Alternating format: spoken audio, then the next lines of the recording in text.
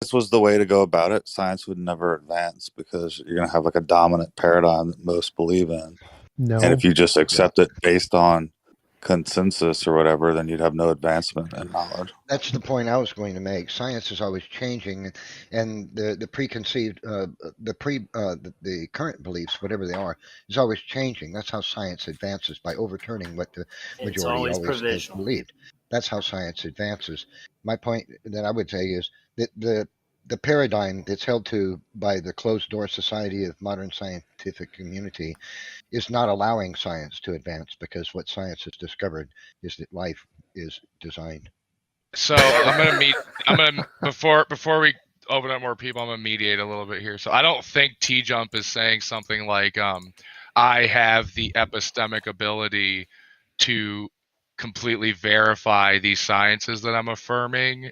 And that's why I'm doing it. What I think he's saying is he knows that he doesn't have the ability to completely verify it in all cases, but for practical purposes, he has evidence that this person like went to college and is good at their field, and it's more reasonable to at least provisionally take on what this person is saying until some other expert who also knows what they're talking about can refute it. Is that it might be completely anti-scientific?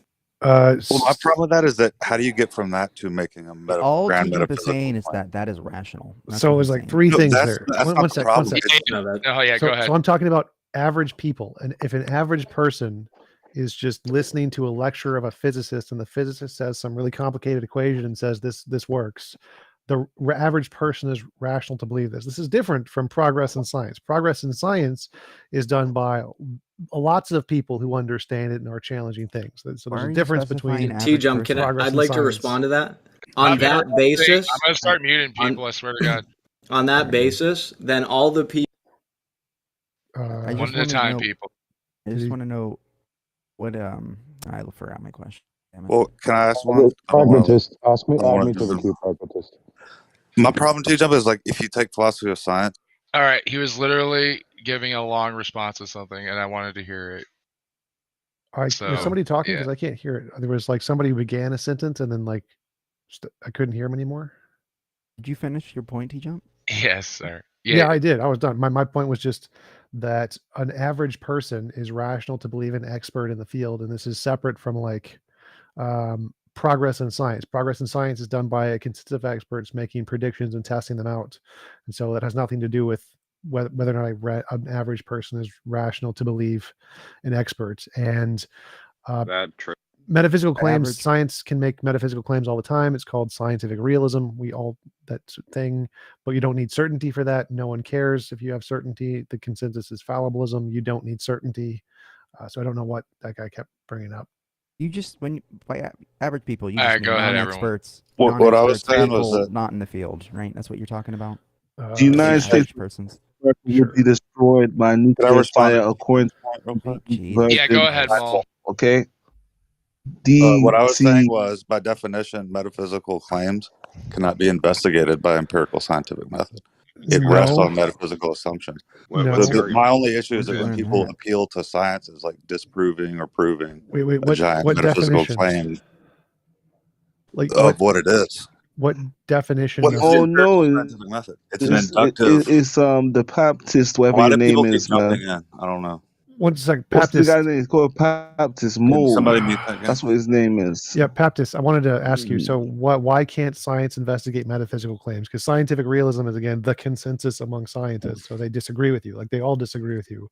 Why do you? The empirical scientific method is by definition assuming a bunch of metaphysical assumptions, right? And it's only investigating repeatable inductive reasoning about giving you more probability of certainty about patterns in the material world. I'm not following. You can't make metaphysical claims. You can infer them from the results of that, but you have to like plug them into your metaphysical assumptions. You cannot investigate metaphysical claims with physical, empirical, scientific methods. So the way science works is you make a hypothesis, which you can make up whatever you want. Magical pixie leprechauns are ruling the universe, whatever hypothesis you want. And then you say, if my hypothesis is true, here's what we would expect to see under some experiment. Do an experiment and see if you get the result. And if you get the result, that's evidence for whatever metaphysical hypothesis you have. So I'm not sure. How do you test a metaphysical truth under a microscope? According to that, I can show that life is designed. Yes, you could if you had novel testable predictions. But so the point here is that any metaphysical hypothesis you have, the world is purely material, the idealism is true, God is real, don't care. You can make up whatever you want. The way to indicate that it's true is you make novel testable predictions. And if they're confirmed, that's evidence of your hypothesis. For example, in Hinduism, the Bhagavad Gita predicts the age of the earth is 4.3 billion years old, which is within 5% accuracy, which is a very good prediction. That is some very minute evidence that the Bhagavad Gita's God thingy Brahman is true. So yes, you can indicate metaphysical truths with empirical science. Right. You have to assume a metaphysical assumption today, like the uniformity of nature over time and stuff. That's what you're not seeing. You have a blind spot epistemically. None of that matters. That's a part of the hypothesis. You're interpreting data to fit it into your metaphysics. You cannot test the metaphysical assumption. You're confusing the hypothesis with the assumption. So if I make a hypothesis that has some variables to it, like there's uniformity of nature and magical leprechauns, whatever I predict about the future, if I get it right, that's evidence of all of my assumptions and all of my hypotheses, because that's the point of the hypothesis. The hypothesis is all of your assumptions. You say, if these are my assumptions, all of them. Right. You have to read the data and see if that matches. You could say it makes it more likely, or you could have a completely false paradigm assumption where it seems like that. You cannot get any truth out of that. I have no idea what you just said. So I have assumptions. All my assumptions are magical pixie leprechauns, and then I'm assuming all of this stuff, and then I make predictions. If magical pixie leprechauns, then I'm going to see this stuff in the future. And then if I look and I see this stuff in the future, that's evidence of every single one of my assumptions. All of my assumptions now have evidence for me to believe them. Or instead of magical fairy whatever's, it's actually something else you haven't thought of, and it just seems like it fits to your magical fairy, but it actually doesn't. One second, guys. Hey, TJump. Nikita wanted me to ask if she wanted to arrange a debate between you and someone else in the server. I told her already that you charge for that stuff, but she wanted to ask you. Yeah. Oh, does he charge? Oh, I didn't know. Okay, that's fine. Don't worry. Yeah, so tell Luca $50. But go ahead, guys. Unless it's a famous person or someone who. Hey, wait, hold on. I wanted to say something. I didn't get the chance earlier. On biology. Nephilim. Come on, bro. So if my hypothesis is that life was designed, so if life was designed, we should find properties that life possesses that arise only from intelligence. In the 20th century, we discovered that very thing. We discovered that DNA is a product of intelligence because it possesses prescriptive functional information, which operates linguistically and algorithmically. And we know that prescriptive functional information, algorithms, and the semiotics of linguistics arise only from intelligence. Therefore, we have empirical evidence that the hypothesis was true. We are, in fact, designed. Who's the designer? That's the only question now. Well, that would be great evidence if it wasn't debunked by Shannon Claude's information theory and information. Because genetic information is not Shannon information. It's prescriptive any information. Information is physical. It's not by mind. But what is quantum? Quantum wanted to say something? Right. Yeah. So I wanted to say something. So based upon what you said earlier, the average person has like a rational basis to believe, like the person who puts forth the equation, right? Well, on that same basis, like the average person living in like a Mayan society way back when would have a rational basis to believe that all these people being sacrificed on the temple tops to the gods, it was perfectly rational and in accordance with some higher truth, right? So that's part of the problem with that way of giving authority to people just on the basis of an arbitrary you got to ask a question and stop speaking and not assume your question. So no, they were not justified because they didn't have any demonstrable results of the people sacrificing. So if the people sacrificing virgins or whatever could consistently cause storms to arise or not arise, then yeah, they'd be rational in believing that sacrificing virgins was effective. They did. They'd get harvest of the crop, or they'd have a whole solar eclipse, and that's proof right there. I mean.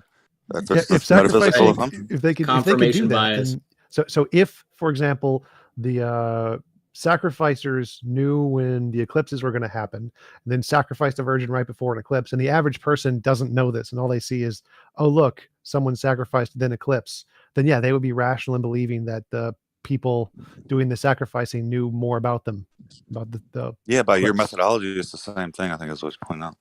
No. All right, can I ask a question, Super Saiyan? Yeah, go ahead. We talk about this appeal to authority or experts, and that's a great hypothesis or in a hypothetical world. Of course, we have morality that enters into the equation. But my question is, at what level or when is it decided someone qualifies as an expert to be able to challenge the consensus? Well, those are so like you don't need to be an expert to challenge the consensus. Those are two separate topics. But what makes someone an expert is the ability to create results in the field. So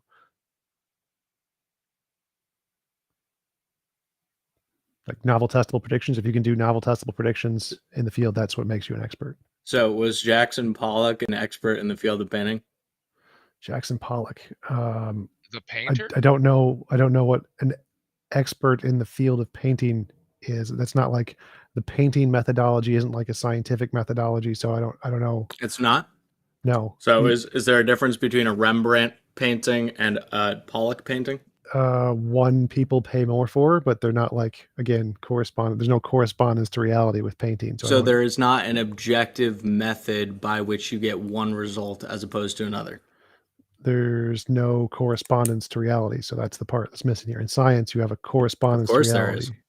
No. The result is the accuracy of the depiction as it relates to. Do you have like a legitimate question? Because the topic here is what makes an expert in a scientific field, which has a criterion that it must correspond to reality. Painting doesn't have that criterion. You can paint whatever you want. You can paint unicorns. No correspondence to reality required. So what makes an expert in art is, I don't know, creativity. What makes an expert in science is the ability to make your ideas correspond to reality.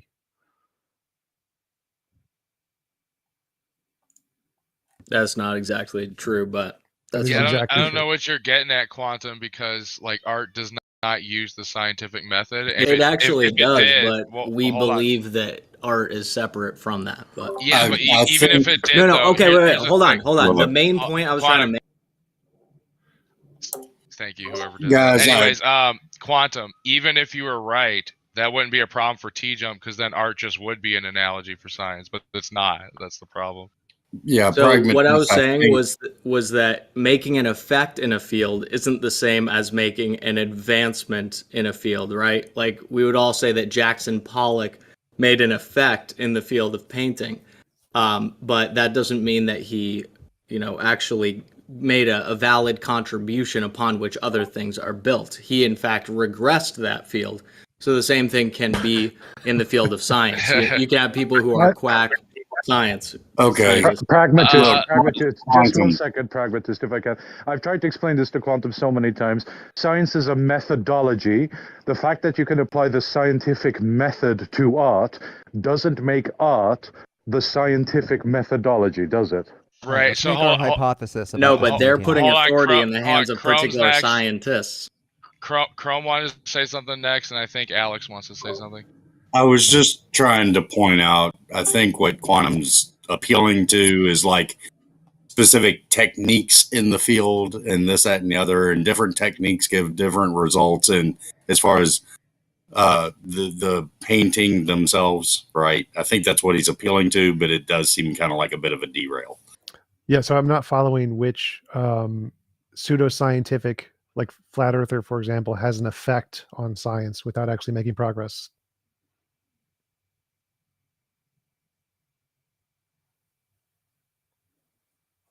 What's that? Well, you're appealing to authorities within science.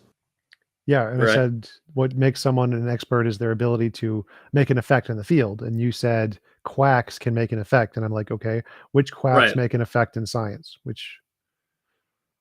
Well, there's people who we're told to believe are experts in science who are really just like, pop apologists for it, like Richard Dawkins and stuff like that. No, he's an actual biologist. He's an actual expert. He's actually made large contributions to the field of biology, like significant. Right, large. but then very big they take they may have some small area of discovery that they have actually made some contribution to, but then they take the next step and they make metaphysical claims or claims about the nature of reality that you can't extrapolate from those discoveries that they have made. No, and so that would constitute a regression. No, that's scientific realism. That's the consensus in science. Yeah, appeal to a consensus is also a logical fallacy. Wait, I thought No, OD got banned from the server. It's completely rational to appeal to consensus. You saying it's rational does not make it not a fallacy. Well, that's what a fallacy Quantum is. is It's irrational. Just listen to the experts. Something, I'll just because post you the say definition something, of it. Are you? if the consensus Wait a minute. actually Hold says on, it, it's hold not on. a fallacy. So is Quantum's Still ad populum. critique of Dawkins based on the fact that Dawkins speaks about things that, I mean, we point to the same criticisms with like AIG, right? That they appeal to experts who have like PhDs and they speak to fields other than what they hold expertise in, right? And that's a legitimate criticism. And if you want to criticize Dawkins' views on theology on the basis that he's not an expert in theology, okay, whatever. Yeah, it's legit. So if he's not an expert in a field, then he doesn't qualify as an expert in that field. So to be an expert, you have to make progress in that field. So that would be covered by my previous definition. Can I throw out an example that I think it would be nice if people could address? When somebody goes to the doctor and says, I am ill, the doctor checks them and says, you have this illness, and gives them a prescription and tells them these are the side effects. They take the prescription. They accept that that is the consensus of medicine and that this authority is speaking on behalf of the consensus to say, for your pathology, this medicine is required. If people want to go online, research the pills, find alternatives and whatever, they are more than welcome to, but it is not required. To be rational, all you have to do is say, I have gone to an accredited doctor, I have given my symptoms, and I have received the pills. Even if you're skeptical, you could go to a second and a third doctor. You're going to appeal to the consensus authority of those doctors to then go, okay, I'll take my pills. Fun fact, it's actually irrational to do research on your own. People who do research on their own usually get it wrong. And so trusting the experts is actually more rational than doing research on your own. I, of course, Example, Neff.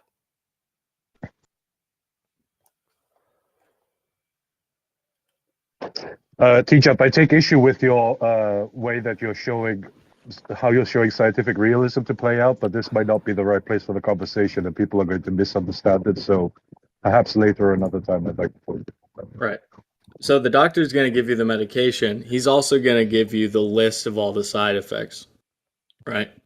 Sure. Yeah, that's what I said. I specifically said that they would involve consent with a list of side effects, yes. But what they aren't going to do is explain to you the molecular structure. Right, so it might make your condition worse.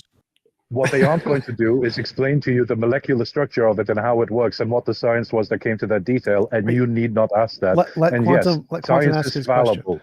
So it might make it worse, but the percent chance of making it worse is significantly lower than the percent chance of making it better. Oh, that's just an arbitrary thing that you're saying. It would depend on each case specifically. Well, no, that's literally the on what opposite of medication arbitrary. that it is. That's literally the opposite of arbitrary. The whole point of medications is that it has a higher probability of making you better. Have you ever heard like there's lies, there's damned lies, and then there's statistics, right? Because people aren't statistics. So if one person takes a medication that works for other people and that person gets sick or ill, I mean, it's just a demonstration that what it's believed that medication does isn't necessarily the case, or it may not be accurate fully.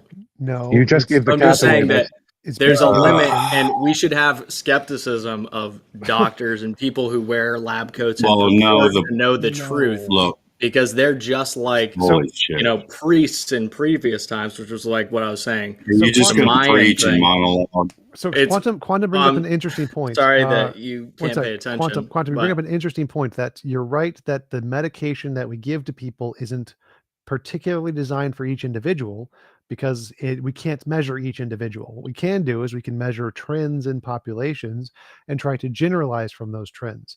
If we could literally measure each and every individual and specifically design drugs for each and every individual, yes, that would be better, but we can't do that.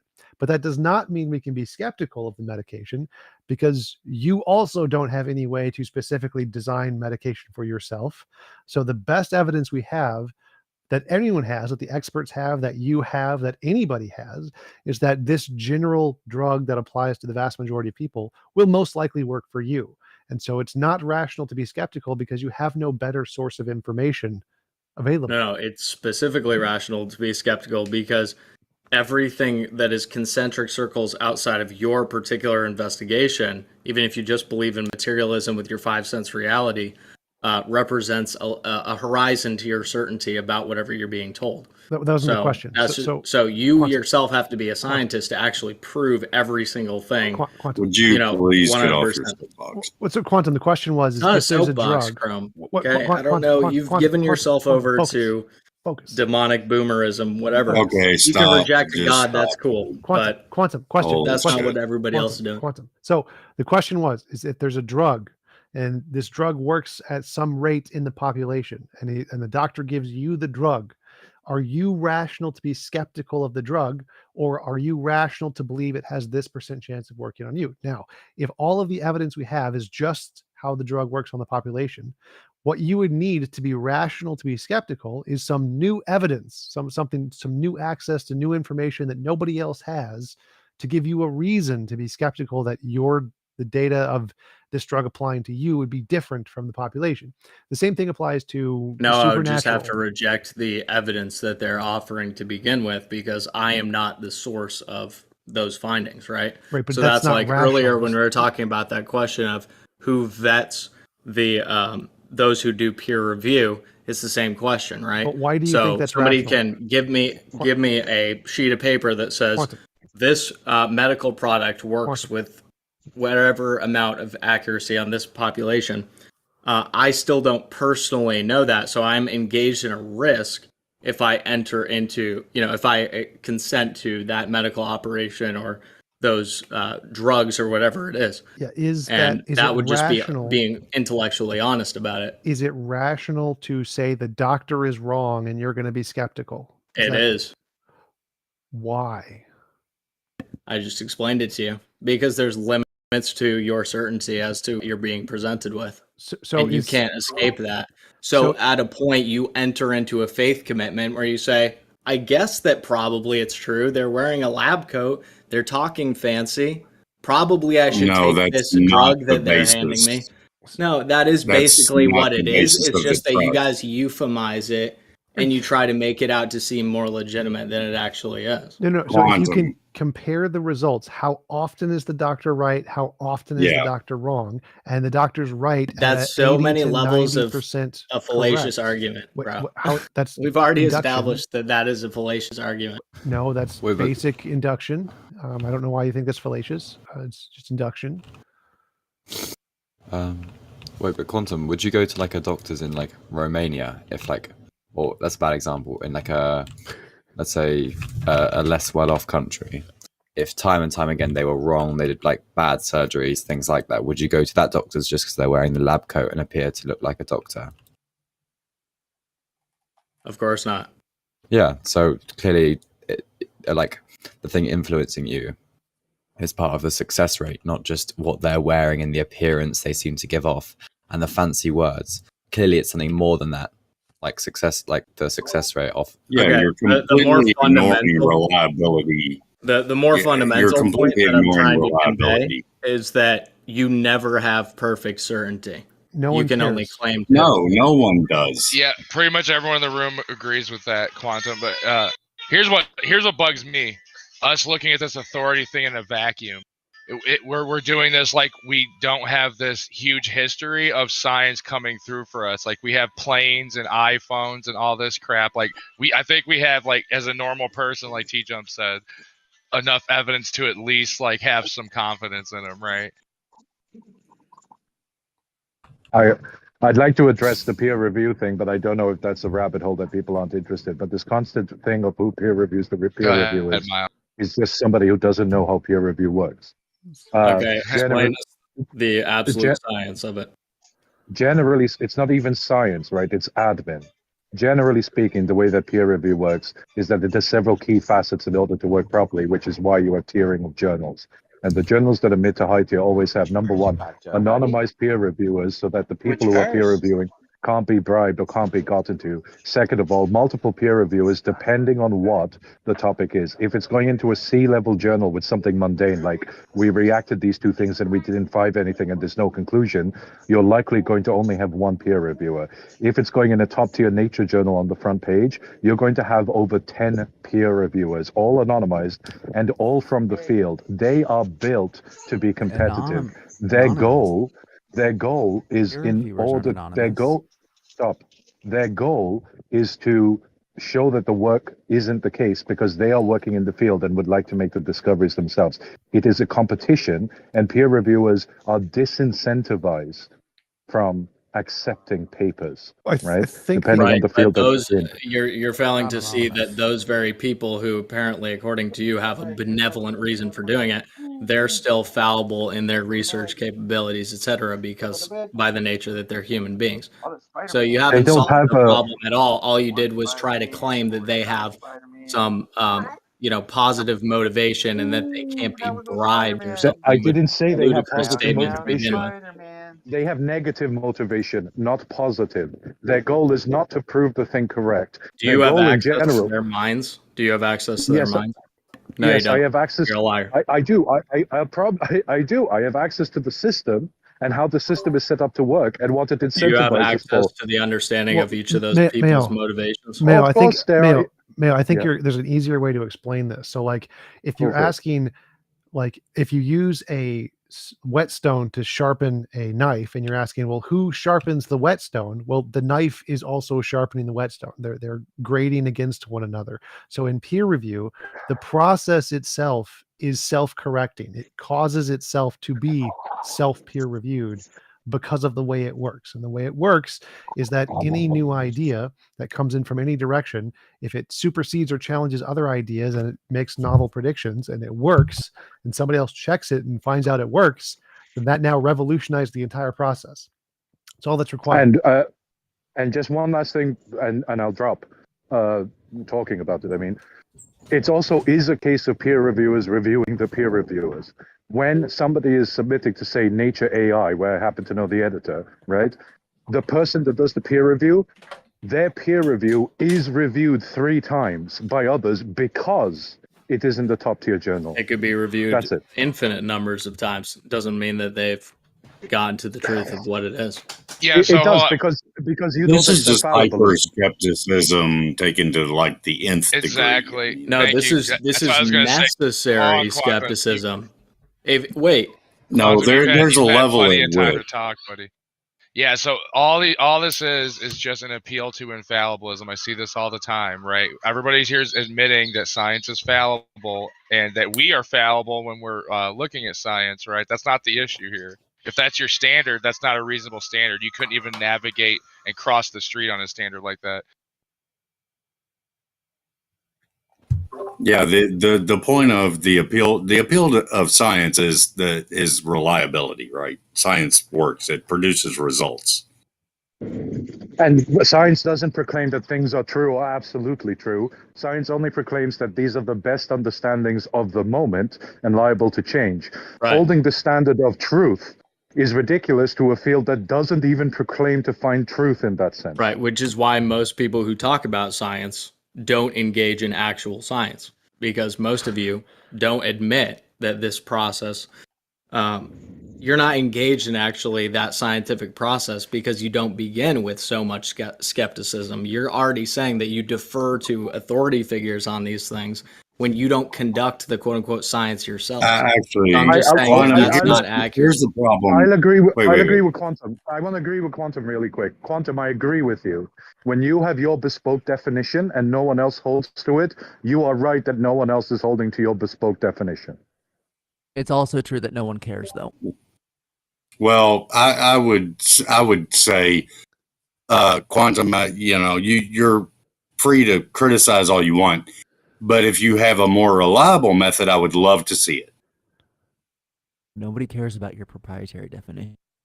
I care. I care. I want to know its proprietary definition. But just in, the purview of context, you want to know the actual argument more, of course. I think his definition is going to be more funny. Well, as it stands right now, this is still the most robust system we have, and I'm still waiting for someone to produce a more robust system. Okay, I'll give you the proprietary definition and we can move on and you'll be happy, TJump. Here's the definition. Science is only methods that produce absolute certainty. Cogito. Cogito is science. Cogito is science, and I, myself, am the physical body of fucking science.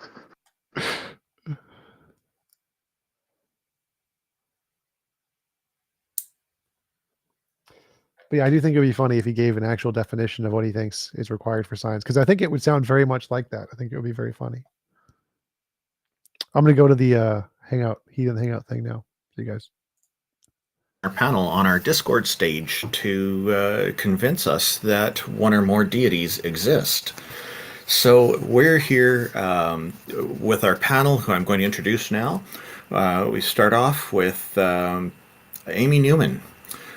She's known for her trademark slogan, Sending Love.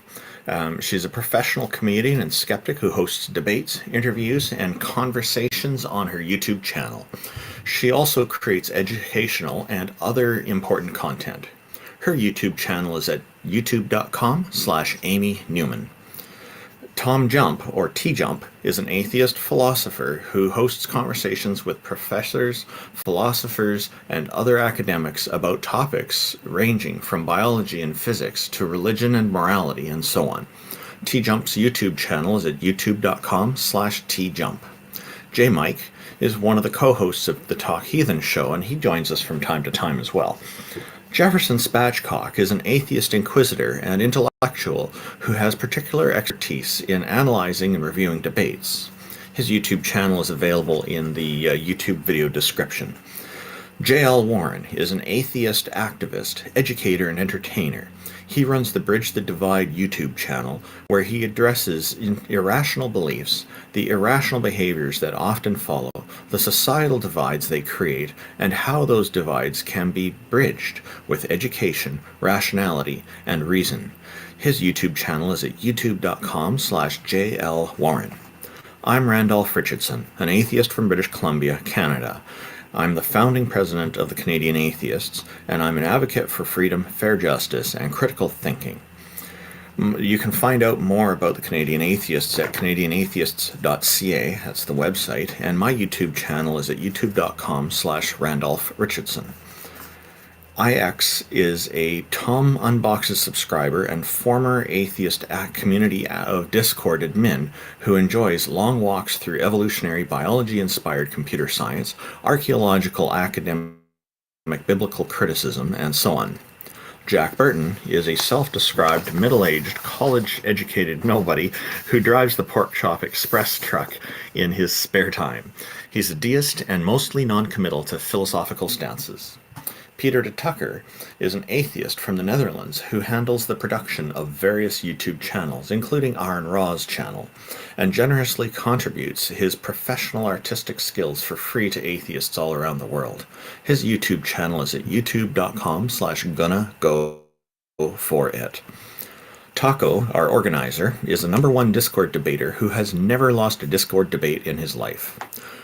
Thank you, everybody, for joining us, and thank you to everybody on the panel for being here. Did anybody have any burning points you wanted to make before we started our program? I think we should do intros last at the end when most people are here or to actually listen and potentially care. Do intros at the beginning kind of waste because there's only like 10 people in the audience when we first start. You can do it at the start and the finish. It's not a big deal. So we've got Prax, Pred. I don't know how to say that, but he wants to come up and talk with us about there being a potential simulation that's not necessarily a god existing, right? But it sounds pretty interesting.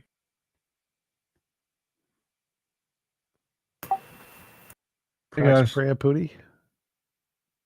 Good morning, Peter.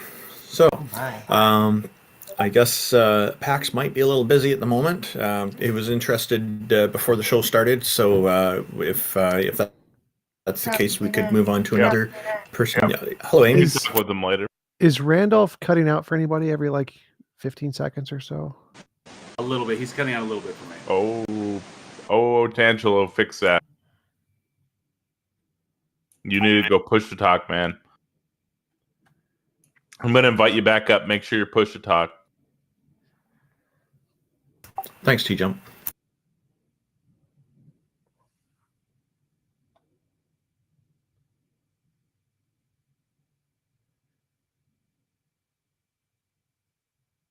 Oh, it looked like Godless Girl is wanting to come up. Shall we bring her up?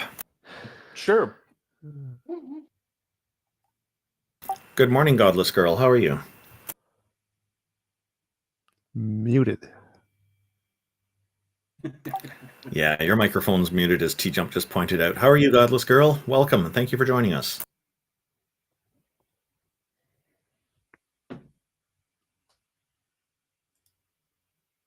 Okay, I guess. Sorry, I couldn't figure out how to unmute. Well, we can hear you now. How are you doing? Okay, how are you guys? Pretty good, pretty good. So, you're godless, which means you're not a theist. Did you have some perspective you'd like to share with us?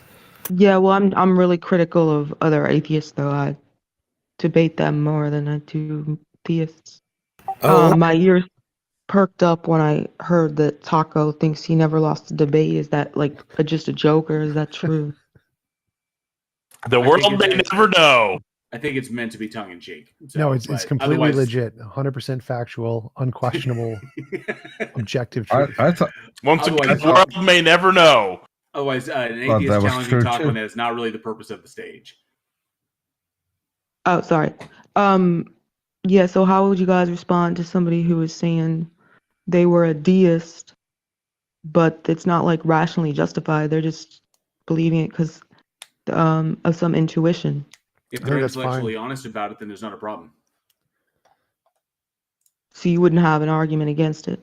No. Well, it's unfalsifiable. So it's just, if they believe in it and they're holding to it as an emotional appeal, they're aware of that. They're intellectually honest about it, and they're not running around making assertions about reality that everybody else should believe in it. Then they're allowed to believe whatever they want to believe, just as long as they're intellectually honest about it. That's cool.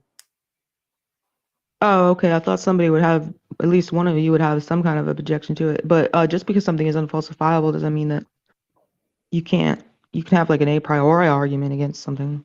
Well, I can tell you the objection I would have is if they're trying to impose those beliefs on others. And because I'm very much in favor of people having intellectual sovereignty, as I like to call it. So, but I don't think that really addresses your question, does it? Well, I thought you guys would try to argue that somebody couldn't rationally hold that belief. Well, it's irrational, yes, but it's as long irrational as they're aware, or irrational. It's irrational. It is not rational. It is irrational. So they can hold that. You can hold an irrational position as long as you're aware that it's irrational, and you can accept that. If you're intellectually honest about it, then there shouldn't be a problem there. I don't think it would be irrational. Yeah, that's what I would want an argument for, because I don't think it's irrational. I think it's just irrational when you believe something because of an intuition in the absence of a defeater. Right. So I think it'd only be irrational if they claimed to have evidence that they didn't, or something along those lines. If their beliefs were not proportional to the evidence that they claim to have. If they just choose to believe based off intuition and don't claim to have any evidence, then that's not irrational. They're just choosing to believe, and that's fine. Okay, so TJump agrees with me, but JL Warren does not. He thinks it's irrational. Do you have an argument that it's irrational, JL? It's not rational? Yeah, it's irrational, like I said. Irrational with an A. Okay, then it's irrational. Oh, you're backpedaling? I don't care. It's irrational. I don't care. Because this is not the purpose of the stage. You don't care if you backpedal? Okay. But I would just point out that there's no evidence that a mind can exist without a brain, and all the current evidence actually points to the fact that you need a brain, a physical, natural brain to have a mind. It's not backpedaling, Godless. I'm just giving you what you want so you can go away. Oh, okay. I don't have to be on stage if you don't want me here. Cool. I love everybody. Mwah. All right. Thanks for coming up. A friend of mine, Neil Spirits, is in the audience. I was PMing him here. I think he might want to come up. I'm going back and forth with him right now, but he has a lot of experiences with ghosts and spirits, so I think that would be a fun one if he'll come up. experience with ghosts and spirits. Now that's, I'm assuming that's not just Halloween. Are we talking like I went to Valley Fair with him. experience, or are we talking Demi Moore experience, or are we talking like Ray Stantz experience? I don't know exactly. That's why I'm saying I'd like to have him up here because that seems like a very, very interesting topic. I saw him on the audience, and he's got some cool graphs even. The TJump, you recently were in a debate with Kent Hovind, as I understand. How do you think that went? That was interesting. It was so close to like a really fun debate, but he kind of weaseled out of it because the debate was testable predictions, and he didn't really understand that in science, testable predictions isn't just literally predicting anything about the future. Like I could predict that in 5 seconds I'm going to pick my nose, and if that happens, clearly that's not evidence of anything in science. No one cares. What people care about in science is novel testable predictions, things that we don't know about yet. But he kind of evaded that topic as much as possible, desperately. I watched that debate, and so Me too. I was really curious, Tom. What did it say in the email that the title of the debate was? Because I know for a fact that you have to pin him down on a topic. If you don't do that meticulously, he's going to run away from it. Oh, I didn't set it up. So it was Donnie, Standing for Truth, set it up. So I wasn't a part of that. Yeah, what confused me is that apparently there's a series and it's the same topic for every debate, according to Kent. I'm surprised. I mean, I don't think TJump, did you get a chance to see McKinnon Mitchell's documentary on Hovind? He literally said maybe, I don't know, that he wasn't required to defend his position. Well, yeah, I don't think Kent has multiple debate strategies. He has one debate strategy and he just repeats the same strategy over and over again, no matter what you do with the title. Yeah.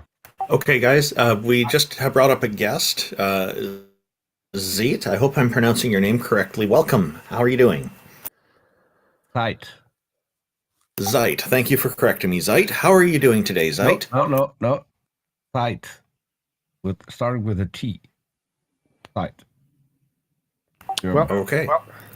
Zeit has disappeared. He was offended. Well, thank you for joining us. Oh, he wants to come back. I think it was his time. And if anybody else would like to come chat with us, feel free to raise your hand and we'll get you in the queue. The letter is fine. Hello. Hello, welcome. Hello. What you got for us today? You can begin your arguments. The floor is yours. Okay, so we've got Jordan and Q, so we'll go ahead and chat with Jordan here. What's going on? Good morning, Jordan. Good morning to you guys as well. What you got for us today? I apologize if I'm not very experienced in this topic, but one of the arguments, although by philosophers is not really that many have found that convincing, one that's been influential for me is like the moral argument for God. And the reason why I see it as convincing is because when I look at things like moral naturalism or moral particularism, I generally usually assume moral realism is like the default position that most people have, because we don't believe usually that morality is subjective, that there must be like some sort of explanation for that, and the way to account for that objectively would be a moral lawgiver, because it always seems really intuitive to me, like an objective moral law would need an objective moral lawgiver. And I know people would like to object, isn't that God's opinion? Well, if he is sovereign, then he would be the foundation of such principles. So just wondering. So if there is an objective moral, then it should be independent of a mind, I would think. And so, what would justify classifying it as objective when it is issued by a deity who obviously has a mind, a god or a goddess? I'm wondering how you justify that, because it seems to me that like the laws of nature, laws of physics, and whatnot seem to be just an emergent property of reality, and so and they're objective. So if the moral laws that you're talking about are, and maybe you can give an example of a moral law that would work for this, but I'm interested in seeing how it would be. Kind of an emergent property of reality, I guess, part of reality. It should be, I think, independent of there being any deities. If I can add to that just a little bit. So I agree morality is subjective, but why not think morality being objective as a law of nature rather than a law given by a mind, like a law of legal system? Thank you, TJump. We also just to piggyback on that, we also understand that moral concepts being subjected to individuals, to groups, to societies, to nations, to the world in and of itself.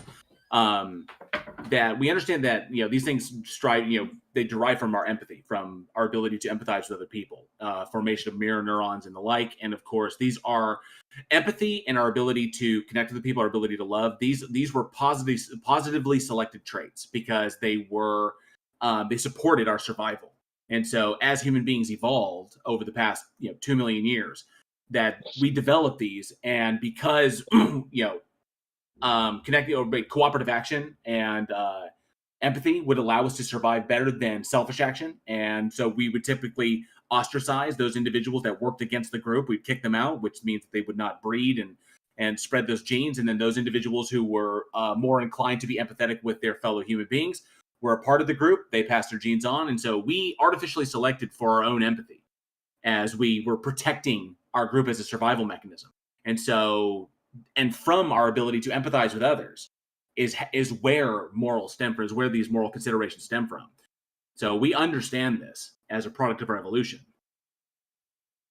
And instead of making a statement, I'll give it back over to Jordan to answer it. But I do want to know afterwards just questions about hell if we are going to talk about the moral argument. But feel free to respond to anything those three gentlemen said. I apologize if I can't get to all your objections. They all seem like they're very worth considering. If I just don't remember them all.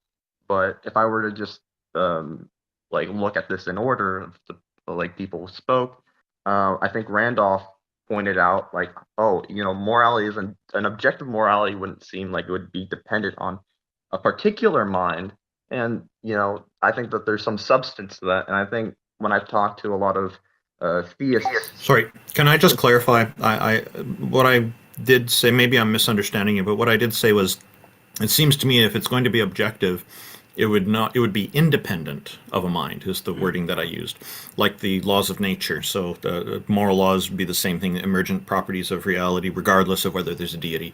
And that's kind of what I was getting at. Fair point. I'm sorry if I misrepresented you. No problem, man. No problem. Regardless of that, I think in my experience, when I've asked this question, people usually ground the moral properties as like the essence of God or in his properties. So it's not just based on the mind, but on like the divine. They're often referred to as like transcendental categories or properties of God.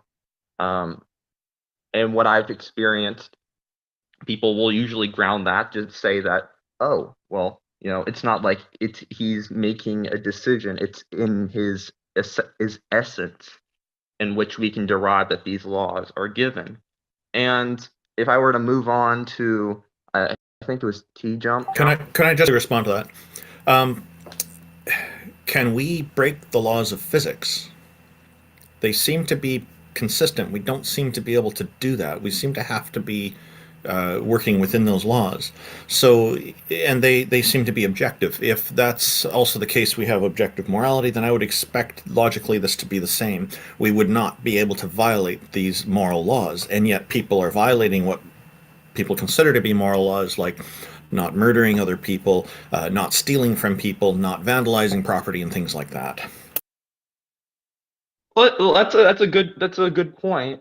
Though I think what I'm just going to appeal to a distinction David Hume made, is that there just seems to be a distinction when we look at the laws of physics between is claims when we're describing the world versus describing an ought. Like there seems to be a difference between the claims that someone is murdering another person versus you ought not murder that other person.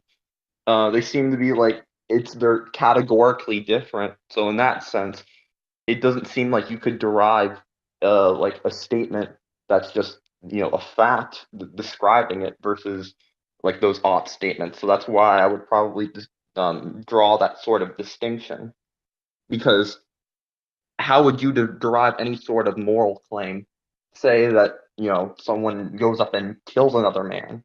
How would you derive that is good or that is bad from just looking at the empirical facts about the situation? In the science fiction story I'm writing, I've been working on this since the 1980s in my spare time. I'm working on a lot of things. There's one planet where there's a society of assassins where killing people, killing other. They're alien species, but I'll just call them people for simplicity. Killing other people is not considered to be immoral. There's certain situations where it's not acceptable, but most of the time it's something that can happen. They've got a huge overpopulation problem there. They multiply like rabbits. So this is part of the solution. So to me, this is the point of this is that there are circumstances where if we're going to use killing another person is actually moral. One thing I can think of is a mercy killing, where somebody is suffering with a terminal illness that is only getting worse day by day and more painful for them, and they want euthanasia. So in my view, it would be moral to kill that person because they're requesting it. And they obviously, and I think, and the reason I mention the terminal illness is just to kind of make it easier for people to consider this thought experiment. There are other situations where people are okay with capital punishment. Now, I'm opposed to capital punishment in its current forms.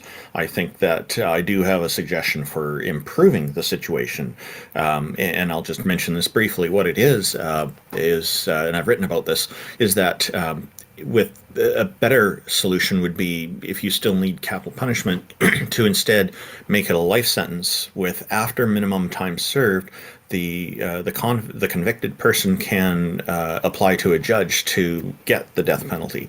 So that way it doesn't violate their personal bodily autonomy, and so their human rights would still be respected there. So to me, that would be an improvement. I think the whole problem with incarceration is problematic, though, because a lot of the systems that are out there are punishment based and not rehabilitation focused, and as nearly as much as they should be. But these are, I guess I've covered a number of different examples where we've provided a number of different examples where there's a lot of different views on these subjects. Can you provide an example of an objective moral that you think would be a good one to use as an example in this conversation? So this is I'll give one. That you should not treat some people as an end, as a means to an end.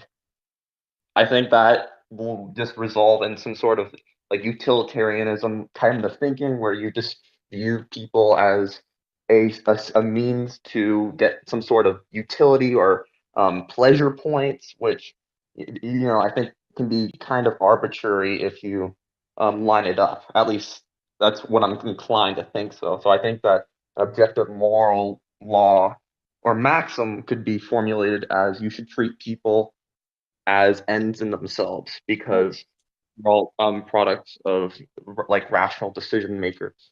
That actually brings up a good way to me to ask questions. Like, first, do you believe in a hell? I'm curious.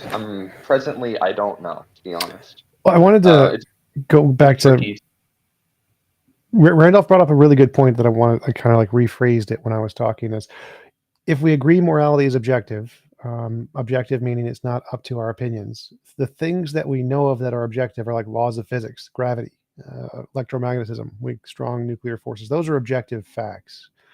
And so if morality is objective, it seems to make more sense that it's going to be like one of those things, a law of physics, rather than a thing determined by a mind like a God-based morality. So why would we think, if we agree morality is objective, wouldn't it make more sense that it's going to be one of like the law things, like gravity, more than like a law of legal system, like a God-based, God says it kind of a thing? Well, here's the thing, though. I do treat it as like those laws of physics, and I'm not saying that of it being objective, and that it's purely based off of like a will of God. It's in his very nature, not just a decision. Otherwise, you get problems like the Euthyphro problem. I can't pronounce that right, but the Euthyphro dilemma. Yeah. That's how you pronounce it.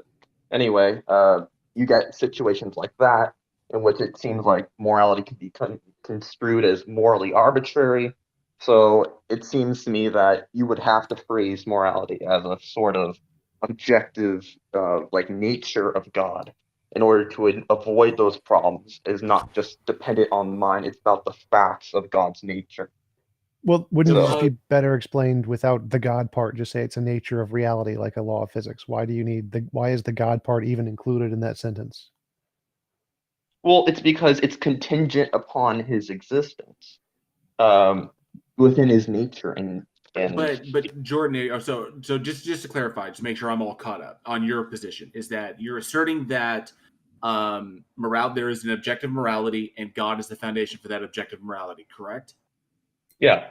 Okay. And that you hold to certain moral standards because you get them essentially from God, and that you hold those moral standards to be objective. Yes. Okay. But if your God were to command you to do something that was different from that, like if your God commanded you to kill somebody, and you believed in 100% certainty that it was coming from God, despite the fact that you priorly held the moral consideration that you would never do that, if it came from God, then how would you reconcile that?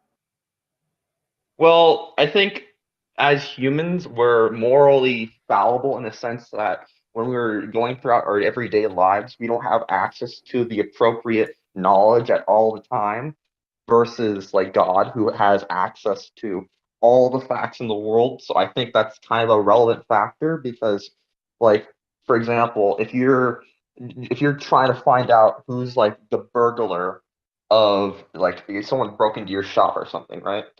And you see a person who's just coming out and he looks very suspicious, and you want to go and interrogate him, but like somehow God reveals to you that you shouldn't do that, and it's probably part of his plan, and somehow he gets find out because the police are waiting outside, and you didn't have to deal with anything because you're like you're inside, whatever. I think that's kind of a bad example, but what the point I'm just trying to illustrate is that I think if God were to somehow reveal to me directly those types of messages, I should trust him because of the knowledge he has.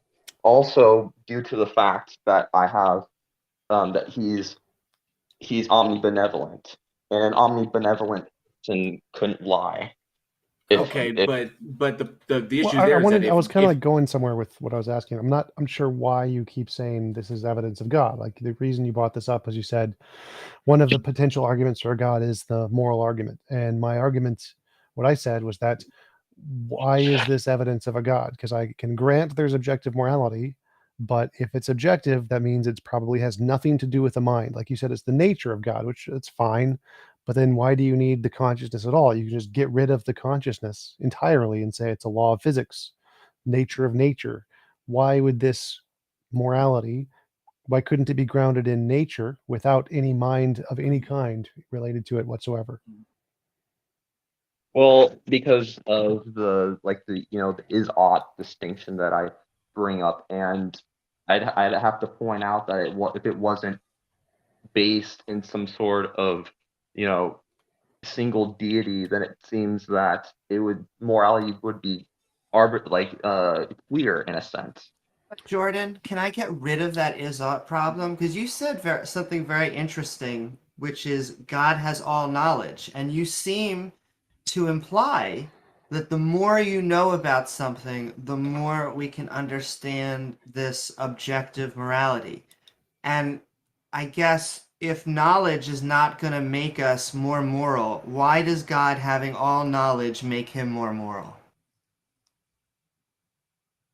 Well, I mean, if you have more knowledge about something, you're going to have a greater access to know how to act on a certain thing. Because if you treat the morality as laws, if you like, if you're like a lawyer and you know the legal code, you're obviously going to be able to act upon those laws and deliberate more effectively because of your knowledge. I'm not sure. Could you rephrase your question, because maybe I just missed it? Well, it just seems TJump and I, I'm somewhere in between, but I'm leaning towards a morality and situations that we can objectively understand ethically.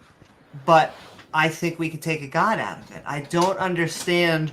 In fact, it seems to lie on this being that is all knowledgeable. And I just don't think we have good evidence for that. Nonetheless, I think we can become more knowledgeable in ethical situations, in morality. Well, if we were just going to go from that premise, I can see how you might want to do that. You'd have to engage with things like the problem of the criterion, which I think is especially potent in epistemology, and it can apply to morality, is that the problem can be phrased as, how do you form a criterion for that? And if you say you put in a criterion, right? Like, just say it's utilitarianism, for instance. Say it's God's nature. Then you could just say, what's the criterion for that? And so forth.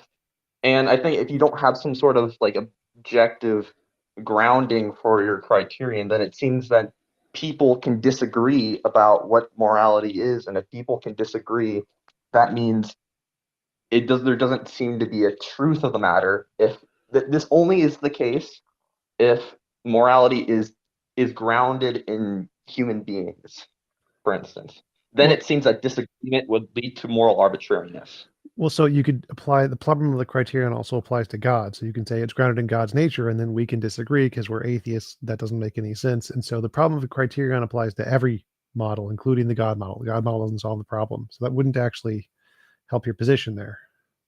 But I think Amy brought up a really interesting point.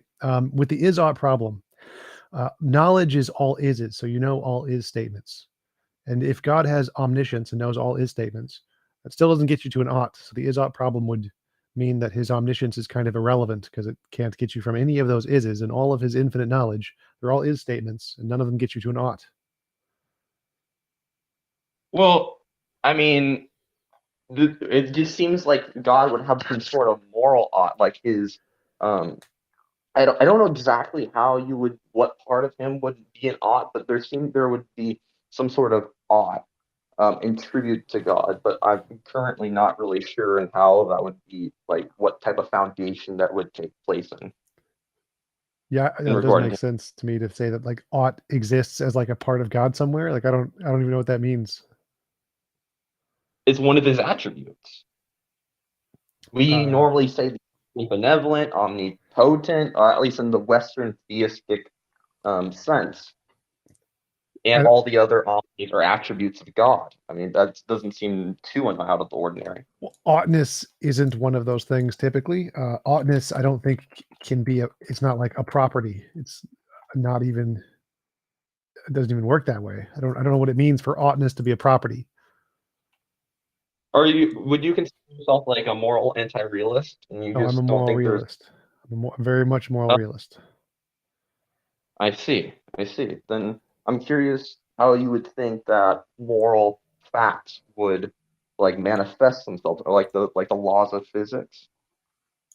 Yeah, so I think instead of God's nature, it's nature's nature, but I don't think it has like a property of oughtness anywhere. I don't think there's like an oughtness particle hiding. Like I don't think that even makes sense. I think oughtness is a category we label things. Once like you can prove that oughtness isn't a part of morality. Like is something moral because you ought to do it, or ought you do it because it's moral? Like try to answer that. Can you say that again? Should you do it because you ought to do it, or you ought to do it because it is moral? Is something moral because you ought to do it, or ought you do it because it's moral? Euthyphro. No spoilers. Couldn't either way, like. Well, no. So the first horn is saying, if you imagine a box that contains all the things that make something moral, oughtness would be one of the things in that box. So it is something moral because you ought to do it. That means oughtness is one of the entailed properties that make something moral. And the second question is, ought you do it because it's moral? That means there's some box and all the set of moral properties are in that box. And once you know that, then you apply this outside property of oughtness that has nothing to do with morality. You're just applying it to the moral things. And to me, the second one seems to make more sense. You ought to do something because you know it's moral. So once you have a set of moral facts or whatever makes something moral and you know what that is, then you can say you ought to do it. But oughtness is never going to be one of those facts. Let me try and give my thoughts on what the Euthyphro dilemma would look like. I usually interpret it as saying either gods, like he did in Euthyphro, the Plato did. He formulated it as should the gods do something, or is something pious? Because so just to clarify, what I said literally has nothing to do with the Euthyphro dilemma other than the structure of the argument. So my argument is something moral because you ought to do it, or ought you do it because it's moral? So forget the Euthyphro dilemma. I'm going to be honest. I don't know, to be honest. Okay, that's fair. To me, it seems like obvious you ought to do something because it's moral seems to be the correct answer there. So I would say that no, oughtness isn't really a property in morality anywhere. It's something we add on later. But I still wanted to go back to also if moral determinations can change, or if God determines what moral considerations are, like what moral valuations are, or what the morality is, if God makes that determination and there is a change in that determination, or if there is a change possible in that determination, or if God can change it, then it's subjective to God. So it's subjective to God or it's subjective to human beings. It's one of the two. Because if it was objective, then God would just be appealing to something outside of it. God can't violate the objective morality of the universe. So it's subjective either way. It's subjective to us or it's subjective to God.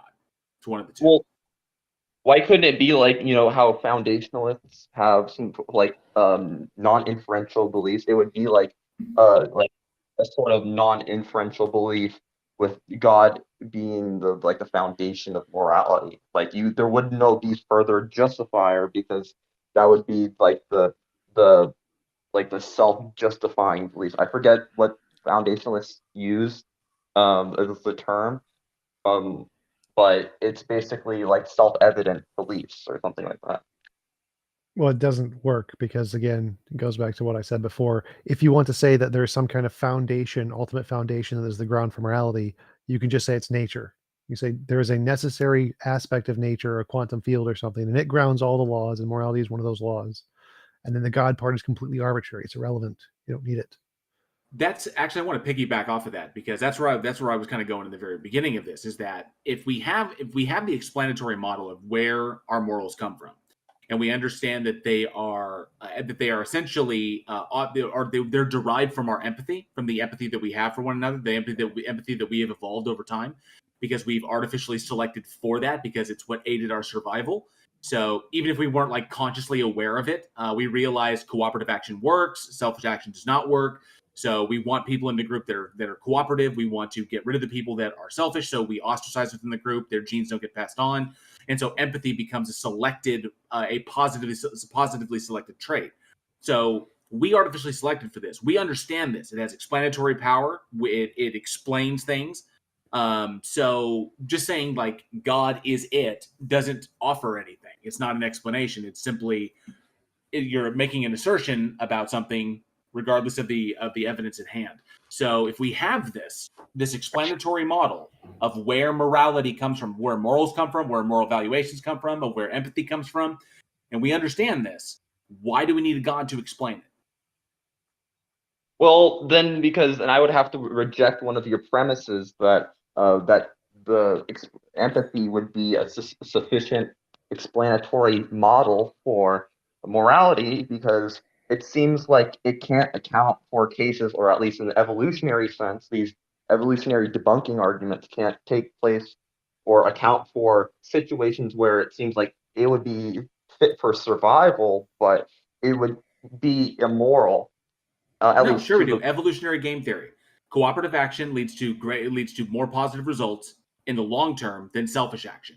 So selfish action leads to positive results in the short term, but negative results in the long term. If everybody acts selfishly, then the society or the civilization will fall apart. If everybody acts cooperatively, then the society will flourish because we get long-term positive results because of this. We share food, we share shelter, we work together. So we learned this very early on, and the thing that facilitates that is our ability to empathize. But that empathy comes from mirror neuron, and mirror neurons are things that exist in many species, not just us. So we understand this, that mirror neurons are integral to developing empathetic relationships with other people. So through this evolution of mirror neurons and our ability to empathize with other people, we understand and we have an explanation as to where all this comes from. As to where our moral considerations, our moral evaluations, why they are subjective, because they're subjective from individual to individual, group to group, nation to nation, all over the planet. It's all subjective. So we understand this. I'm saying in the face of an explanatory model, why do we need to appeal to something that offers no explanation? Jordan, I can illustrate this to you, what JL is speaking about. Say you are walking down a street and you have a sandwich, and you notice that a homeless person is on the street, and so what you do is that you split the sandwich in half and you hand it to him and walk away. Now, my question to you is, why did you split that sandwich, and was it God? Well, I think there could be a numerous different reasons why someone would do that. Like hand a sandwich to someone. It could be for selfish reasons. Like he could want people to recognize him for fame, for approval upon his peers. He could do it because he just wants to help out the guy. And like the empathy that DL Warren was talking about. But he gave him the sandwich because he looked hungry, right? I mean, in this hypothetical situation, it could be that or many other causes. Yeah. Yeah, sure. I mean, he's looking at him. He looks like he needs a sandwich. He looks hungry. He's not asking for one, but you decide to do it anyway. It doesn't matter why. It's how did you make the determination that this person was in need? Is because you recognize what need looks like in yourself. And so you empathize with the fact that they are needy, that they are in need. You recognize that. You internalize their experience, mirror neurons, and then you react accordingly. So it's either you reject it, which you can find considerations, which makes, you can subjectively say, no, I don't want to. I'm really hungry and I want to eat my sandwich and he should get a job. Or you can say, no, I have this and I don't need this all of this sandwich, so I'm going to split it. I'm going to give it to him. Or it says, oh, you know what? I wasn't really all that hungry anyway. Have the whole sandwich. Or, hey, oh, look, everybody's looking. I ought to do this because it makes me look good. Doesn't matter. You wouldn't have been able to identify with the other person's plight without those mirror neurons.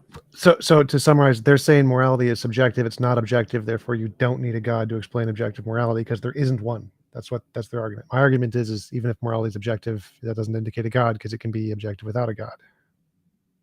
And I agree with both those assessments.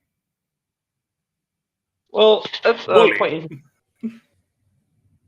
I'm just wondering, how TJump's view, because he thinks that morality is objective because it's like a fact. At least that's what I think he thinks. Yes. How can he account for differing expert intuitions on a certain subject and come to a conclusion regarding that? Because I think that's one of the things that religions often have a better time doing is giving us a more definitive answer in those moral situations. But for example, just take a controversial situation like abortion, right? It's very controversial. There's many arguments on both sides. How would you, in a moral, from a moral naturalist perspective, be able to come to a conclusion based off of radically different expert opinions on the subject. So it would be like there's a law of physics that is the moral law, and other things contravene on that law. And when the other things are mitigated and are less effective, then the moral law begins to take over. And so as society progresses, if the thing that's preventing us from acknowledging the moral law to its fullest extent is our pragmatic needs, for example, as our pragmatic needs will decrease, then our openness to the moral law will increase and more societies will become more morally inclined. So it's pretty easy to explain a differentiation the same way any laws in physics work. As one law is predominant in one domain, if the domain changes, then the other's law becomes dominant, which causes a gradient. And why, I don't know why you think that God answers that question better, or why religions answer that question better, because as far as I know, they don't have a good answer for that question. Well, oftentimes they can come through the form of divine revelation, or like the Bible or Quran, or other sorts of guides. But what I'm raising here is some sort of like moral skepticism towards that view, because it seems that even if it were to be true, under like an atheistic type of source or anything, related to that domain, that it would be hard, at least almost impossible, to get moral knowledge regarding specific cases.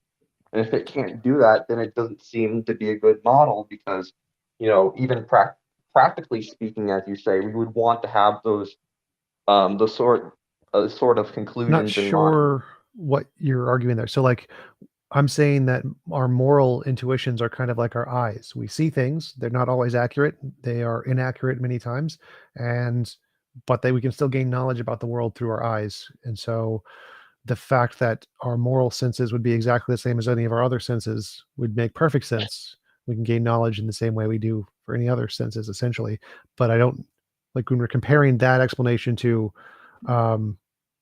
the Bible and the Quran, and people have a bunch of different religions, it seems like the more plausible explanation of what explains moral disagreement is our moral intuitions are like a sense, like eyes, and they're fallible, and they come up with different conclusions. Seems like a much better explanation than there's a whole bunch of different Bibles. Well, if it's grounded on intuitions, the whole point of bringing up is that then when we look at human experiences, people have differing intuitions. So yes. How are we going to decipher about that? Like, with perception, it's a little bit different, because, we're looking out to an objective world that exists beyond our perception. But with like intuitions, like it can get a lot more fuzzy in that realm. Well, so I'm saying it's exactly like that. So our intuitions are kind of like our eyes. They're trying to sense the moral law. They're trying to see what morality is, just like our eyes are trying to see what the world is. And you do that in varying degrees. Like you have disabilities, like you're blind, people literally can't see. People who are psychopath have that intuition disabled. They don't have a moral intuition. So I'm saying that in the naturalist view, morality is exactly like all of the other senses, and they come in gradients, and you have different opinions, and you have diseases that affect them, and that makes perfect sense. Seems to make a lot of sense, a lot more sense than there's an all-powerful being God, but a whole bunch of different Bibles. That seems to make a lot less sense. In fact, I would say that we have one less presupposition than theists. Well, like you have the benefit of parsimony. Well, I mean, I would, that's a different argument, but yes, I would say all-powerful, all-knowing, all-loving being has infinitely many more assumptions, but it's a different thing. So, but Jordan, I mean, if you can, I don't know, I kind of wanted, because they never got an answer on that. It was like, but in the face of an explanatory model, why would we need to appeal to something that offers no explanation? Well, I mean, I think that was a little bit of a loaded question, because obviously, well, I mean, if you have two options, right? Okay, so I've got option A and option B, and option A maybe fulfill some sort of psychological utility with me or whatever, but it doesn't offer a mechanistic explanation for a phenomena. And then I've got option B that offers a mechanistic explanation for a phenomena. So I'm looking for a reason why this phenomena occurs, and I've got two options. One has the mechanistic explanation, one does not. Why would I favor the one that offers no mechanistic explanation? Why would I do wouldn't? That? You Exactly. wouldn't, and Yeah, and but that's not what I'm saying. From my perspective, I'm arguing that there are attributes about like objective moral laws that concern God that can explain some things. Like, because I generally take it as a premise that there are moral duties that kind of transcend, the evolutionary makeup of the mind. Because um, if we're going to consider objective, in my opinion, it shouldn't be dependent upon what anyone else thinks. So but in your worldview, it's dependent upon what God thinks. It's not just what he thinks; it's about the fact of the matter regarding his essence or Yes, his but as indicated by the Bible, that can change. When God makes a determination that one group of people should be killed and then other people should not be killed, and the reasons for those are different, then he's justifying murder under certain mitigating circumstances, and then saying murder is not justified under these mitigating circumstances. For example, if you're Jewish, you shouldn't murder your fellow Jews, but if you are someone else, go and murder them. See, that makes it subjective. That's a subjective determination. So, like I said, give me a moral law, give me an objective moral law that doesn't require appealing to an agent. In terms of if we're talking about moral acts, you could probably argue that this it depends on how you define agent. It's not that simple. Like if we consider animals as agents, when we were talking about, otherwise we'd just be talking past each other. Well, if an agent is something that can choose, because if something is objective, it is outside of it. Literally, is something that it is true regardless of what you think, feel, or whatever power you have. Okay, you appeal to the objective, and if there's no objective to appeal to, then it's subjective determination. So that's what I'm saying. If these are objective, then God is not appealing to them. Then I'm saying that, but we see the evidence of it, that it is subjective to God. God makes these determinations on the fly. Like, for example, at one point, if God exists, if God actually exists, then slavery was moral at one point and had specific rules set down for it. But now, slavery is not moral. So there was a change there. Well, even if we take in general principles, I don't think that anyone would dispute the fact that even if there's an objective law that it can differ in some cases, but that doesn't mean it's subjective. Like, for example, even if we have like laws that say you shouldn't kill, there's still like reasonable exceptions to the law that it's still objective. That it is United States law, but you're allowed to kill someone if someone's like murdering your family that makes it subjective. Unjustified killing is one. There's justified killing and then there's unjustified killing. And a justified killing is within the parameters of the law, and unjustified killing is outside of the parameters of the law. They're both the same action, but that makes the determination of these things of when they're legal or when they're illegal or when they're moral or immoral to be subjective. And can I actually just ask, Jordan, maybe this will cut to the heart of it. Do you think that something is good because God says so, or is something just good and God says so? Well, that is that is the word I cannot pronounce ever. Euthyphro. Sorry, I just got my retainers in, so it's hard to speak. Okay, you're good. Regardless, I think that's a false dichotomy. I think there's more options that can be presented. So, in that, right, instead of like it being independent of God or just a choice, the usual option is to say that it's grounded in His nature, which is a third option that is valid.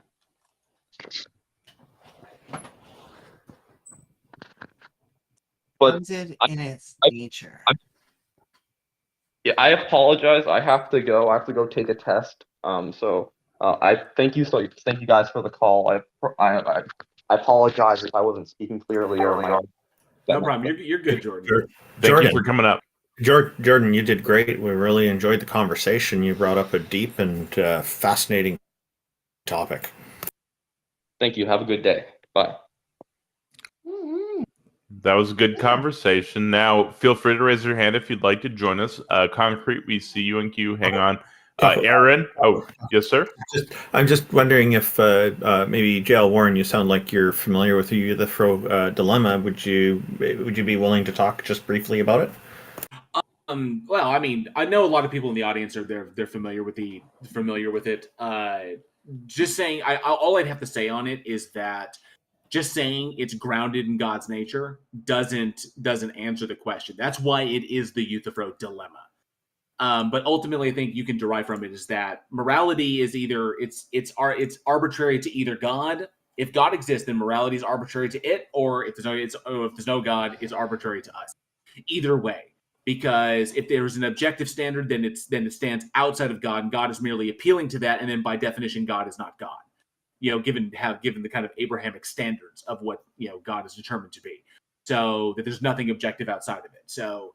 I think a lot of people understand that, but I will just throw out there that just saying morality is grounded in God or grounded in God's nature, that just means it's a subjective determination because God makes the moral determination as to when things should be applied, what things are moral, what things are not moral, and this changes. It moves. It very much seems to adapt to what humans think over time.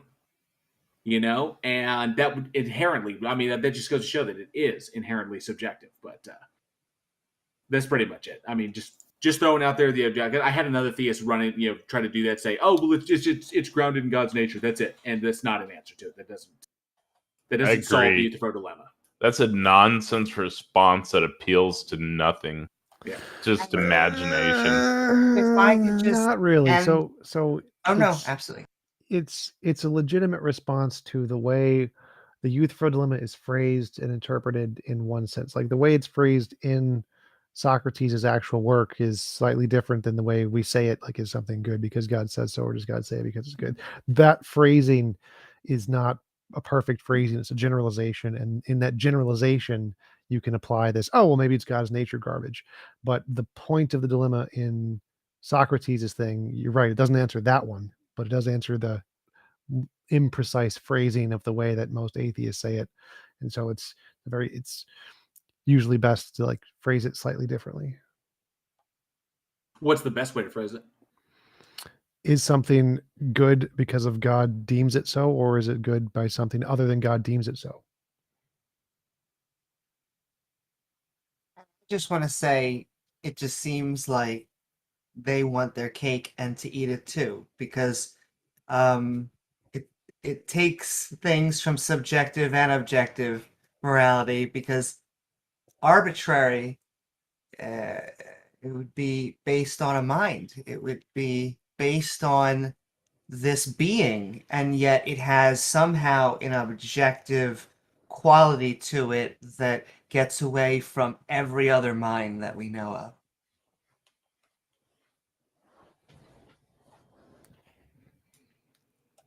Oh, welcome, Aaron. Yeah, Aaron was messaging me. He wanted to talk about theistic God, kind of, it sounded like. Might be somewhat related to Islam. As opposed to a non-theistic God? I said deistic. Oh, gotcha. Oh, deistic. Where's Jack? Hey, Aaron, how's it going? I'm good, how are you? Good. So first I would say I don't mean to be throwing Jordan under the bus here, but I don't think the moral argument really works here because mainly because one, it comes with the presupposition of morality is objective without the evidence of morality being objective. That's a first. And second, it doesn't necessarily naturally follow from objective morality to therefore God exists. I don't think it necessarily follows from that. There's more explanation outside of that. So but, dare I say you're preaching to the choir? That's what my argument and Taco's argument were. Those were the two things we both said. Yeah, I would say I agree with those arguments. Or JL Warren, Taco, JL Warren, me and JL Warren. That was. Yeah. I would. So I mean, okay, this is not exactly a conventional way to get this conversation going, but I would. I've heard JL Warren talk a lot, and I wanna. I know that rather than making the whole contingency argument over again, I think we've all heard it. over here. So I want J.L. Warren specifically to explain to me his understanding of the contingency argument, if you don't mind. Well, could you like give like, is this an argument for God? Could you present it instead of asking him to present your argument? You should probably. No, I want to basically what the aim of it is just to understand, just to see where we both stand with regards to the argument, just so I can know that, just to see that like if we're on the same page, because other people have made the argument before, we've all heard the argument, but then I just want to see that we're on the same page with regards to the argument, like with what the argument is actually saying, not whether we agree on it. I don't know about him, but if someone was agnostic to, I mean, this ultimately boils down to a necessary being claim, if I'm not mistaken. Yeah. And if somebody was, say, agnostic to the necessary being claim, maybe it's a brute fact instead, or something else, right? Well, a simulation. I'd like him to present his version so we actually know what he's talking about. Yeah. So okay. Could so you prove a Aaron, necessary? So Aaron, just to being? clarify, you're talking about everything is either necessary or contingent. That things are either necessary or contingent, and because not every being can be contingent, it follows that there must be a necessary being upon which all things are contingent, right? It's more like it's more like by virtue of the existence of contingent beings, there cannot be only contingent beings. There must also be a necessary existence upon which those contingent existence. So I hold that the argument for contingency doesn't get you to God because there's no logical contradiction in infinite regress. That you could have an infinite regress of contingency. So you're essentially saying that there can be an actualized infinite. Yes, absolutely. That is logically possible. Yeah, there's no logical contradiction there. So how's some type of physical substrate? I don't see how there can be an actualized infinite. Because Aaron, there's no logical contradiction there. No, I would argue there is a logical contradiction in saying that there can be an infinite regress. What is it? Okay, let me put it this way. Could I ever get to this point in time if I had to wait an infinite amount of time before getting to this point in time? It's not a logical contradiction. How's that a logical contradiction? It's not a logical contradiction is P and not P. So in order to say that there's a logical contradiction with a past infinite, you're going to need to show which property in the past infinite is logically contradictory, as in it literally the thing exists and does not exist at the same time. So no, I'm saying this point in time exists, right? Yeah, I'm saying it is impossible for it to have been. Go ahead. Aaron, for example, whole numbers go forever in either direction, right? But 6 still follows 5, and 4 still precedes 5. Mm-hmm. So those are there.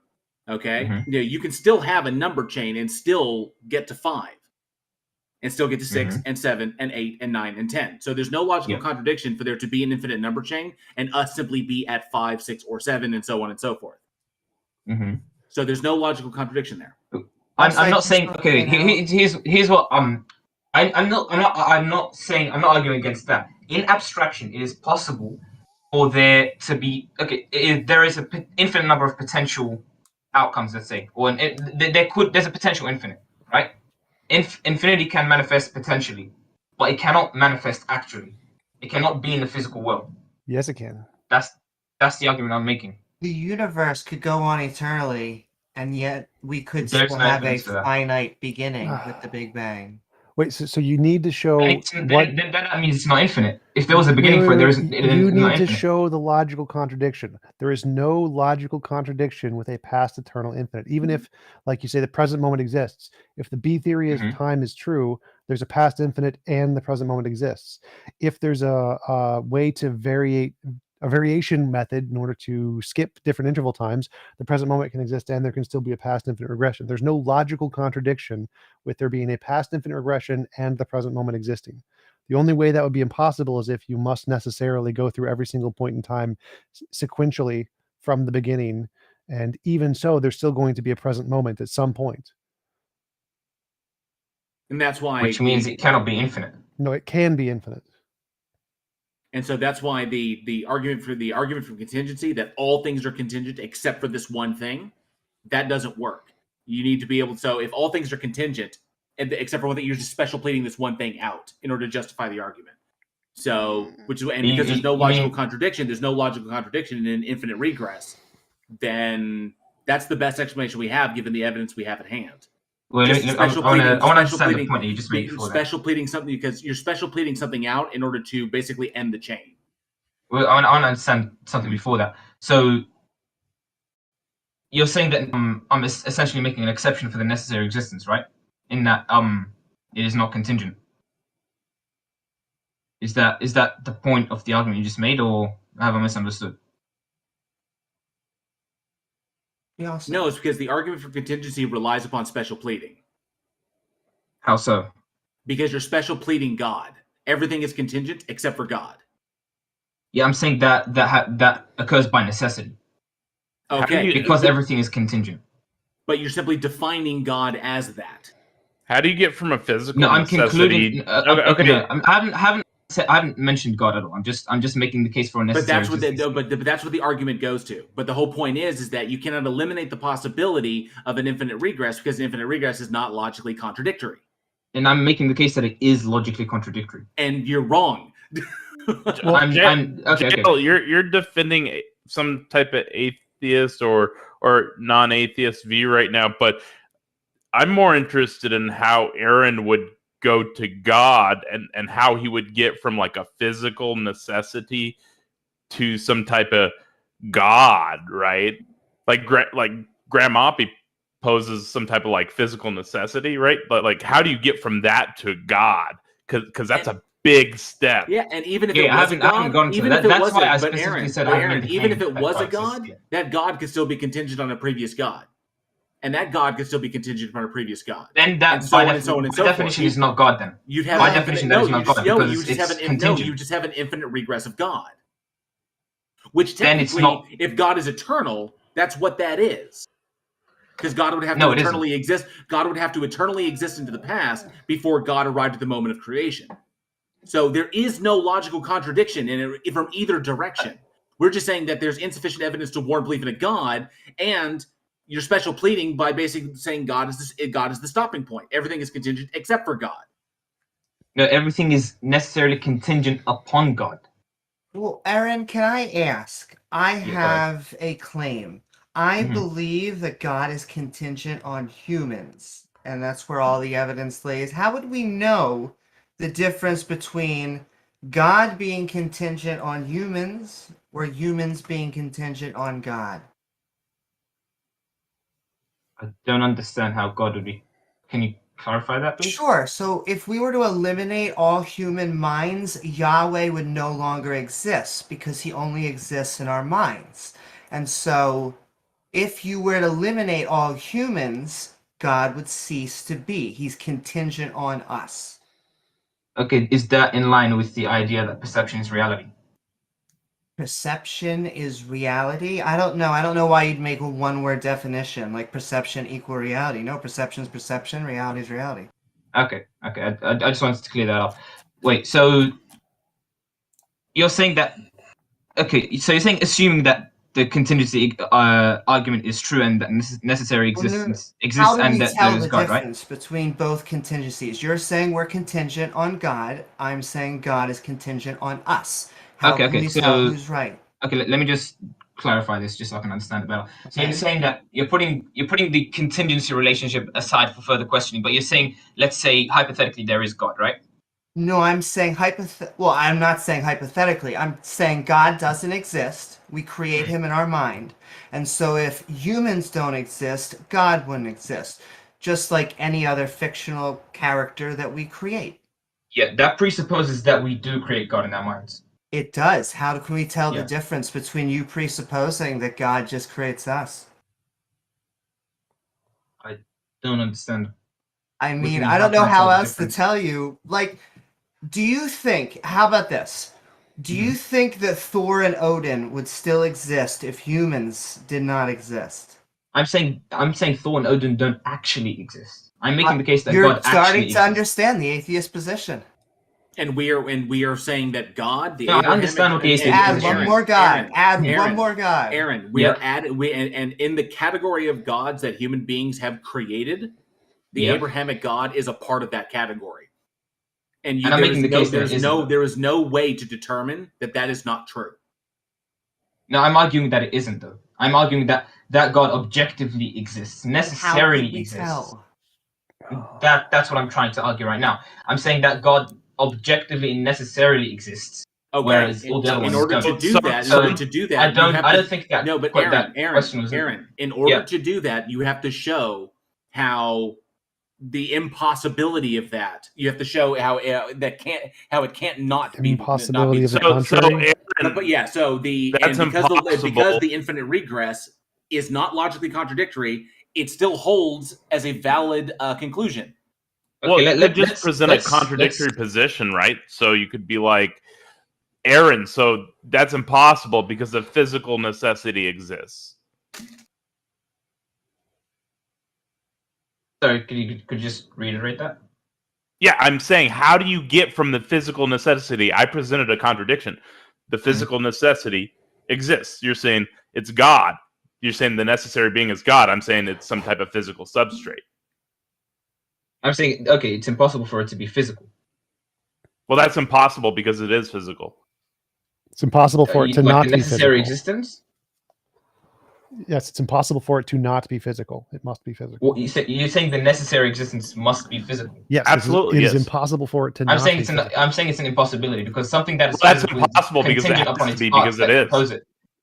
No, I'm saying a physical something that is physical is contingent upon the parts that it's formed by. No. And that contradicts the whole idea of the necessary existence. No. Necessary existence cannot be contingent. Quantum fields are not composed by anything. Well, it would be necessary, not contingent. So there's no contradiction. It just contradicts your view. That's why you aren't understanding it. It would be necessary. What would be? Could you just like rephrase that? Yeah, it's the necessary existence, like a necessary being, but it's more like a necessary substrate, if you will, whatever the physical substrate is, whether it be quantum fields, energy, whatever that ultimate physical substrate is, where it can no longer be further broken down. That would be the physical substrate. That would be, or quantum fields, whatever it ends up being.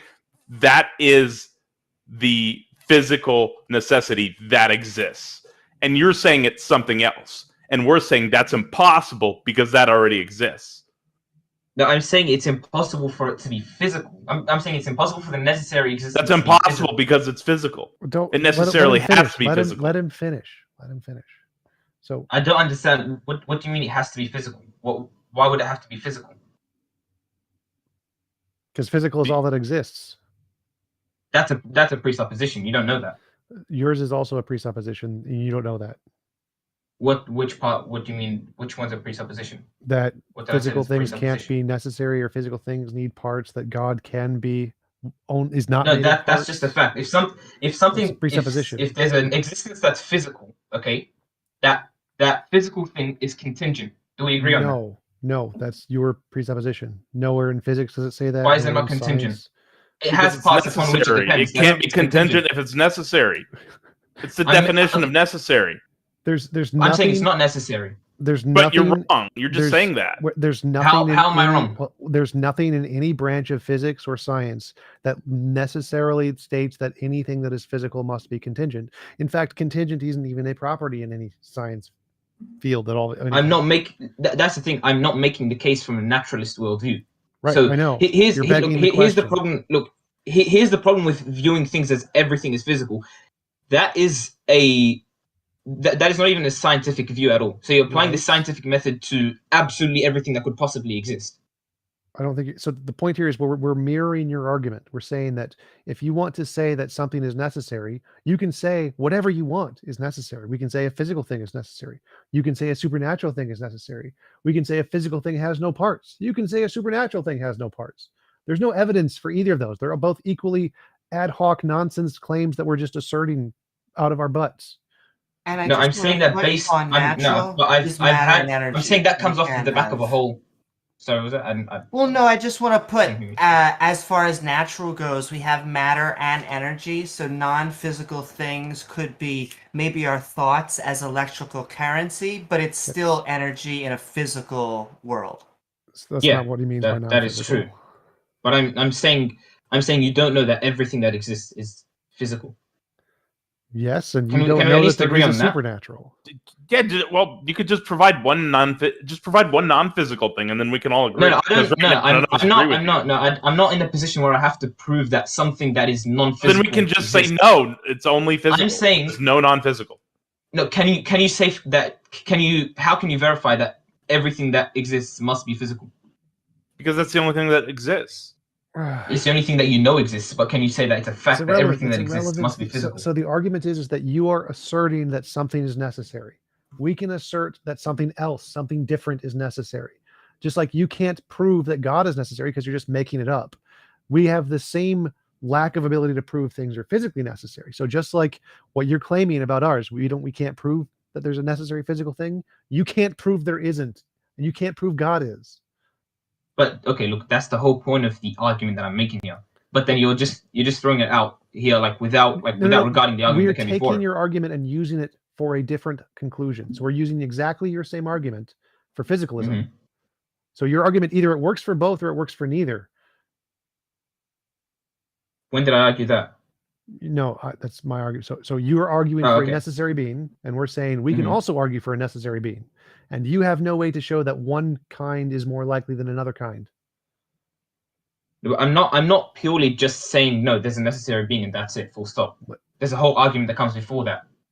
Before that? Well, that's the part we're trying to get you to. We're trying to get you to show why is one kind of necessary being more plausible than a different kind of necessary being. It's what I was putting forth before, the contingency argument.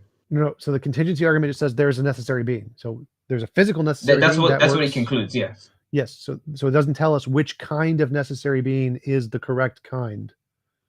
No, it doesn't necessarily say, it doesn't point to a particular necessary being. It just says there is a necessary. Okay, this is the conclusion of the argument. This is as far as the conclusion of the argument goes. It has some implications, but this is as far as the conclusion of the argument goes.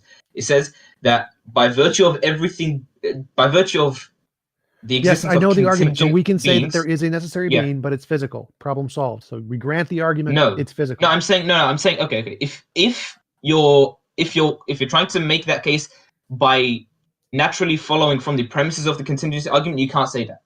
Because yes, you can. Literally, there's no premise. No, you can't. I'll tell you why. Go for it. Because if you take the premises of the contingency argument, okay, you are saying that anything that is contingent is dependent, and everything that is every contingent thing has to depend on the necessary existence, right? And the necessary existence cannot depend on anything else. Sure. Because it's necessary. Sure, and it can be physical. Right? Otherwise, you'd have. Sorry. Sure, and it can be physical. It's a physical quantum field. No, I'm saying it's not possible for it to be physical. I know you're saying that, because that would make it contingent. Stop. No, that would make it contingent. That contradicts it being necessary. Stop talking. You said it's impossible to be physical based on the premises of the contingency argument. None of the premises say it can't be physical. It's not in any of the premises. So I can grant all of the premises. I can grant the entire contingency argument and say it's a physical quantum field and it's necessary. There's no part of the argument that says it can't be physical. It doesn't exist. Okay. No one says that. Okay. Yeah. Okay. Now. And can I ask, Aaron, what specific God do you think it's contingent on? Does that really matter here? Not really. I'll be honest with you. I think that's the most important because I think in my experience, it has been that theists of a specific variety like to defend deism because once you defend miracle claims, it starts to sound a little silly. I mean, to be fair, if he could get us to deism, that would be closer than we are now, right? So it would be. I have big problems with deism. I have big problems with a mind existing outside of a body. We could go that route, but Well, it's not necessarily. I mean, deism I wouldn't make that deism could be a contingent. sufficiently powerful enough agent that kicked the football in the universe and then pissed off with no evidence of its existence, and it doesn't interact with us. So that could very well be deism. But if he's asserting something beyond deism, that's when you're going to get into problems with the logical entailments. Yeah, and I'd also say it's why most theists believe that. It's much harder to defend a specific kind of a god like Islam or Christianity. That's very difficult to do. So if you're trying to make him defend that kind of a thing, it's going to be a much more difficult task. So I like to give him the benefit of the doubt, give him the easiest argument he can possibly present, contingency, and see if he can actually make that work. So give him a much smaller burden of proof here than trying to actually pick a specific god. But Aaron, TJump is correct there. There's no provision that there cannot be a physical thing that is necessary. There's no provision for that. So it could be a physical thing that is necessary, and then all other things that are physical are contingent upon that necessary physical thing. Okay, can the necessary existence be contingent? No. No, by definition, in this argument, it's necessary. Yes. Okay. So we agree on that, right? Yes, that's one of the premises. Okay. Yes. If it is necessary and it cannot be contingent, anything that's physical is contingent. No, that's not a premise. There's that is not in the argument. I can just add in the premise that say anything supernatural is contingent, but it's not there. I was just making shit up. Okay, let me justify that claim then. Sure. Okay. Do physical things depend on the parts that they are composed of? No. How so? What do you mean? No. Space and time are emergent. They require those parts in order to exist, right? No. Space and time are emergent. They're not the most basic things. So no, and there are many physical things prior to and outside of space-time. That doesn't contradict what I said, though. Yes, it does, because you said it's based on temporal, like what's before it. And so if space-time is a specific field, and there's a different field that's outside of space-time, there's no before. It's outside of space-time. So if space and time are emergent, I didn't make any argument about sequence or time. You said it's contingent on what's before it. That's what you said. No, I said it's contingent on what it is composed of. Sure. And so there's physical things that are not composed of anything. Quantum fields are not composed. They are not composed of parts. But they are dependent upon other things, right? No, they're dependent on nothing. They are the most fundamental necessary thing. They're contingent on nothing.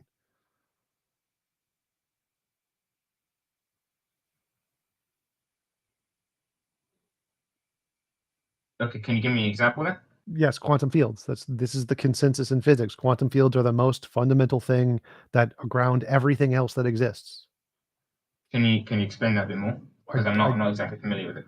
I'm not sure. Like all of the things, like space and time, are emergent from other quantum fields. Quantum fields are the things that interact to create literally everything, every field, every particle, every piece of energy. They are the most fundamental thing that creates everything else. So is that a fact of quantum physics, or is it yes. Like what's the history of the development of that? Like that conclusion? You'd have to Google search emergent spacetime and look at the papers. It's really complicated stuff. Yeah. Yeah, it's there's education that goes into that, classes you can take, scholarly articles you can read on that. But I'll just say you can't have movement, a being, causality without space-time unless you have an expansion. No, physics says no. You don't need space-time. Space-time is not the most basic thing in the universe. Even in physics, it's not.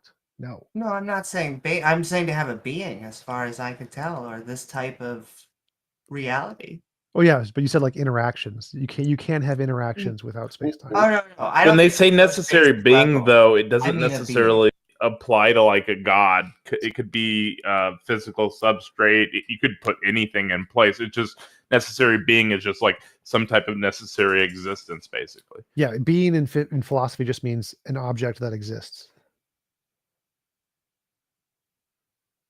Okay, can I go back to the infinite regress, the contradiction of the infinite regress here, because I still can't I can't see how it's.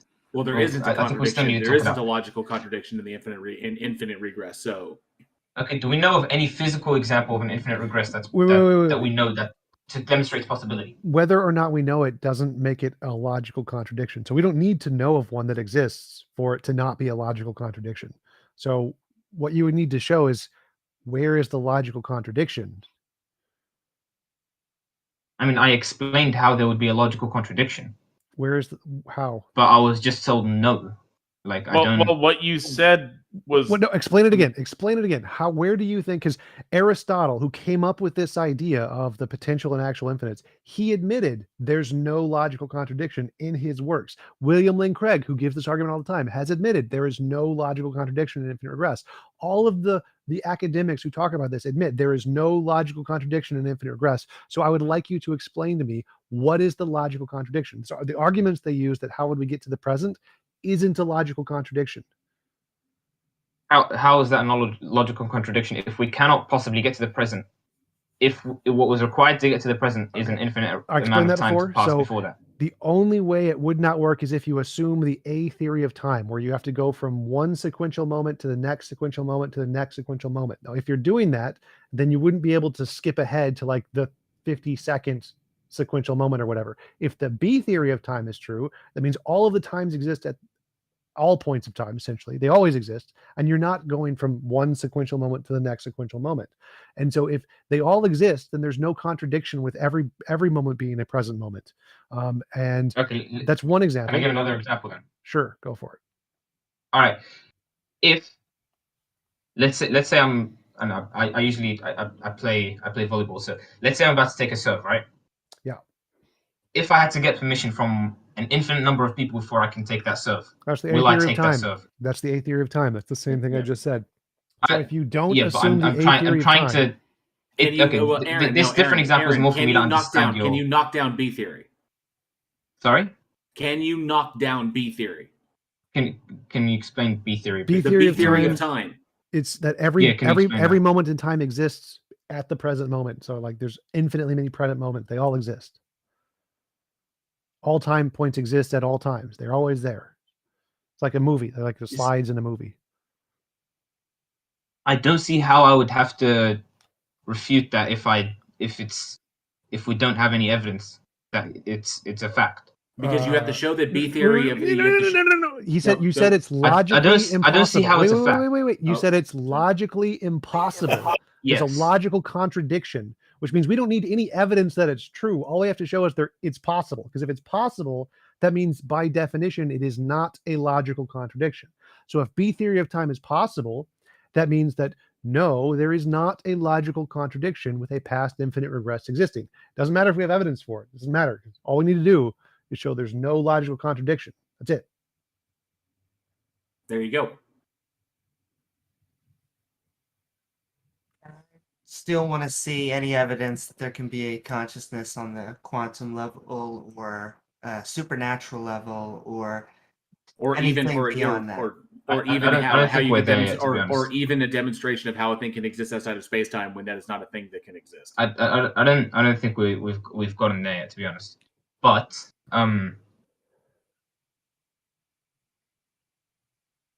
B theory of time is possible, which means the infinite regress is not logically contradictory. What do you mean possible? As in abstraction, it's just possible? So because we don't know that it's impossible? Logical contradiction means that it's P and not P is somewhere in the argument. And B theory of time doesn't have one of those. Mm-hmm. Therefore, it's possible. Because possible just means no logical contradiction. And so if you're saying that an infinite regress entails a logical contradiction, and I can give you an example of an infinite regress that is possible, that means by definition, it doesn't entail a logical contradiction. So you would need to like show where the logical contradiction in B theory of time is. Exactly. Yeah, that's what I was going to say. You need to knock down B theory of time in order to show that your position is the only one that's available. What about the A theory of time? What would I have to do about that? Nothing, because it's irrelevant. The point is, I need one example. I just need one example of a past infinite with no logical contradiction. That's all I need. A theory of time isn't supported by evidence anyway. So A theory of time is not the consensus in physics. So there's equal. Is B theory of time the consensus? No, they're both not the consensus. So neither one of those is the consensus. But the point here is that so if they're you're both saying, like the strongest what theories then? No, neither of them are the strongest theories. There's not a consensus on the topic. So no. But the point here is that if you're saying an infinite regress is logically impossible, all I need to do is give one example of an infinite regress. And then if there's no contradiction in it, then that proves your claim wrong, proves your entire argument false. that an infinite regress is logically contradictory. All I need is one example.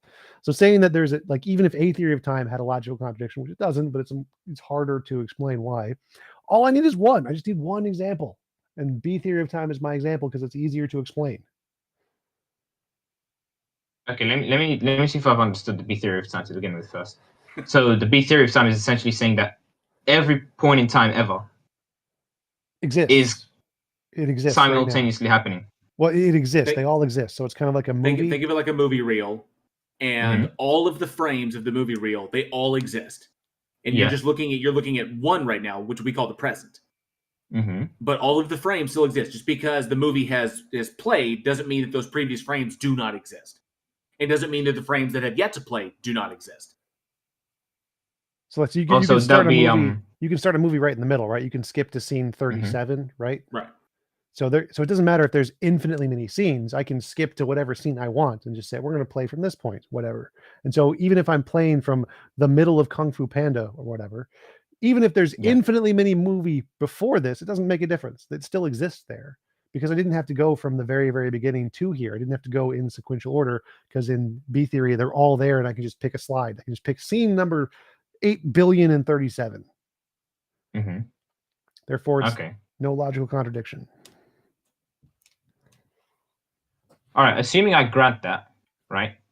I still don't see how that negates the contingency argument here. Because the contingency argument is making the argument from would be false. So dependence. All contingent things must have a necessary cause. It would be false because there'd be no necessary thing here. There'd just be infinite contingent infinite regression of contingency. Yeah, well, they all depend upon something. They must depend, right? Yes, Yeah. they're all, but Before, they're dependent. Regression. Yeah, so they depend on a previous contingent thing, which depends on a previous contingent thing, which depends on a previous contingent thing forever, and it never stops, never ever stops. So that's just an infinite number of contingency and no explanation then. Correct, which is possible. Each one explains the one after it, or I would say each one explains the one after it, and then so there's no ultimate explanation for it. Correct. It just keeps coming back. Just infinite regress. Yes. I would say a finite by definition never gets there, or an infinite never gets there because by definition it's. It is conceivable. Aaron, it is. It's literally +1 or -1 depending upon what direction you're going. Okay, then that's not an actualized infinite. Yes, it is. We're not talking about numbers. There literally is a thing that actually exists.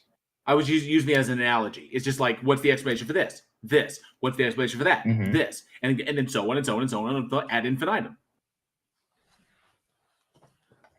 But it can't be actualized because you're you're just adding 1, 1, 1, 1. So even in mathematics, he used a bad example. Infinity it's not like is numbers. simply a concept. It's not like numbers. We're not talking about numbers. It's a bad example. Yeah. They're literally existing things that already exist. They're not adding anything. They're already there. Yeah. No, I'm not saying adding existences. I'm saying explanations. What? Not necessarily adding an existence. I'm saying let's say they already exist, but you're viewing explanation you're explaining one in sequence, one at a time. You explain one after the other. So that would go ad infinitum. Yes. I don't see how that's logically conceivable.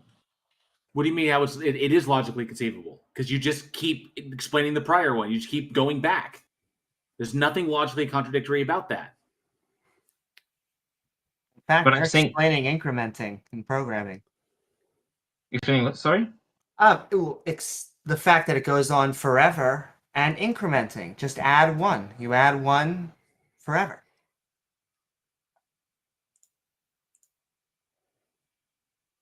I would also just like to put that, once again, it could be that there was a finite past and an infinite future, as in the Big Bang is the farthest back that we can currently go, and it could be that we just go on for expanding. Yeah, it's like the Big Bang is the initial point of observability for our universe, but it makes no statement about what exists, the state of the universe before the Big Bang. So let me try to explain it this way. Observation. The present moment. The present moment isn't contingent on anything. It's just random, essentially. So it's not like to get to the present moment, you must have gone through all of these infinite steps to get here. That part is false. That's the B theory of time, right? Yeah, essentially. Okay. Would you still make the case for the idea that everything that exists, i.e., the universe, is physical, and there's nothing outside of that that's not physical? Yes. Well, that's okay. Is everything that's physical quantifiable? No, not necessarily. I mean, Can you give me an example of something that's physical? You can quantify anything. I can say God is one. God has been quantified. So I don't know what you mean. As in, like, you can understand it through numbers. Yes, God is. God is one. I just counted. No, I'm not talking about God. Yeah, I'm not talking about God. You can understand literally anything through numbers unless it's a logical contradiction. So, God, the supernatural, angels, spirits, demons, they can all be quantified. Quantified just means you put a number behind something. It's a label. Okay. Can you count things in the universe? Can everything physical be counted? Essentially. No, you can't count parts of a quantum field because it doesn't have any parts. Okay, I'm saying. Okay, I'm not. Okay, I mean. Well, Aaron, the whole point is that when you came up on the stage, you brought up the argument from contingency, and then we've explained ad nauseum that there is no logical contradiction in an infinite regress of contingency, and we've explained how it is possible. So unless you can knock down B theory, which you can't, then our position holds, and there's no defeater there. So if it's something that you need to go and do some more research on, or you need to look into further, then you're more than welcome to do that, and you can come back and we can address this again. But as far as the argument for contingency, it doesn't hold. I mean, I don't see how the infinite regress fallacy is not. It's not a fallacy. That's the point. It's not a fallacy. We've already explained. We've explained multiple times how it is not. Yeah, I understand that. Okay. So I simply disagree. No. This guy literally thinks that infinite regress is a fallacy. It's a theistic thing that's been going around for some reason on Discord, I guess. I've been encountered it a few times, but so infinite regress is not a fallacy. Infinite regress is a thing that you could demonstrate is like viciously circular or something like that. You could say their explanation is fallacious somehow, right? I'd call it I'd call it a conceptual phenomenon. But so you just do some research on physicists. Like, I think Skydive Phil does a great video addressing William Lane Craig's arguments about contingency and in its relation to the Kalam, where they literally go through this and just explain, no, it's not. There's no logical contradiction. Just Google Skydive Phil part 1 and 2 on the Kalam, and there it's explained by physicists, by actual professional physicists. Cool. And I would just want to know how we would get to your God being the contingent thing, because it's one thing to say that we need something at the beginning, which I think we should only believe when we have evidence. And so I just want to know what that good evidence is for that contingent thing. Necessary. From their worldview, it's because it's defined as such. Well, it would be a necessary thing, but point holds. Because Amy said that God was contingent, and that was funny. Good to go, Aaron. Thanks for coming up, bud. Good having you. Yeah. Oh, you're still here. Yeah. Thanks for having me, guys. Thanks, bud. Take care. Hey, thanks a lot. Man. We've got Concrete, who's been waiting very patiently. Cloudy Coyote, I'm familiar with. I recognize that name. He was a good conversation last time for sure. We've also got Fithis in queue, so we've got a few people that'll be fun in line. Concrete, come on up. Oh, too slow. Next. Let's go on to Cloudy Coyote then. All right. Cloudy Coyote, come on up. Hello. Hey, Cloudy. How's it going, man? What's up? I'm doing okay. So I just wanted to address the first thing, right? You said specifically jail, right? So I think you guys were saying that the contingent argument, correct me if I'm strawmanning, right? But you said the contingency argument isn't valid because everything in the set is explained, right? If it's an infinite set. No, it's valid. It's definitely valid. The conclusion follows from the premises. Okay, but I'm saying that, do you guys, like, for example, do you believe that everything in the set is explained by one thing or another? Like, for example, each contingent thing is explained in the set for infinitum, so therefore everything is explained? I have no idea what you're asking. Okay, so are you asking Jalen, if we hold? Are you asking if we hold that everything can be explained, or there is an explanation for everything? Yes. I like the posit idea of a necessary quantum field, so I like the necessary thing hypothesis. I would posit that there is an explanation for everything, even though we don't have that explanation yet. But I would posit that for every phenomena, there is an explanation. Yes. Okay, would you posit a necessary existence, Jalen, or no? It's possible that there's necessary existence. I'm inclined to go with the quantum field route. Okay, so can you explain a quantum field more in detail? What would that be? Go ask the physicist. It's too complicated, but it's more plausible than a god. It's infinitely better explained than a god. And it provides mechanistic explanation and predictive power. Okay, but like, I think because when I hear a field like in physics, it usually refers to like a property of the universe, right? So property of reality, like not the universe. Sure, property of reality, yeah, but a quantum field isn't an actual existence, is it? No, they literally are actual things that exist. Literally, It comes down to it, Cloudy. If I have two options and one provides a mechanistic explanation and the other one does not, why would I choose the one that does not? Okay, yeah, but you need to prove that. First, let me prove that it provides an explanation, right? No. But, it's no. I asked you a question. It's like, why would I choose the thing that offers no mechanistic explanation? If I have one thing, the quantum field, and it provides mechanistic explanation for what we see, I can make predictions using it, so on and so forth, and then I've got God did it, which provides no mechanistic explanation, has no predictive power. Why would I choose the God did it? No, I would disagree with that. I would say that God does provide a mechanistic explanation. And in terms of the quantum field theory, I mean, I would have to ask for at least a simple explanation for what it is. I don't. Well, you just made a statement that God does provide a mechanistic explanation for things. So please, the mechanistic explanation for how God did it. No problem. Yeah. So look, you would agree that contingent things require a reason for their existence, right? Correct? No. No. And granted, for the sake of the argument, a contingent thing by definition is something that could be another way, correct? Yes. Something that could fail to exist. Yes. Okay.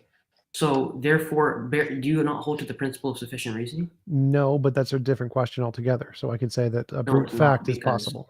No, it is. And are you appealing to reason as like a purpose or reason as in like a cause? Reason as in like explanation for why it exists. Okay, that's just cause. I mean, not necessarily. Sure. I mean, not necessarily. Yeah, but it sounded to me like you were saying reason is in like purpose. No, like an agential purpose for something to like I need this to happen because of for this particular reason. Not necessarily. No, that's not. Okay, I just want to make sure we're not abusing the language here. That's all. Okay, sure, no problem. So look, do you believe that a contingent thing, which it could be another way or could fail to exist, that doesn't require an explanation? Yeah, it's called a brute fact. Brute facts. Yes, brute facts are possible. Wouldn't a brute fact be necessary because it could not be another way? No, brute facts are a contingent fact that happens to be the case. Literally, a brute fact is like not that. You can have a brute necessity. A brute necessity would be necessary. Okay, so give an example of a brute fact. Anything could be a brute fact. A potato exists in a universe could be a brute fact. Like a brute fact is just the way things happen to be. But then you're denying the principle of sufficient reasoning. It has nothing to do. Yes, the vast majority of philosophers deny the principle of reason. It's like principle of sufficient reason. I don't hold the PSR. You don't hold the PSR? Yeah, it's garbage. Most philosophers reject it. I've never heard that most philosophers reject it. Yeah, it's what's Phil Survey's paper 2020 results. There's a question specifically about the PSR. Okay, can you give an explanation for why you reject the PSR? It's brute facts are possible. Brute fact is a contingent thing that exists without any explanation. Therefore, the PSR is wrong. You're presupposing that it doesn't have an explanation. Can you prove that it doesn't need an explanation? It's logically possible. So it's logically possible to have a brute fact existing. There's no logical contradiction. I'm saying it's logically impossible. So prove that it's logically possible. Well, if you have the burden of proof to claim it's a logical contradiction, like where's the logical contradiction with a thing existing with no explanation? I'll tell you why it's illogical, impossible. It's an impossibility for something. Be contingent by definition, and then also be not have an explanation for why it exists. Because if something could be another way, right? Like if an existence could be different, right? For example, like you give the example of a potato, right? If I had a potato on my table and it could be an apple, for example, right? Then it needs an explanation for why that specific potato is on a table rather than What does that even mean? No, it doesn't. It could be an apple. Not if it's brewed. So can you prove? Okay, so that and why? Because if it could be another way, it requires an explanation for why it is that specific way. And But if it has no explanation, it wouldn't need that. It doesn't need it. It wouldn't need it. Can you please explain why? I can't explain it. I can explain it. It has no explanation. I'm Dutch. A potato in Dutch is an earth apple. So the potato is actually an apple. Then we're done. Wait, so can you actually wait? So in all seriousness, that's a funny joke. I'll give you that. But in all seriousness, TJump and JL, you keep saying that. You keep saying no, but can you? Why is that the case that it's logically possible? I just keep hearing this. I gave you a reasoning. Can you refute that reasoning? Yeah, so an object can exist, which could have been a different object, but has no explanation why. Okay, give an example of that. Any brute fact, a potato exists in a universe, a possible world where there's just a potato. I'd also like to know why a potato has the potential to be something else, but God has to be stuck as God. Well, so there's a possible world with just a potato, and there's a possible world with just an apple, and a possible world with just a tomato. Yeah, sure, those are all possible worlds. Yes, I'm not doubting that, and therefore I was trying to aim you with that one. Well, I don't understand why God gets this special reasoning. Once again, it's this agent outside of time and space that everything is contingent on. I'm going to say what I said before. We would need evidence for that because you are adding a presupposition that we don't have. Right. You're right, Amy. We could say that God is also, there's different ways God could be, and him just arguing that God must have one necessary way is arbitrary, but that's a different argument. Okay, so you're saying I'm still waiting.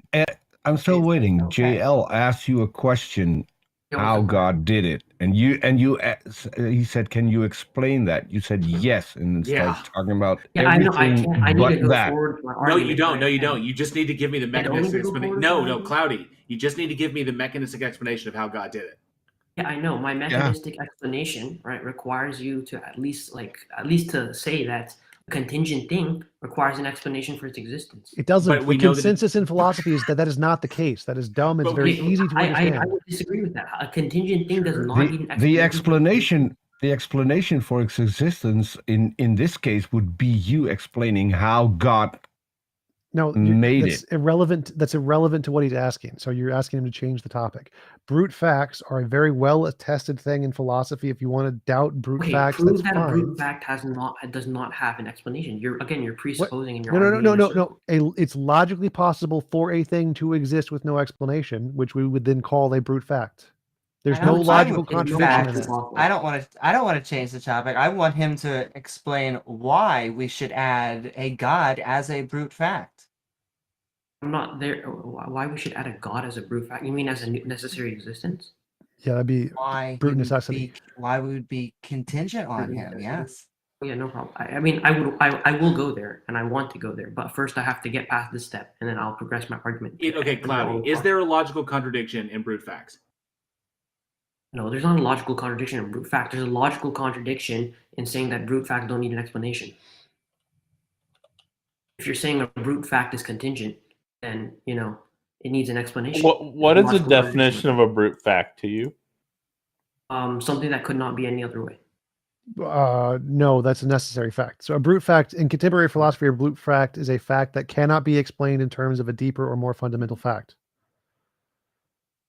Okay, so are you using the argument from ignorance? So then just can God be in another way? So it's not an argument from ignorance. It's not saying this is it cannot be explained in terms of a deeper form, more not just we just don't know it. It does not. It is not explained by a more fundamental. So you're making that claim. Okay, so then prove that. I'm asking you to prove it. And there's no proof. There's no proof. Is it logically possible for such a thing to exist? Yes, that's the proof. That's the proof. Okay. Yeah, we don't need to actually show this object is a brute fact. We just need to show, is it logically possible? Because if it's logically possible, the PSR is proven false.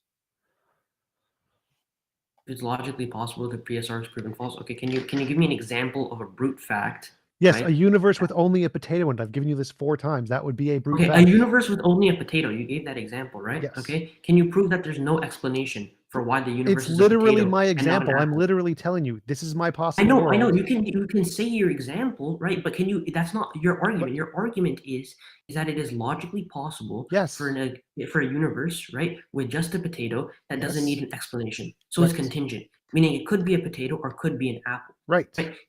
Yes, no problem. So you're saying that there's no explanation for why it's a potato. There's no explanation. Correct. Okay. So can you prove that? Yes. It's a brute Okay, fact. how? There's a possible world with a Right, potato and a this is your possible. argument in Stop. circles. Listen. Cloudy, Listen to the words. Cloudy, Listen Cloudy. to the words. It's so the possibility that it can exist. That's the point. Because it can exist, because there's no logical contradiction there. Because it can exist, the PSR is proven is what TJump said. Okay, let me give you. I feel like we're going round and round here, and we keep it's literally you keep going back to the exact same thing TJump has said over and over and over again. Okay, fine. Let me give you an example. Maybe it'll help, right? So I think maybe you've heard this example, right? Okay. So if I'm walking around, okay, and I see a big orb, right, on the ground, yeah, and somebody tells me that there's no explanation for its existence. It just exists. The orb just exists. It's just there.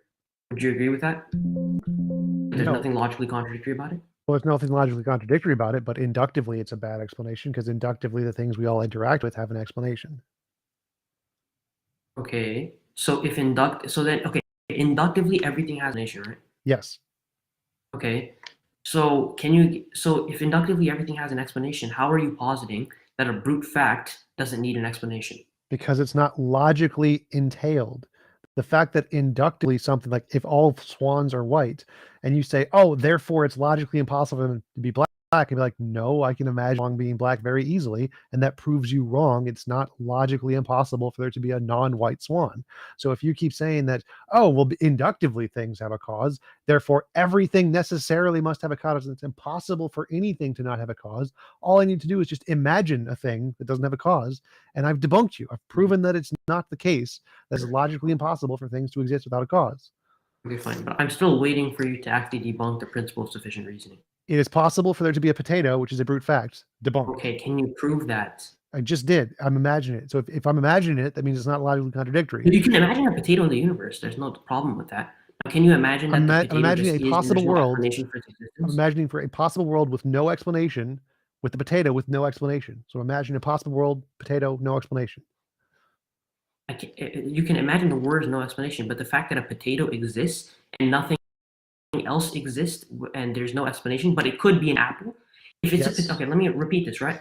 If a potato in the universe only, and it could be an apple, then by definition, it requires an explanation. There's no definition there. For why There's it's a no potato and not definition an there. apple. No, there is no definition there that must requires an explanation. It Okay, does not exist. So you anyway. said that. Okay, fine. TJump, can I ask you a question? Sure. Okay, so you said the universe is a potato, right? It's a hypothetical. Potato in the I'm not saying that you're saying the universe is a potato, but let's give it a hypothetical example that have the universe as a potato, right? Sure. Why is it not an apple? Doesn't have an explanation. It's a brute fact. Literally not a thing. You can't explain it. No, there but doesn't why have is it an not an explanation. apple? It doesn't have Do an you not know? explanation. I've already answered this. It doesn't have an explanation. I Could know. it be an apple? Yes, it could be an apple. There's a possible world where there's an apple, and there's a possible world with a potato, and it is not the possible world with the potato with the apple. Okay, then perfect. So either that it's necessary that the potato exists only. No, or I've already debunked this. So again, you're just demonstrating your Not ignorance debunked of this, you're brute facts. arguing this. No, I literally did debunk this. You're just demonstrating your ignorance of brute facts. Google brute facts. You don't understand how brute facts work in philosophy. This is a well-developed brute concept. fact is contingent. Yes, it is contingent and has no explanation. It literally contradicts the definition of Oh my contingency. God, you're so dumb. This is a well-developed concept in philosophy. You saying it's a contradiction when literally every philosopher in the world says you're a dumbass is your problem. Okay, Google then brute okay, facts. please- Okay, Just let's Google not the call people definition. names, but Coyote, come on. Okay, wait, look. The fact is, right? Okay, can you give me a philosopher, right, that says that if something Coyote, maybe I can help. Do you think a God exists? yes, Okay. Is he outside of space and time? Yes. He was sans creation. He was timeless. Yes. Why is he not a potato? Because potatoes are contingent things. Technically, nothing could be outside of space and time, so that doesn't even make any sense. But I mean, yes, time is a measurement of change, and it's just Prove that can you prove that? Can you prove that he's not a potato? You prove it again. This is Cloudy. Is God a mind? Yes, God is a mind. This is your line of questioning. Hang on a sec, Peter. Cloudy, if God is a mind, wait. This is your line of questioning. No, Cloudy. If God is a mind, does God have thoughts? Yes, but they don't progress in time. In the sense, sans creation, they didn't progress in time. No. Then that is like literally, if God does not have sequential thoughts, then God is not a mind. God has sequential thoughts, but it's a static state of affairs. It's not no, because if it's sequential, it adheres to time because there's one thought before the next thought. Time is a measurement of change. That is temporal. Okay, let me explain. That is temporal. That is the definition of temporal. No, it is not. That is the definition of temporal. If I have a thought and then I have another thought, then one thought came before one thought came after. Yeah, and if I thought about creation before I created, and this is a sequence of events. I agree. No, I have no problem with that. So God is still so God would still be in space time. It's not sequential in that sense. That's what. Can I explain to you how God's thoughts are sequential? So look, sans creation, right? There was a static state of affairs, right?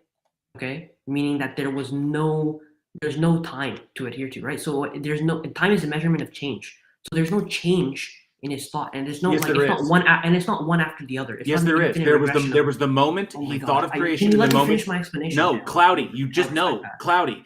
There's the moment he thought about creation and the moment it created. The moment it thought about creation and the moment it created are two separate spontaneous moments. Until bro, this is again. Look, I'm not finished with my explanation, and yet you're already assuming. No, I'm asserting you don't understand physics. You do not understand what space-time is. You do not understand that a mind that is not subjective to a sequence of thoughts is not a mind. That is something. Minds are not quiescent.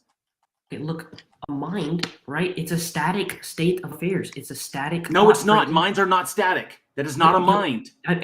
Look, I'm not even done finishing. Let me explain, and then after that, you can go on your whole rant. Is that okay? No. Explain to me how a mind is static. How a mind is quiescent. Sans creation. Sure. No, I'm asking you to define a mind. Tell me how a mind is static and how it is still a mind. How a mind is static. I'm saying a mind by definition. They're static in the sense that it's not progress. His thoughts are not progressing in time, meaning he doesn't have one thought and then think something else after.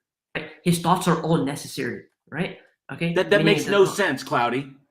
How does that not make sense? He can't have a thought. He can't have a thought if he has no time.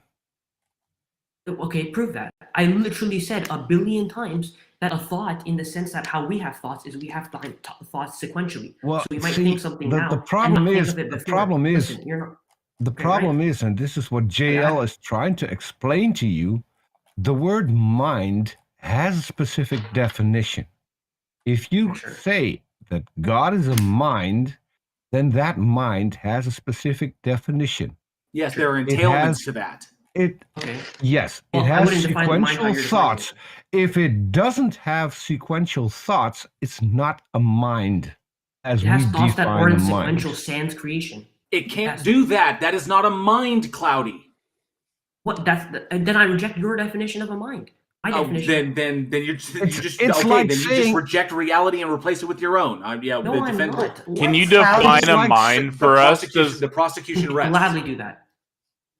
It's like saying I have a car, but it doesn't have wheels. Do you think a mind is not a car? Do you think a mind can exist independently of a physical substrate?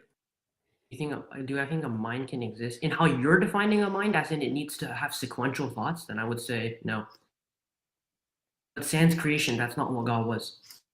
Can I ask then, are these thoughts, are you saying they're all happening at once? He's hearing all thoughts of the universe or that are his own at once? Hearing all his thoughts of the universe at once? In no time. Because we hear like a thought. We go like, I am hungry. I will open fridge. I will get cookies. Like it happens one at a time. What it sounds like you're saying is he's having all thoughts at all time. That's just Amy, that's just silly. You don't put cookies in the fridge. That's true. I don't put carbohydrates. God is all knowing, so he knows all true propositions, right? By my definition. So if this God has thoughts, how is it having thoughts? Because the only thoughts that we know of require a brain, well, a consciousness, which requires a brain, which requires the body, which requires all these processes on Earth, which requires space-time to exist, right? And you're saying that this mind exists separately prior to everything, and that it doesn't function in the way, and that it does. No, we can even grant that this mind exists without a body and with no physical substrate, and it exists like outside of space time, and that time does not apply to it. That temporality does not exist to this thing. But that's the problem: is that then it is by definition not a mind. No, okay. You're simply calling, but that's non-existent. You just describe something that doesn't exist. That's exactly. Non-existent. Exactly. And just because it's cloudy, just because you want to call it a mind, doesn't make it a mind. Okay, fine. If that's your definition of a mind, that's not. But let me. That's not my definition of a mind, Cloudy. That is the definition of a mind. Bro, no, it's not. I'll tell you why. Sans creation, right? God did not have thoughts sequentially in the sense that he did not think something and then 2 minutes later he thought something else, right? God's thoughts are all necessary, right? Meaning that they all exist at once in a static state of affairs sans creation, right? So in the sense that, look, and how we perceive minds, right, as humans, sure, yes, we think sequentially, but I'm not applying that standard to God, so there's no contradiction. Is God eternal? What do you mean by eternal? Does God existed eternally?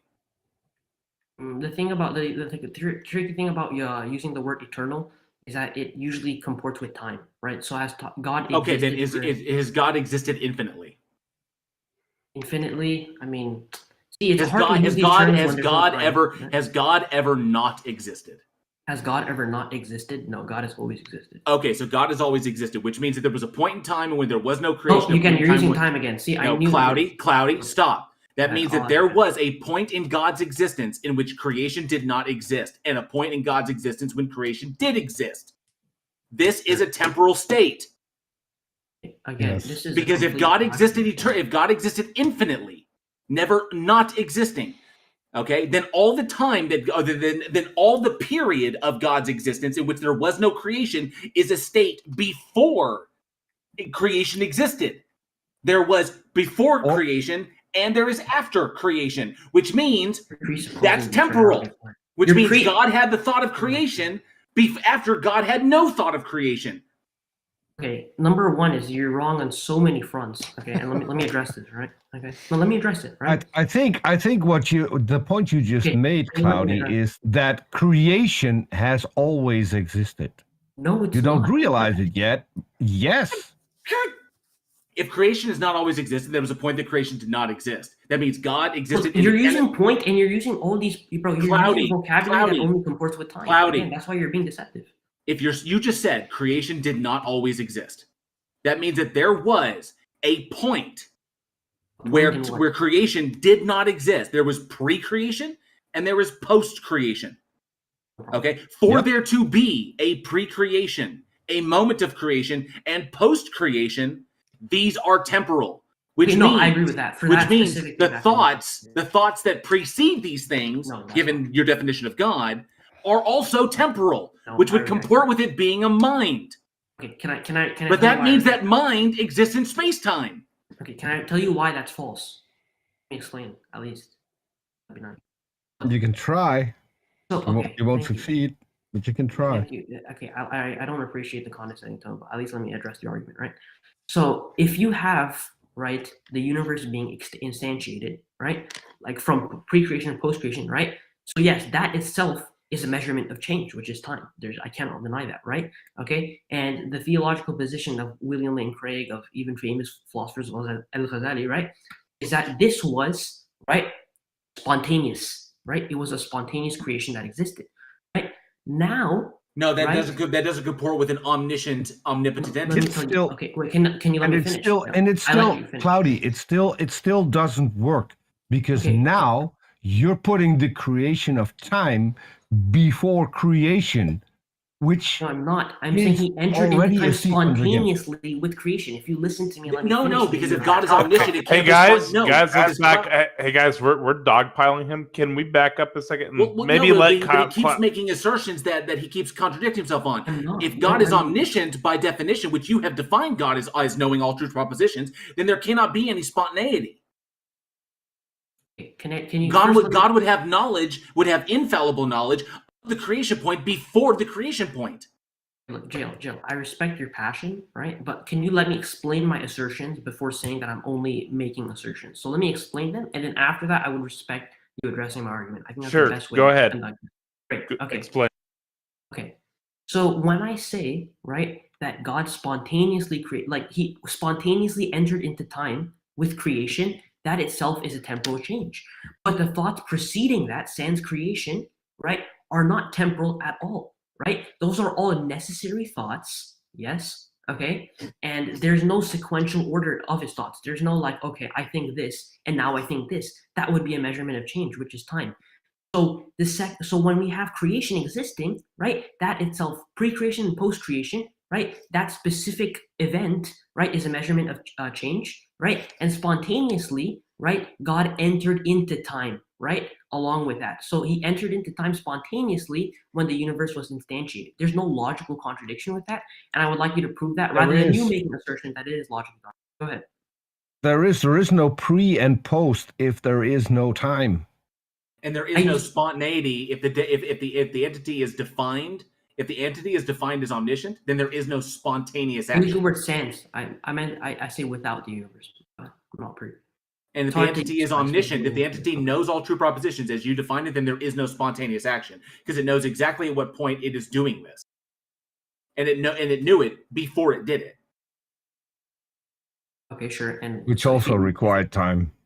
No, it did not. Okay, no, it does not. Knowing yes, it does. Yes, it does. If you know you're going to do something before you do it, if you know you're going to do something before you do it, that requires a temporal change.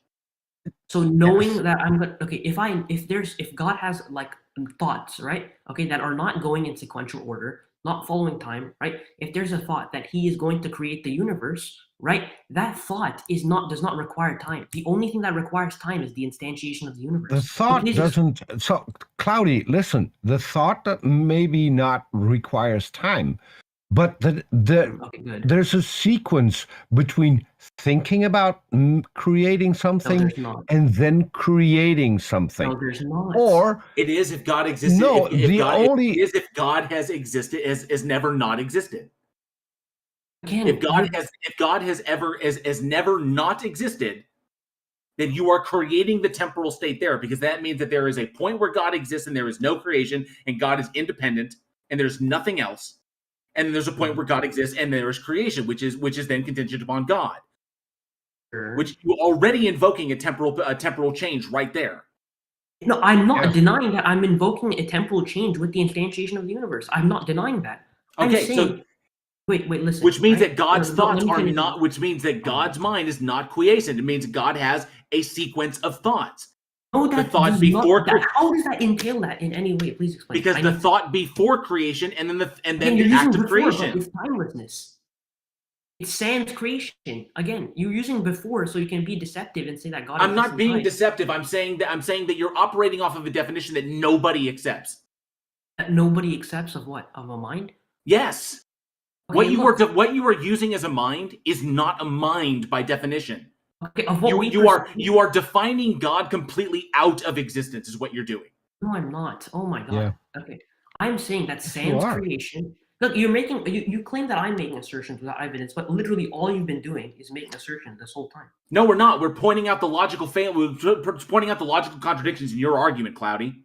You've literally not. Okay, let me explain this for like the 10th billionth time. Okay, right? I'm done. Okay. Does anyone else want to? Cloudy. Was there a point where there was only God and no creation? Sans creation, so without creation, yes, God existed. I'm asking a simple yes or no question. Was there a point where there was only God and no creation? Yes, but by point, if you mean a point in time, then no. But yes, there was with sans creation, God existed only. Yes. Not a point in time. So at this specific point, there was both a creation and no creation. At this specific point, was there no creation and what? Repeat that. Sorry. I'm just trying. I'm trying to repeat that. I didn't hear you in front of you. Okay, so you say that there's no time, and there was a point where there was no creation, not a temporal point, just a point. If there is no time, then at that same point there is creation and no creation. That's not. Just use a different definition of time. So use time to measure something different, like the existence of God, like somewhere along the duration of the existence of the God, maybe, and then you can use time, right? I think there is no point in sans creation. There's no point in anything because all God is what God is sans creation is necessary. Is just necessary thoughts. It's all necessary. He enters into time and so with the creation. Okay, when God is sans creation and when God is with creation, how can that happen if there is no time in between the two? Because again, I explain this again. So that when the instantiation of the universe happens, let me repeat this again. Right. So with the instantiation of the universe, right, which is a measurement of change, right, post creation, pre creation. That is. We're not talking about the instantiation. We're looking from God's point of view. No, I'm trying to help you here. We're looking from God's point of view, not from creation's point of view, from God's point of view. No problem. So what can you repeat? Then what do you mean God's point of view? What's your argument? Explain how there can be pre-creation and post-creation without time. Easy. From God's point of view, how does this work? Okay, great question. I've answered a lot, but this time, can you listen to me and have an open mind this time? Don't try to refute me. That would be really appreciated. Let me explain, right? I'm having an open mind, which is why I'm asking the question. That's great. So let me explain it to you, right? So without the universe, right? And the reason I use sans creation and not before, right, is because time was instantiated as the universe. Time is not eternal. It does not eternally exist, right? So from God's point of view, right, is before creation. So I don't want to use before. Sans creation, right? God has a lot of necessary thoughts that don't go in sequential order. Now you can say that's not a mind. You can say that is a mind. Okay, but this is my position of God. You have to prove it's a logical contradiction, right? Okay. So sans creation, God has a lot of necessary thoughts, right? All of his thoughts, right, and his attributes are all necessary. Can you please stop talking about thoughts? No, I've asked you a specific question. I've asked you a specific question. There was no creation and there is creation, right? Two different things. Yes. God, no creation, God, creation. Yes. Correct? Yes. And there's no time. And there's no time. Before creation, there's no time. But within listen to me. Listen. I'm not going to progress into creation. I'm just addressing the point where there is no creation and there is creation. Sure. Those two things you say happened. Yes, and they require time. Yes. Correct? Okay. If there is no time, then creation has existed as long as your God has existed, because there's no time. You're saying that you're presupposing that existence requires time. Can you prove that? I'm not. Existence requires time. I'm not talking about existence. I'm using your words. Creation. No creation and creation. Yes. If there's no time for no creation to exist, I mean, there's no. Then no creation and creation have existed for the exact same time and your God has existed for the exact same time. Look, God has existed. Look, this is a flawed line of questioning. I'll point out why. Right? Is existence can occur. Existence. So God exists sans creation, regardless of time. He's outside of time. Right? So existence is before time. Right? Okay. Mm-hmm. So basically what you're saying. I'm trying to reflecting back to you. Sure. Basically, what you're saying is God existed for no time. That's the equivalent of non-existence. That's not what I'm saying. For God existed for no time that's not what it is. That is what you're saying. God exists out of that is what you're saying. Cloudy, because you're saying God existed atemporally. Atemporally means if something exists. If something if it's outside of time, there is no time. No time. Sure. But it exists outside of time. It doesn't exist. Okay, so that's atemporal. Yeah, no problem. Okay. Yeah. So God existed for no time? God existed out of time, yeah. For no time. Again, you're using time so deceptively. He did not. No, I'm not using time deceptively. When we say that, you didn't exist for he didn't do this anytime. Like when we're talking casually. Yes, I think we should move on because this is getting us nowhere. I think we should move on. Yes, and this I proprietary definition really want to hear an answer to JL's question. How did God create? Yes, I still want to hear the mechanistic explanation. No problem. Can I explain? You said you knew. Reject it after I'm done with my explanation. Yes. Give us the mechanistic explanation of how God did it. Okay, so you won't interrupt me during my explanation. Okay. The floor is yours, Cloudy. Do we have to say it 4 times? Okay, no. I will explain it. Just please. We want the answer. Let me explain to you the answer. Right? Okay. Is sans creation, right? Without creation, okay? God existed atemporally, right? He did not exist in time. Let's drop the atemporal. Get to the mechanism God used. This is preceding. I need to explain this to explain the mechanism, and yet you said you won't interrupt me. Yet you're constantly interrupting me, and you're presupposing my argument. Okay. Both of you stop. Cloudy, go. The floor is yours. Peter, quiet for a moment. Let him explain this because I'm not convinced at all. Just so you know, but I'm listening. Yeah, Cloudy, go for it. Now, just to clarify, Cloudy, the atemporal like that does not matter. We're looking for the mechanistic explanation of how God did it. Sure, no, but for the mechanistic explanation, I need to explain atemporal briefly. I'll try to wrap it up. You'll get it once. Okay, the floor is yours. Go for it. Great, thank you so much. Okay, so God exists atemporally, right? Meaning that all his thoughts are necessary and it doesn't progress in time, right? So God doesn't think something now and then 2 minutes later he thinks of something else, right? All God is at this point is there's no state of affairs. It's a static being, right? With all necessary thoughts and necessary attributes, right? Okay? Sans creation. So now he enters into time, right? With the instantiation of the universe, right? Okay. And so when you instantiate the universe, right, he creates time and spontaneously enters into time with the creation of the universe. And that's how he enters into time, right? Just said he did it. Hey, hang on. Keep going, Cloudy, because you still haven't gotten to a mechanistic explanation, but keep going. What do you mean by that? Okay, can you explain what mechanistic explanation you're looking for? Because my mechanistic explanation... The mechanism God used to create time. The mechanism God used to create time? Yes. Because Cloudy. Cloudy. God did it or God magicked it is not a mechanistic explanation. Okay, in fact, it's not even an explanation at all. No, okay? I know. So I'm asking you for the mechanistic explanation of creation. Go for it.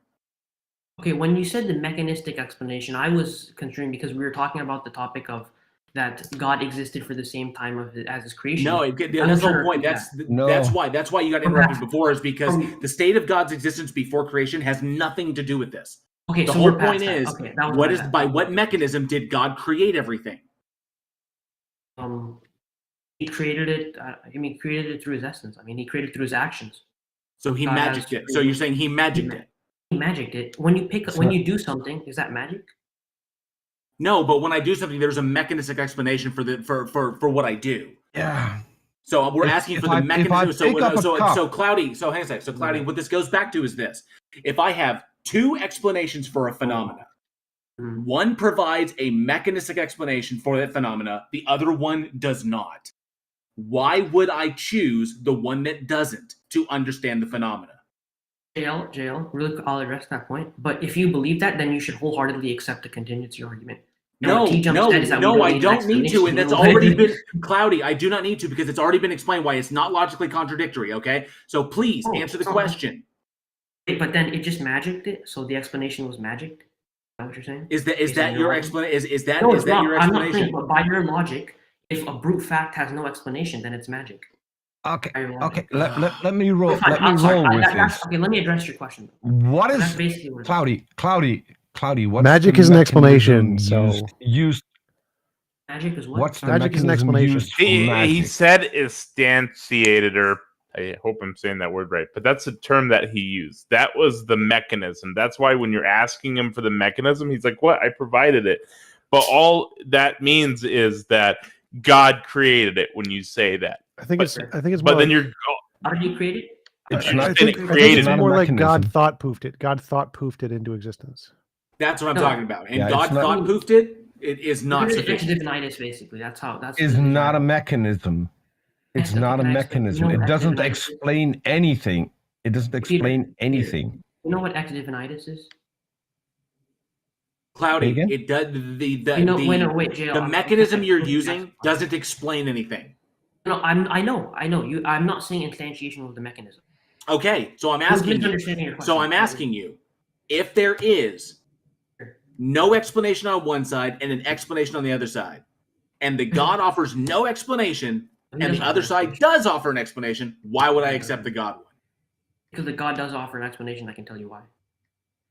So you just said you just said he magicked it. I didn't say that. I said we've been waiting for that answer from the moment JL asked you, which was about a half an hour ago. The reason I kept on saying instantiation is because I assumed that you guys were talking about the same thing when it was post-creation, pre-creation. But if you're not talking about the same thing, right? We've got to move on. We have a few more people in queue. I'm going to give you like 4 minutes to provide the mechanism that God used to instantiate reality, or however you want to phrase that.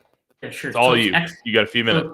It's ectodivinitis, right? Meaning that the instantiation of the basic, construction or creation of a single thing, right, is based on his will. So if God says be, then it is. Yes. How's that a mechanism? not an explanation at all. Because you have things that are ex nihilo, you have things that are ex materia, and this is ex divinitis. We know that is what you think. Yeah, but how is this a mechanism? It's appeal to divinity, and it doesn't. Sorry. God thought. Okay, then I'd have to go back, and then we have to. Okay, JL, can I ask you a quick question too? Shoot. Okay, so you're a methodological naturalist, correct? Yes. You would agree with an infinite regress in time, right? Yes, it is possible. Okay. So you'd say under the A theory of time, would you say it's possible, or under the B theory, or both? B theory? Okay, can you explain the B theory of time briefly? This has been explained in the previous with the previous dude that I know, with I just want like a brief explanation, like a short explanation. That past, present, and future all exist. Okay. Do you believe in free will? That's a more complicated question. I think that there is evidence for free will and there's evidence against free will. So okay. No, but because our actions are defined by the information we have prior to that. So we don't really have free will, but we can still choose. So it's kind of like I kind of go with the Hitchens explanation of that. We have free will because we have no choice not to. Okay, sure, no problem. No, but basically what your position would entail, right, is if past, present, and future all exist, right, regardless of our point in time, or whether what we perceive as our point in time, right, it would mean that it would logically entail that there's no free will that we have. For example, if I could pick up a phone, or if I could not pick up a phone that I have right next to me, right? The fact is, if the future exists already, right, then that would mean that in the future I already picked up the phone, regardless of my point in time and my perception. Congratulations, you get Calvinism. I'm saying your position entails that we have no free will. From one perspective, yes. I don't think we have all the information, but it could. I mean, it could entail, like I said, we could have free will because we have no choice to. But did you see the logical entailment of? It doesn't matter. There's no logical contradiction in us not having free will. No logical contradiction. I'm not saying there is. I'm not saying there is. Okay, I'm just saying so that it logically the point? entails that there's no. So I'm saying that it would be logically contradictory if you hold to free will. So if we believe that you have free will of some sort, then that would contradict your position. Well, if you're asking me if I hold to libertarian free will, no, I don't. I know. Even if you hold to compatibilism, you'd have to hold hard determinism. Review. There's evidence either way. I'm kind of undecided on that. But then again, it doesn't matter because I don't have infallible knowledge of the future. So from my perspective, I have free will. And until that perspective is able to be changed, I have no reason to change my perspective. That's great. I understand that. But your position of saying that the past, present, and future exist regardless of our perception in time, if they just exist, that would entail, right, that there's no free will. Because, for example, if I pick up something, right, that future moment already exists, right, of the implications of me picking it up, regardless before I picked it up or not. So that would mean, right, that there was no free will. There was no action of me deciding if the future already necessarily exists. So? Cloudy, can I ask you a question? No, Peter, I'm trying to understand where he's going with this. He's trying to say because free will is true, but free will isn't true. I'm saying that's what your position entails. So if you hold to hard determinism, your position is it's not logically contradictory. Just that you would have to hold to hard determinism. If you hold to free will or compatibilism, then it would be logically contradictory. I have a question. I don't think you can pigeonhole me like that, but I'm not pigeonholing you. I just gave you no, like as a hard determinist, because I'm not a hard determinist. Okay, then your position is contradictory. No, it's not. I'm going off what I have evidence of, and I'm going off of that. I can't make determinations based upon what I don't know. Okay. So because there's information I don't have, and there's information that is not accessible to me, will never be accessible to me, a la the halting problem or Gödel's incompleteness theorem. So there is information that's not available to me. I can only work with what I have. And while there is evidence towards determinism and there's evidence towards free will, there's evidence for both. I can simply say I can only make decisions based upon what I priorly know, but I don't know all the potential outcomes of that and what my decisions will be after that fact. But I will decide in the moment, which means I have free will because I perceive that I have free will. Okay. But do the implications of your decisions exist in the future? Do they exist? Cloudy, I think we're off topic now, and we're past 25, which is where I had given you to. We've got a few people in queue. If you want to raise your hand, we can, and we have time at the end. We can bring you back up, but we need to bring up some other people who have been waiting for a while. We do appreciate you coming up. It was a good conversation. But feel free to raise your hand. Your question, if that's okay. Thanks, Cloudy. I just want to let you know there's lots of people in the text chats on YouTube and Discord cheering for you. Mister, we appreciate you coming up. Fifthicus is up next. He's quite the interesting fellow. Fifthicus, you want to come up? Hello. Hi. How are you? So what would you like to talk to us about today? Well, if we talk about brute facts, that's not a satisfactory answer. I mean, if you're asking why things are the way that they are, God is a very satisfactory answer because he's personal. Why a lot of times that's an emotional appeal. Not just an emotional appeal, it's an appeal for a satisfactory answer. When we ask why, we're asking for an explanation that either justifies more exploration or says to the person that no more additional exploration is needed. How can you have that with a universe that has no mouth, no feelings, no explanatory power whatsoever? It's better with a God who can explain stuff to us and take us by the hand and help us out. Because the universe does have explanatory power. So. One sec, I have no idea what you're saying. Like exploration? Like what does exploration have to do with a better explanation? Well, if we're looking at a dead universe with no mouth and no feelings, there could be other explanations as to why an event is occurring that we don't know about, that the universe isn't telling us about. How will we ever know that we've done adequate enough exploration without a God with a mouth, feelings, and explanatory power to say, hey, keep exploring this way, or hey, stop exploring? I just don't see any way to solve that problem without a personal God to answer these why questions. Well, that's because in our worldview it's not a problem, and you're just making an emotional appeal. Can I try taking a crack? The fact that our universe is cold and unfeeling doesn't mean that we as humans should be cold and unfeeling. In fact, as the only agents that we are aware of on this blue and green planet, we should spend the one life that we know trying to be kind. Well, the thing is, I mean, by natural principles, we say like comes from like. So if we're not cold and unfeeling and we have emotions, the question begged by natural principle is, where did those feelings come from? Evolution. Are we going to say that they just emerged as brute facts out of the unfeeling universe? That's unnatural. In fact, that's supernatural, where something feeling, us, came from something unfeeling, the unfeeling universe with no mouth, no feelings, no personality. That's unsatisfactory. There's no contradiction there. And your use of satisfactory is an emotional appeal. Yes, we have feelings. Those feelings come from our brains, and our brains are the product of natural process. Evolution, thank you. But yeah. that's not a brute fact. So you said that that's a brute fact. A brute fact is something that has no explanation. So emotions are not a brute fact. Well, the thing is, I mean, that contradicts natural principles. By natural principles, we normally say like comes from like, a cat comes from a cat, a dog comes from a dog. Feelings would come from another personal agent. So if you think there's some natural principle that says like comes from like, well, nothing in the early universe contained stars, planets, rivers, tornadoes, earthquakes, complex particles, oxygen, gold, uranium. None of those existed at the early universe. And so all of those things are different things that didn't come from the original stuff. So pretty much everything we see is emergent combinations of the original stuff. Like emotions are an emergent combination. None of it was originally in the Big Bang. It's so nowhere in nature do we say light comes from light. That's not a thing.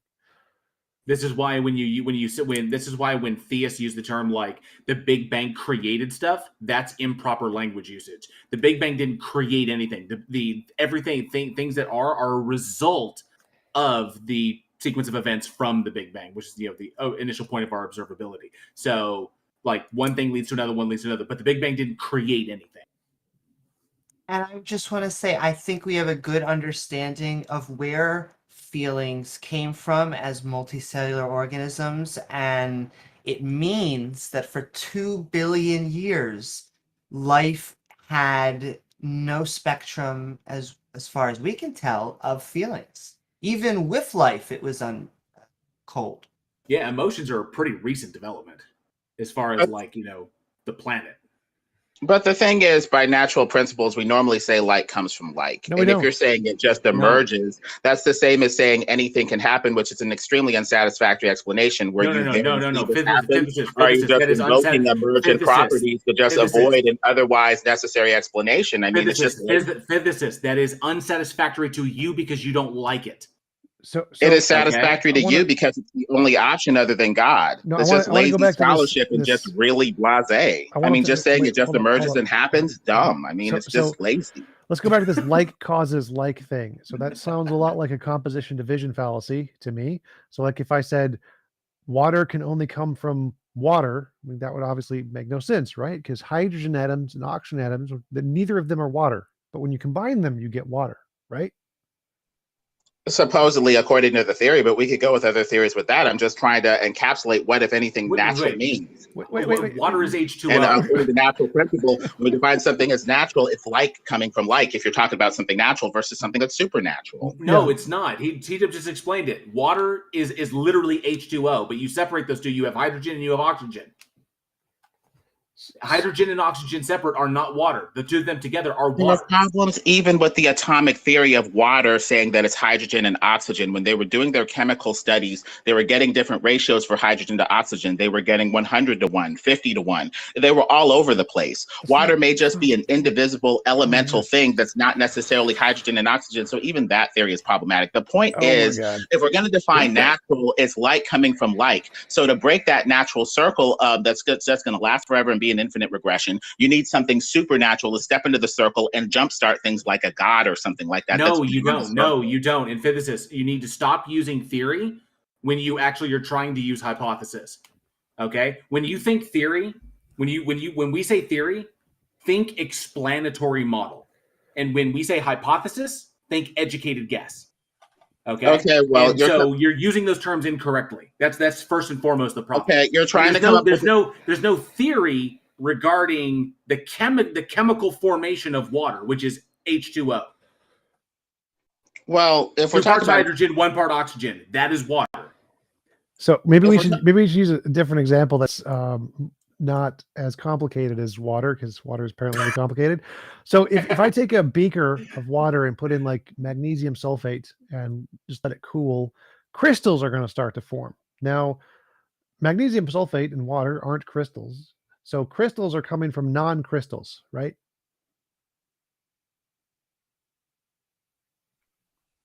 Crystals would just be the magnesium sulfate. It's just magnesium sulfate, forming in a different way. That's just structure. No. That's just a structure, though. No. So you understand chemistry as well as you understand physics. Okay, gotcha. So the only way to break natural circles like this, where we say something comes from something else with similar causative power and similar ability to create the thing, aka humans coming from other humans, and to break the infinite regression for a theist and philosophically appears to be something from outside of the natural circle, something supernatural in the category of God, or something that at least breaks this natural stuff where like comes from like. No, again, it's competition division fallacy. You're making a competition division fallacy, and I'm trying to like walk through this. So let's go even simpler example. A brick. No brick is a wall, right? But if you add a whole bunch of bricks together, you can build a wall, right? But aren't you making like a fallacy of a category, or like a category fallacy or something? You're saying that the crystal exists in the magnesium sulfate example from the micro, level to the macro level. We think of the ultimate stuff that's there, the thing that's essentially there being magnesium sulfate.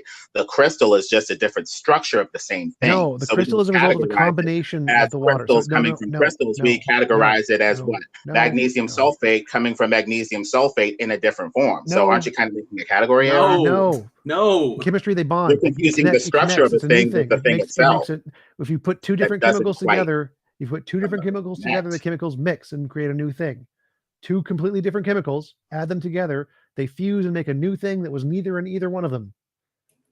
So you're talking about the molecular mixing, making a new compound. Okay, yes. That's fine, but the way that we define that thing is by its structure, not by its essence. We say that the magnesium sulfate is not essentially magnesium sulfate. It has an essence that is deeper than magnesium and sulfate that can be broken apart into pure and pure constituents. So yet again, I'm going to have to call category error, where you're confusing the structure of a thing with the thing itself. That's emotion. So emotions are a result. Emotional appeal. Well, no, not an emotional appeal. That emotions are not a structure. What are you talking about? Yes, they are. They are literally a structure in the brain. We can literally measure the structure in the brain, and we can mess with the structure in the brain. It's a structure in the brain. It's like crystals. I think you're appealing to that as a materialist atheist, but you can't show me the structure of happiness, the chemical structure of sadness. I don't think you can. Sure, we can. You said life comes from life. Is that true every time? And one quick question. I'll hand it over to Randall. Sorry, and just then answer that. One quick question from our YouTube audience. It seems a little flippant, but it's from Kenat Hovand. It's asking, can you ask him if water is wet? Back to our regular program. Well, wetness. I have a better question. Synthesis. I have a better question. What TJump tried to explain with the magnesium sulfate and the water, you said it's just the same thing, but it's a different structure. How long can you breathe underwater? Because it's oxygen, right? Yeah. How long can you breathe? Breathe underwater before drowning? A minute or two, maybe, if that, depending on whether I'm an Olympic swimmer, or 1 to 10 minutes. Well, but maybe longer if I've done different exercises, but usually like 1 to 10 minutes. According to you, water is still oxygen and hydrogen, right? There's no difference. So you should be able to breathe underwater because there's enough oxygen for you to breathe. right? But chemistry resolves that contradiction by saying that there are necessary structures in place that either allow you to break down that water in the current theory and get the oxygen or not. And that's assuming that the theory about water being hydrogen and oxygen is even correct. What you said, like comes from like. So if oxygen exists, hydrogen exists, and water exists, it's all like. Because like comes from like. So you could be able to breathe under the water. See how your argument falls flat there?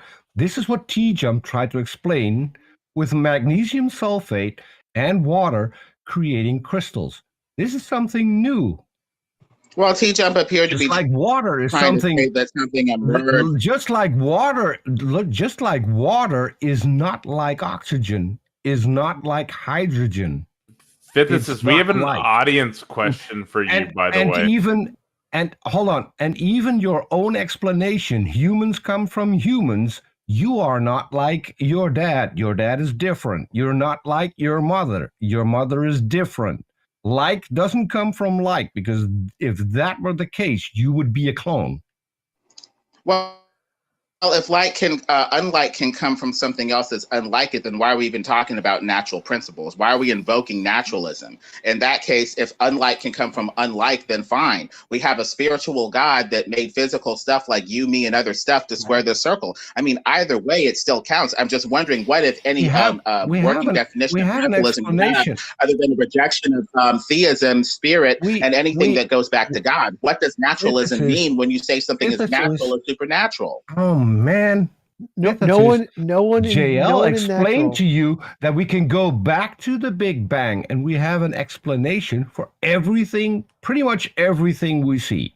So like your explanation is unsatisfactory. It even has problems even with the Big Bang model. They talk about the inability to form heavy elements. They talk about the fact that matter is not uniformly distributed throughout the universe. There's problems even with the Big Bang, and there's no person back there to witness it. Stop. Hey, physicists, hang on. Like comes from like. TJump is being dogpiled, and I'm not even getting a chance to get an explanation out. Shut up. Physicists, if there was no witness, then how can you claim that a God created it? Stop. Like comes from like is not a principle in any version of naturalism. That's something you made up.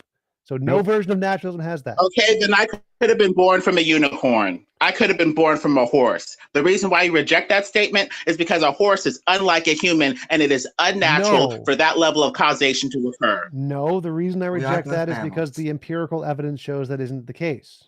It's not because like comes from unlike. I don't care about like comes from unlike. That's not a principle in any version of naturalism. The reason I think you didn't come from a horse is because we have lots of empirical evidence that horses have different DNA and don't create humans.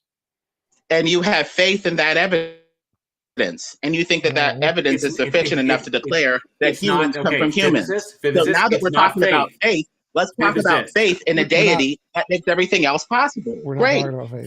Physicists, it's not faith. Faith is not evidence-based.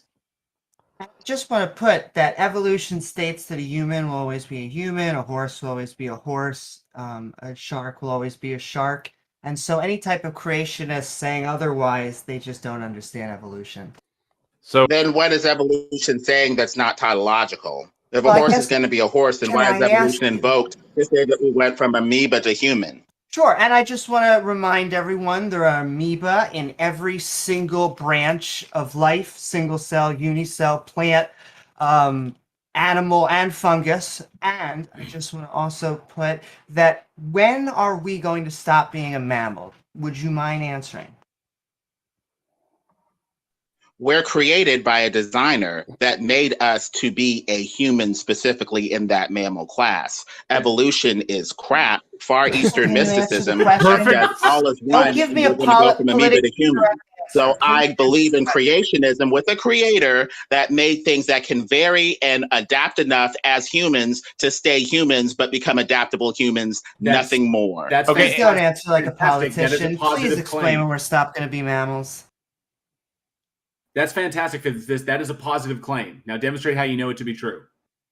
I can demonstrate it by the paucity of logic, by the lack of logic within its internal premises. If evolution is necessary for one thing to become another thing, then what is a thing in of itself? Greg Bonson talked about this when he was alive back in the 90s. Evolution talks about infinite becoming but no being. If ultimately I'm an amoeba that evolved into a human, why am I human in the first place? The logical paucity of evolution disproves it itself. Why are there Americans? Physicists, we are human because we evolved into this state. Mm-hmm. It's Far Eastern mysticism. And ask a simple question, physicist. You claimed earlier, physicist, you claimed earlier we cannot know any of this because there was no one there. And you now claim to know that God created. So you were there? He was, and either I believe his account or I do not, as passed down and dictated to the I don't care if he was there. I'm asking who observed it. God did. He made the freaking thing. Who and else? He dictated it. Who else? I mean, God can claim. God can just claim anything. According to you, someone has to have been there in order to observe it, in order for it to be true. So who, other than God, observed it? Well, because you're dismissing the Big Bang because humans weren't there to see it happen. So now, by that same standard, who was there to see your God creating? Well, if you want to be technical about it, God is technically a Trinitarian. I'm not technical about it. I'm using your so rules, right? There's at least 3 persons that are there. So you could talk to God the Father, God the Son, or God the Holy Ghost, and get a witness account that's much more appealing than no witness account with the Big Bang and Trinitarian men like yourself looking into the past and making guesses. Physicists, are those one God? One God manifest as 3 persons. Okay, 3 great. witnesses. So which human was there to observe God, the Holy Ghost, and the Son, the Father, the Holy Ghost, and the Son, creating anything? Because I'm using your standard, right? Okay, yeah, so but you're using it it. Like you, we can dismiss it. We can dismiss it. We can dismiss it for the exact same reason that you dismiss every field in science. So you're going to get rid of the Big Bang with no witness you're going to get rid of creation with at least 3 witnesses, human or not, or a Big Bang with no witnesses. How is that logical? No. Exactly. That is not logical. No witness for creation. Physicist, the issue I need a witness account from a God, an angel, from something. I need a witness account. And creation has that with the 3 persons of the Trinitarian Godhead. Hold on. Bring God here, whether it's the Father, the Holy Spirit, or the Son. I don't care. Bring him here and have him make a witness statement. We have the prophets. We have the Bible that is more than sufficient. No. Even if God came here, if you're ignoring that witness, we wouldn't even believe him if he said it. I'm sticking to your standards. The prophets weren't there at the moment of creation. Only God was. So only the Father, the Holy Spirit, or the Son, any of those can make a witness statement. Can you bring them here to make a witness statement? That'd be great. No, but we have the prophets, we have the Bible, we have Jesus, we have sufficient evidence right there. If you're rejecting that sufficient evidence, that points to you being rebellious and not wanting to look at the evidence at all. So even if God came here, you wouldn't believe it. Oh, come on. Okay, stop. Physicists, you are making assertions about our position that are not warranted. Okay? You're essentially all of your reasoning here is circular. There's no one there to witness creation. If your God exists, I can demonstrate how the Abrahamic God does not exist, but that's beside the point.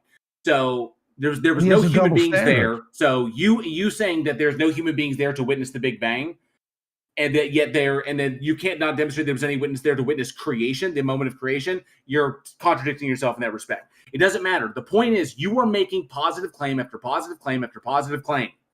You positively claim that your God exists. You positively claim that you know it created things. You positively claim all these things. You predicate all of this on that it satisfies some explanation for you when there is no satisfactory explanation there. God did it is not a satisfactory explanation. Okay? This is an emotional appeal that you are making. Now, I asked you, point blank, demonstrate how you know this to be true. And you have yet to answer that question. Mm-hmm.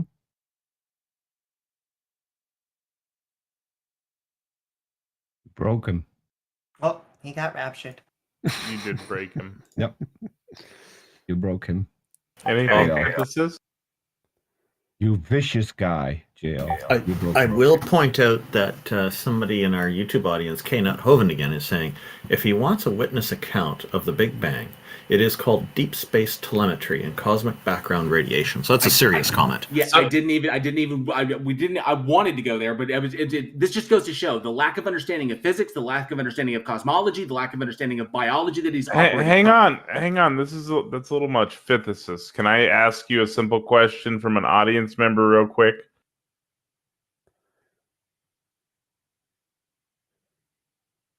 Well, if he's got nothing, I'm assuming we're done with him. No? All right. Might be having technical issues. I think he's having mic issues. I think his mic is broken.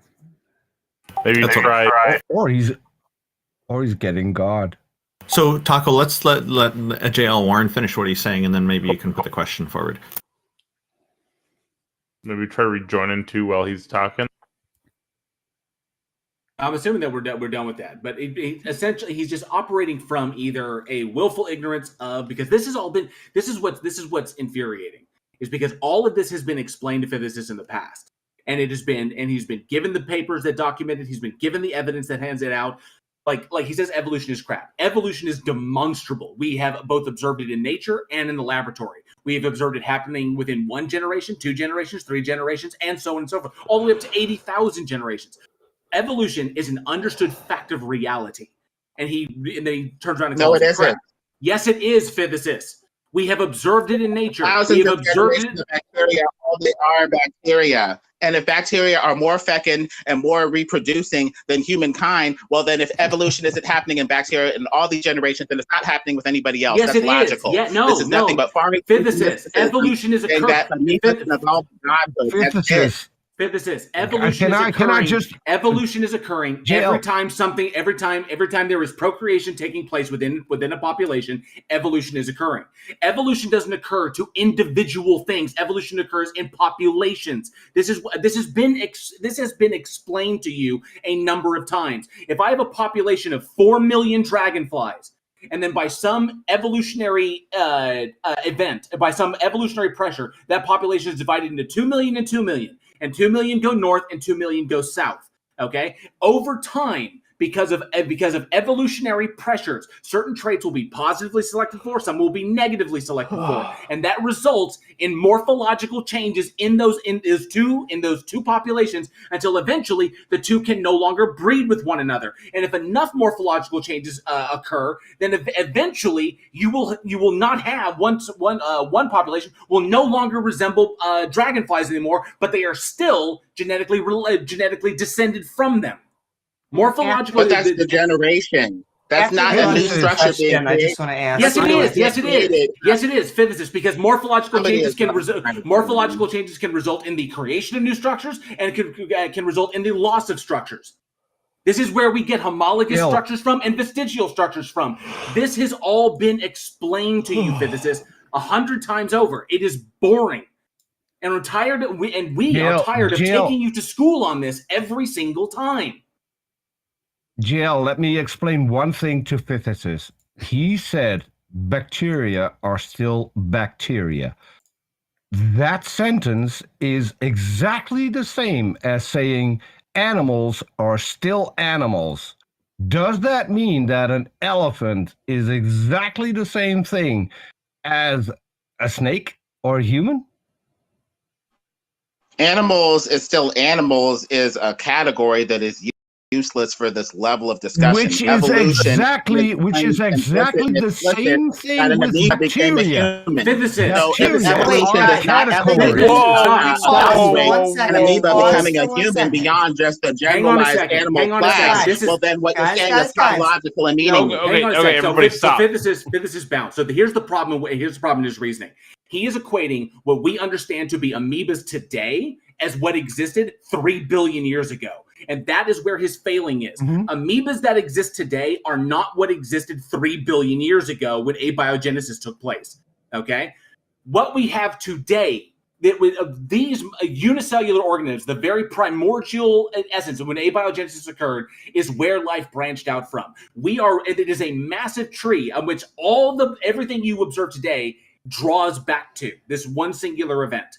Okay? Amoebas, as they exist today, are not what is claimed to have existed 3 billion years ago. That's not how evolution works. That's not the way it goes down. Okay? Humans didn't come from apes. Humans are apes, and we evolved alongside our taxonomically related relatives, which are the other taxa, the other genera, which are Pongo, Pan, and Gorilla, and Homo. We are the last remaining members of that genera. Okay? And that all goes back 14 million years to another common ancestor. And then those go back even further. Everything goes back in a tree. Okay? But saying this whole claim that human beings came from an amoeba, that is not what we claim. That is a misrepresentation of evolutionary biology and a misrepresentation of multiple fields. Okay? This has been explained to him 100 times before. And he keeps coming up just like Otangelo does, making the exact same arguments when they've been debunked 100 times over. They all do that. So next. That's just mean. What's going on, Nephilim? How are you doing today, sir? Muted. Gotta unmute yourself. Speaking of the person who, no, I'm not going to. I would try to bring it up. I'm not going to bring it up. There. You can try to rejoin if you want. Okay, he left. Speaking of the guy who ran from a debate on evolution with me. Gotta hit the unmute button, Neff. He ran from everyone's debate, as far as I know. Oh, he's server muted. There's probably a reason for that. Okay, so I guess we need to move on to the next person until that can be taken care of. Let me get him on server muted.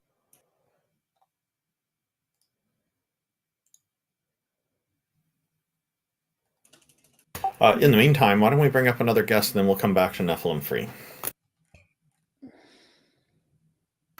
We've got an audience who would like to hear that. I think Boomerstein was indicating in the live text chat that he's got something to augment what our previous guest just was saying.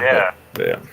I think he's a say while they're bringing that up that the reason he didn't answer why we will never be a mammal is because that would debunk creationism. We're always going to be a mammal. We're always going to be primates. We're always going to be humans. That will continue into the future because evolution is a force of nature and a fact. Well, there may be a point where we lose attributes that technically define us as mammal, because at one point, when tetrapods were first walking, species like Tiktaalik were walking, it's not technically a mammal, but it had mammalian traits. Just like dinosaurs. Dinosaurs were technically combinations of birds and reptiles. And so they had both traits. It depends upon, ectothermic or endothermic. These things can change over time depending upon the evolutionary pressures. So there may be a time, 10,000, 100,000, a million years in the future, if we haven't destroyed ourselves by then, that human beings don't look anything like what we are, and that there could be a predilection towards ectothermic responses in human beings that could result in our species becoming an ectothermic species. It just takes. Can we move the next speaker now? Even in a billion years, we will still be a next. So I did invite up WizKid, I guess Whale. We'll go ahead and pull you up. What's going on, Whale? Yo, what's going on? How you guys doing? Pretty good. What have you got for us today? Well, I see you guys up here every Sunday, and I know most Christians Sunday morning. Okay, I just need to clarify. We're only up here every fortnight. That's every 2 weeks. Every other Sunday we're here. So how do you know God ain't trying to communicate to you on these other Sundays? How a cable company's hey, I'm going to be here around this time at this certain time. Oh, this is a great question. So he's trying to get in touch with me about my extended warranty? What a lovely question. No, exactly. No, that's all I got. I thought I'd get a good laugh out of you guys with that one. Woo-hoo. Thank you. That was a lovely question. All right. Well, no, I enjoy hearing you guys talk every Sunday. I enjoy everyone up here. I love what you guys are doing. You can put me back down now. I need to clarify every fortnight. I'm just curious. Are you theist or atheist? Or... Before you go, Will, can I answer your question?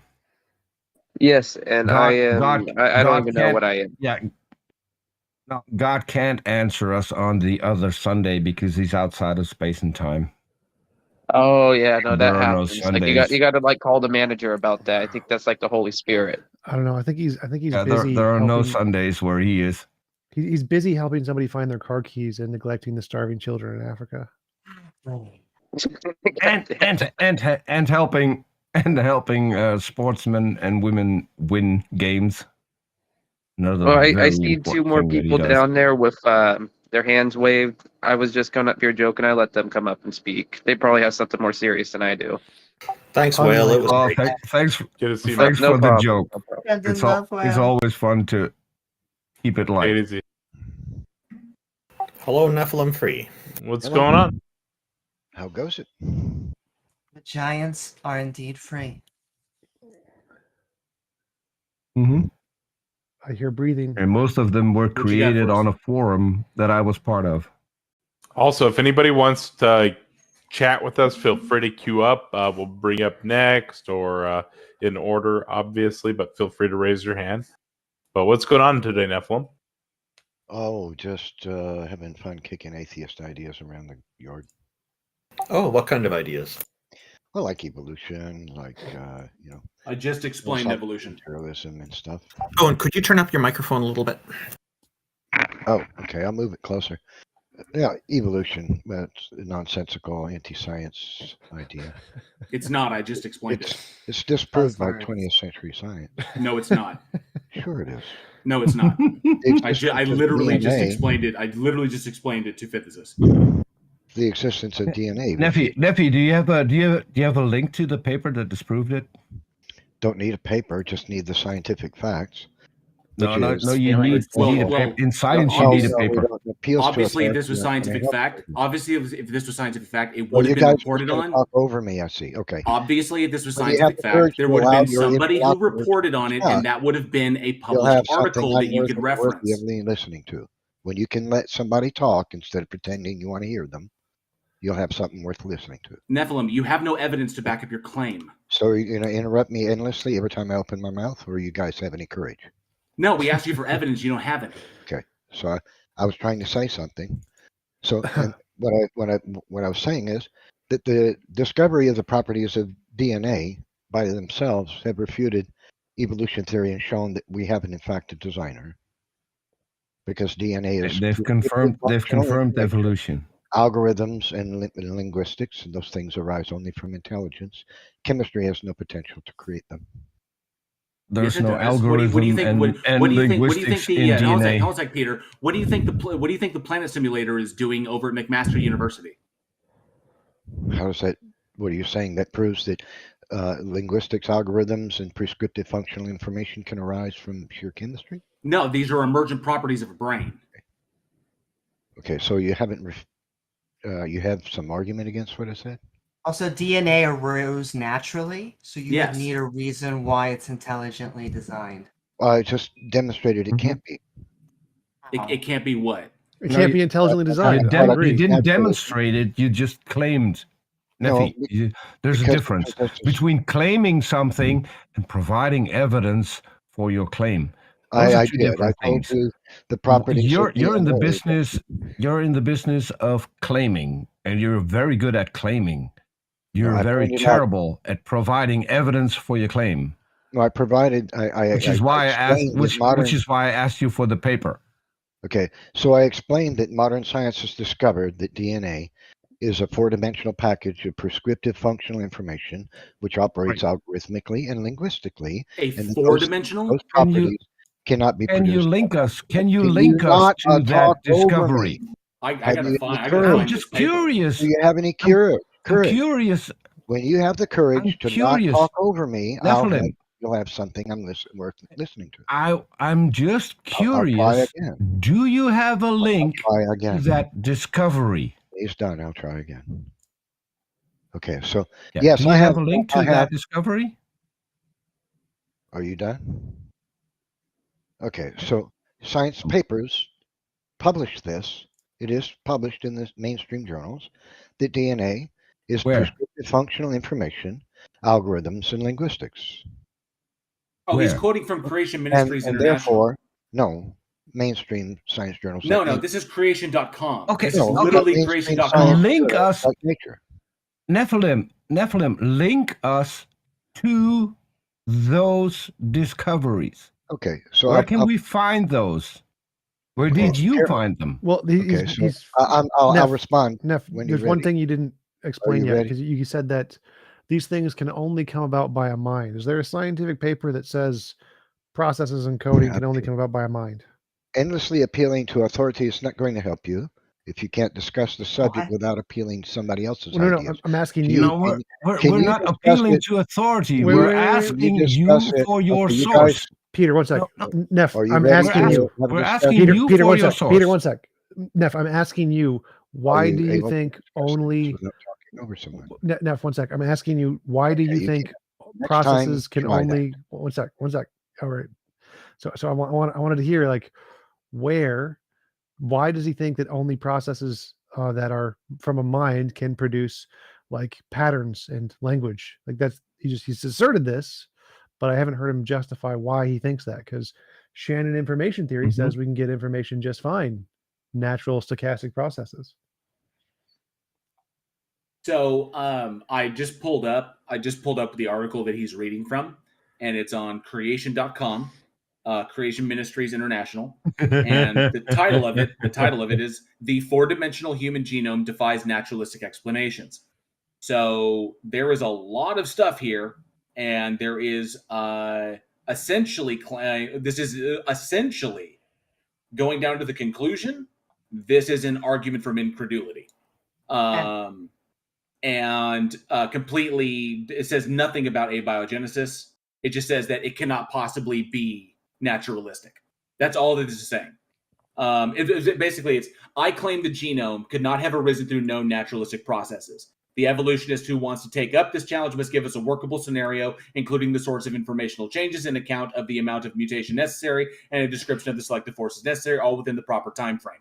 So essentially, the person who wrote this, and this article was written by Robert Carter.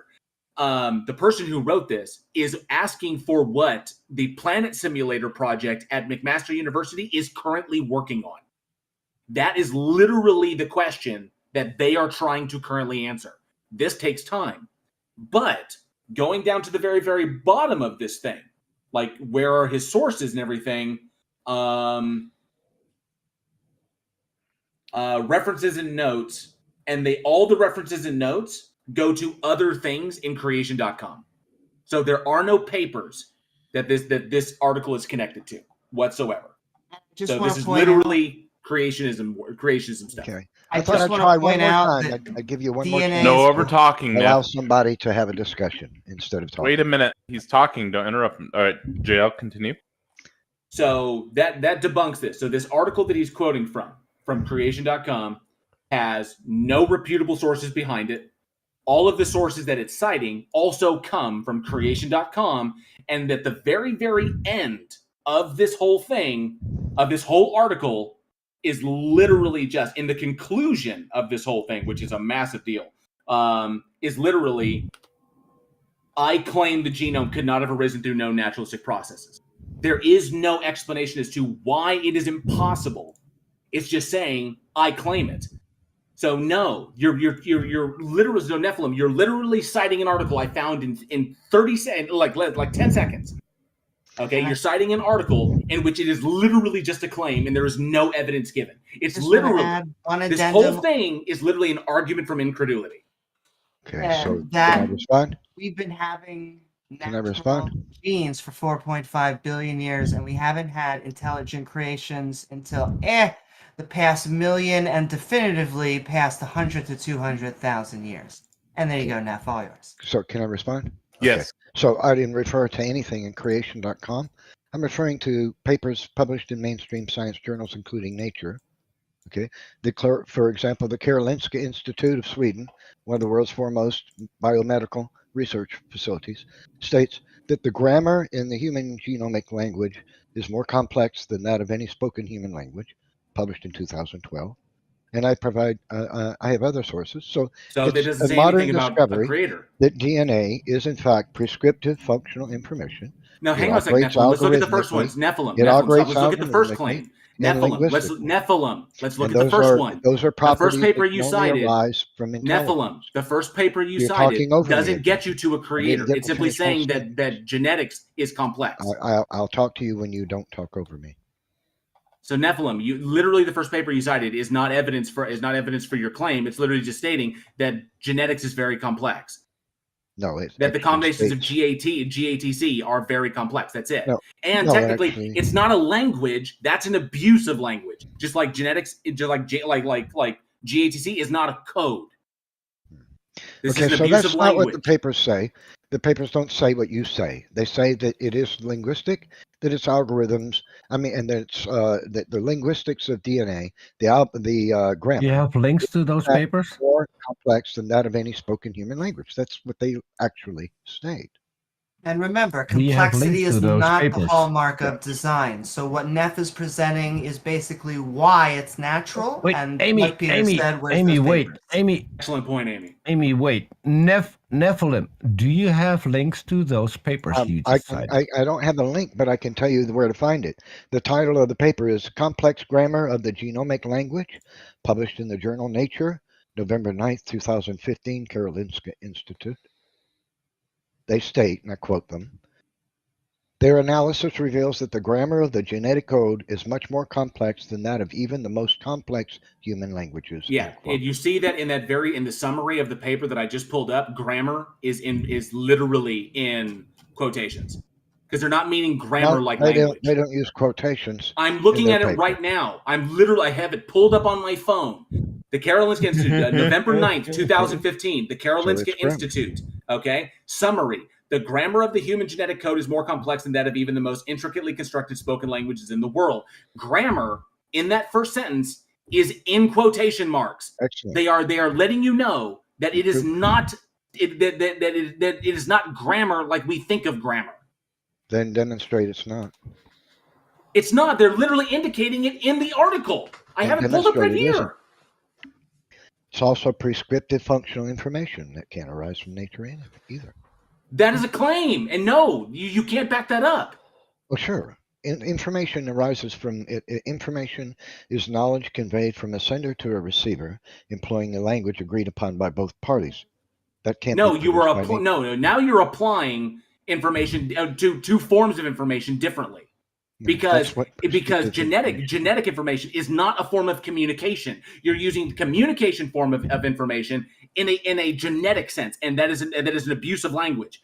No, you that's can't do that. exactly That's just right, like calling yeah. It's like calling genetic code a code, like No, a computer code. That's an abuse of language. And I just That's want to say no, that's information exactly is what it's actually the stated to be. translation of symbols.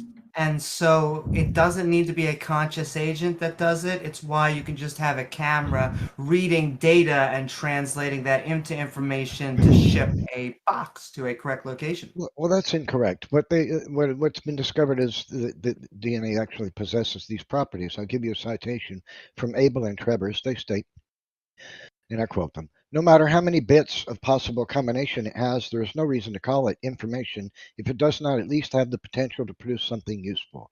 What kind of information produces function? In computer science, we call it a program.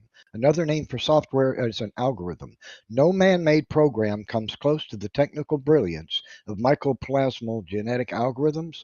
Mycoplasmas are the smallest known organisms with the smallest genome to date. How was its genome and those of other living organisms programmed? End quote. They weren't programmed. That's the problem. Is that They you're were. using terminology You're in incorrectly. denial of 20th century science. It's not a denial of 20th century science. It is a pointing out that you are abusing language when you do this. No. Okay, I'm the just two are citing not what analogous. science has The two are discovered not about analogous, DNA. Nephilim. Nephilim, the two are not analogous, and you need to stop doing it. No, I'm just pointing out what modern science has discovered about No, DNA. you're not. You're abusing language. You're talking You're over me taking again. sources that abuse language. You're talking over me again. Yeah, you're absolutely, you're damn right. You're goddamn right. I'm going to talk over you, Nephilim, because so you have are the courage to abusing debate language without in order to make your talking over point. someone. Something you say will be worth listening to. Nephilim, else? you are abusing language to make your point. The Can two someone things are else not have a analogous. discussion? Is there anyone else who can have an actual discussion? Well, I just want to say that these papers aren't pointing in the direction of a god, and a I didn't say they complexity were. is not the hallmark of a god. So I want to know why you think we should believe in a god. Okay. Well, that's a different subject. I didn't say the papers prove God. What they prove is that life has a designer. That's what they prove. You The asked question if you wanted to have a conversation. today is not whether or not life is designed. The question is, who is the designer? That's the only question left today. Okay. If the question is who is the designer, then first we need to establish if the designer you propose actually exists. So how can we get some evidence whether or not your exists? Because if he doesn't exist, he didn't design anything. Yeah. So I do have reasons to believe that the biblical God is the designer. I'm not asking for reasons for you to believe. I'm asking for evidence of your designer actually existing. My reason Those for are two believing different is the things. No, that is the evidence. That's my reasons for No. believing. Your reason to believe and the fact that you believe is not evidence. Okay, you're not That is following a claim. along. My reasons for believing is the evidence. Can you follow that? Do you understand that statement? What's your evidence? Well, there's multiplicities of evidence. One is that the Bible proves itself to be the inspired word of God. Why should we believe the Bible? Because it has historical foreknowledge that goes far beyond what's reasonable. Why should we believe okay, the when Bible? you're able to allow me to speak without talking over me, you'll have something to say that that's worthy of me listening to it. Are you able to? Okay, we're done with him. So I just he wants to be want dishonest to all day know, long. I'm because- sick and tired of his intellectual dishonesty, and I'm sick and tired of his nonsense. The conversation is old. We already know where that's going to go. That his reasoning is that he's using the Bible to prove the claims of the Bible, and it's like I said, there's no point in getting on that merry-go-round because it doesn't go anywhere. And can I just point out that evolution versus creationism is a proxy war, because there is no evolution versus creationism. There is evolution because it's a fact, and you can either accept that fact as a theist or an atheist. And the big point, the really important thing on that is that God, the existence of a God, and the truth of and the fact of evolution and the hypothesis of abiogenesis these are not mutually exclusive concepts. They're not. A God could exist, like a God or a deity or a deity could exist, and evolution could be the means by which it diversified life, and abiogenesis could be the means by which it created everything. So these are not mutually exclusive concepts. Okay? And his intellectual dishonesty and willful ignorance is just aggravating as hell. Now to add to Amy's point, I often tell people, it's creationism versus abiogenesis. That too. True, yeah. It should be creationism versus abiogenesis, not creationism versus evolution. Yeah, very different things. Yeah. The YouTuber A Bit of Orange fell into that same trap, thinking that... Well, wouldn't it more like creationism versus like Big Bang cosmology? Yeah, you could go all the way to you could go all the way back, I guess, creating the universe. So Taco, that's also correct. It depends on angle that, as JL Warren's just alluding to, that they're focusing on. So if it's on life, then it's abiogenesis. If they're focusing on the creation of all of the universe, the cosmos, life, universe, and everything, then that would be the Big Bang. Or you can go even further back to the beginning of the cosmos, which, our universe is suspected to not necessarily be the same age as the cosmos. The cosmos could be a lot older, or we could be in the first universe in the cosmos. We don't know. Right, and there's also a bunch of deistic concepts too, like necessity and that type of thing. Anyways, what's going on, Holy Relic? Hello. I want to talk to TJump specifically about something. Is that fine? Are you there, TJump? What? You have a fan. Am I getting paid? Yeah. No, you're not getting paid. But I just have a question. This isn't an argument. I just want to clarify one point that you made. Your mom. So, okay, that's a great answer. Okay, anyway, the point I'm trying to get at here is that you said that something along the lines of, if I can prove that there's another B theory of time, then that disproves that it necessarily is the case that it disproves the fact that it's necessarily the case that there can't be like a first cause type argument or whatever. What? That was an infinite regress thing. It was like if it's logically possible that you can have a present moment and an infinite past, that disproves the fact that it's logically impossible to have an infinite regress. Yeah, I have a question. So yeah, that is correct, but why? Just a personal question. Why in my life and like all observed human history have we not seen B theory of time? Doesn't it not seem like Why have we not seen a theory of what? Why have we not seen it enacted? So why is time seemingly sequential? Enacted? Like why is it sequentially going from the past to the present seemingly? Because that's the way it seems.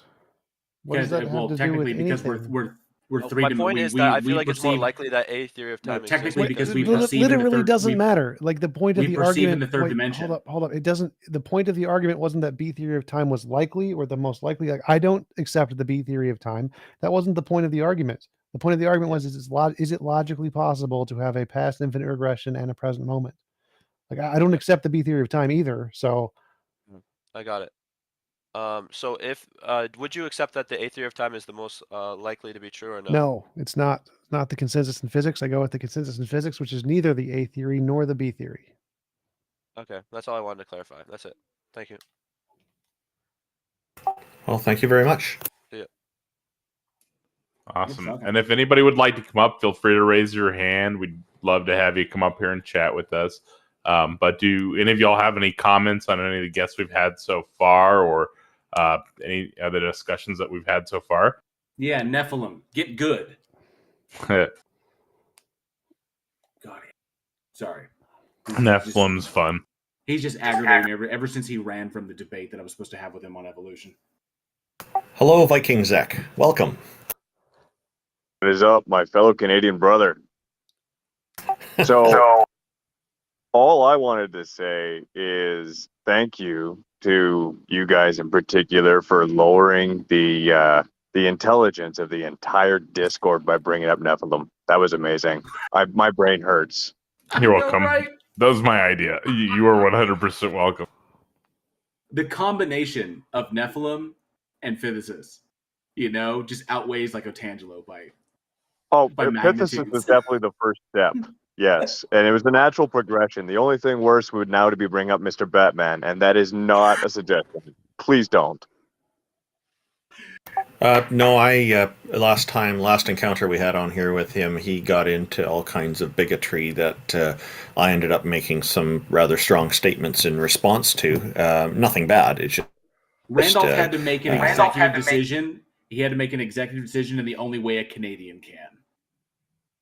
Yeah, I handled it politely, but I stated very clearly that his ideas were not acceptable. It was anti-LGBTQ stuff, I believe, and anti-sexual orientation stuff. What did he say that handled those well? What? And I don't know why. Yeah, what just happened? I have no idea. He popped up and it said Vikings up here right now, so we don't need him up. So. And now a God 420 just mysteriously appeared. Wow, this is an interesting stream. Okay, so Viking, did you have any ideas you wanted to present forward to us here? Not really. Unfortunately, I'm pretty much in the same boat as the rest of this panel. Oh, you're a fellow atheist. Well, hey, that's I'll make a note of that in the chat here, in the YouTube description. I gotta tell you, it's like it's a total side note, but as far as like Canada goes, I am like in love with Nova Scotia and Newfoundland. I really am. I like that, those coastal areas. I just like, they're gorgeous, and I fell in love with those through various shows I've watched that shoot up there in those locations. But man, those some gorgeous areas up there. Honestly, honestly, out in Prince Edward Island, you have the most beautiful country, and you have the most beautiful pink roads, and you have the best potatoes anywhere in Canada. He's calling for you, TJump. The best potatoes. Yeah, so you'll find those areas are kind of quiet. They have, and they're quite nice for people who want to have a quiet life. If you're more inclined toward big city life, you'll enjoy Vancouver, BC, or Toronto, Ontario, and places like that a lot more. It Well, also came back full circle. We're talking about good old-fashioned potatoes. Boil and mash them, stick them in a stew. Well, if I ever emigrate, which is looking more likely if I get the opportunity to do so. If I ever emigrate, if I try to get out of Gilead before it becomes Gilead, then I'm looking at Nova Scotia or Newfoundland because. No. You want to go to the Okanagan? Oh, really? I'll say that flat out. The Okanagan is the best spot in Canada. I have a question for the Canadians. Uh-oh. Prince Albert Island, is that a good place to get a piercing? I don't think I've ever been to Prince Albert Island. Yeah, I haven't either. I thought someone mentioned it earlier. I was Most curious. guys only go once. You mean Prince Edward Island? Anyway. I may have misheard. So I'm thinking that we're probably close to the end here, unless somebody else wanted to join in and provide any perspective. Otherwise, we can go with our final thoughts, and I think we'd be happy to let our guest here give some final thoughts if that's the case.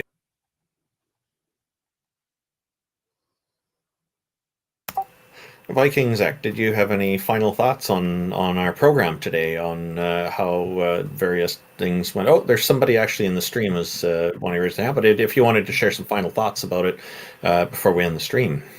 Yeah, and if anybody else that's a theist thinks they can convince us a God exists, we're totally open ears. We want to be convinced. That's why we're here, but not happening really. What's going on, Angel? As far as any final thoughts that I have, I think that J.L. Warren has pretty much demolished anybody who decided to come up here. I mean, especially the people with actual thoughts, although I'm not sure if you could call Nephilim or Cloudy any of those. But I did want to say, TJump, I am a huge fan of you. I love your reasoning methods. You're fantastic. Thank you. Send me money or hot bonds. Hey, well, I mean, I'll never be. No, I'm not going to say that. But Viking, did you happen to catch his debate against Darth Arianis? I'm not sure if I caught Darth Arianis. That was a good one. That was a really good one. TJump did a debate moderated by Tom Rabbit, and he debated. And TJump, you debated Darth Arianis on whether or not you're an idiot. Oh, that was like last night, wasn't it? I missed it. I was going to watch that. It was so brilliant. You have to go watch it. It was so good. It was like 2 nights ago. It was so good. I just figured, how long are you going to extend the syllable no? My opening is yes, I am an idiot. So I'll say you took the positive position. Yep. If I can interrupt, can I make my closing statements because something came up and I have to go. Oh, okay, sure. And then just going to say, Viking Zach, thank you for joining us. We're going to move on to Angels Freeman just after Peter speaks. Thank you for joining us, Viking Zach. Thank you, Viking. Okay. I just wanted to say this is always a lot of fun, and today was something special. JL, thanks for the interaction with Cloudy. That probably made my day. Oh, absolutely. Yeah, I'll see all of you back in 2 weeks, I guess. Take it easy, bud. See ya. Send Okay. love, Peter. Catch you guys later. I'm actually supposed to debate Cloudy. Take care, Peter. He wants to debate me on the existence of God, and I'm trying to get that set up with a moderator. Now I'm kind of like, But anyway, Angels Freeman. Yeah, just like to say it was nice to see Whale come up. He's always good fun. and Nephilim and physicists. Oh my word. Isn't that something? We had a whale of a time. This is a very, very fun group of guests today. It's I had fun. This was very fun. So, Angels Freeman, did you have something for I us? stopped arguing with Nephilim. Yeah. I've been hanging around on PNR for a while, and I've been talking with Nephilim and a few of the other people. And it was just so pleasant to see you guys hold Nephilim to it in a format where he didn't have a mute button just to tell you guys, just try to mute you. Because usually that's what he does. And once you start to get to a point where you're holding his feet to the fire, he'll just mute you. And, we've found sources before, brought him sources. Like, I guess my question is, how can you express to somebody like that you've already talked to them so many times, and unless they up their game, like JL said, like, be better. Like, I just don't know why they keep coming back with the same BS and never advance their arguments. From 1999. The only I could posit from this is that, I mean, you can posit it one of two ways. One is that they're being willfully ignorant. They actually do understand what we're trying to say to them, and they just willfully ignore it. It's like, nope, I'm just going to ignore all that, and that they're doing it on purpose. And the purpose, and the only reason they would do this is because they know that there are going to be people out there that they interact with who haven't acquired as much education on these things that they could potentially manipulate with this. They could say, "Oh, look at all this that I have," and then they can kind of overwhelm the less versed and manipulate them into believing their position. So, and they do this over and over, and I think that Nephilim personally, he does this because he knows he's going to get shut down, and it essentially makes him look like he's being persecuted.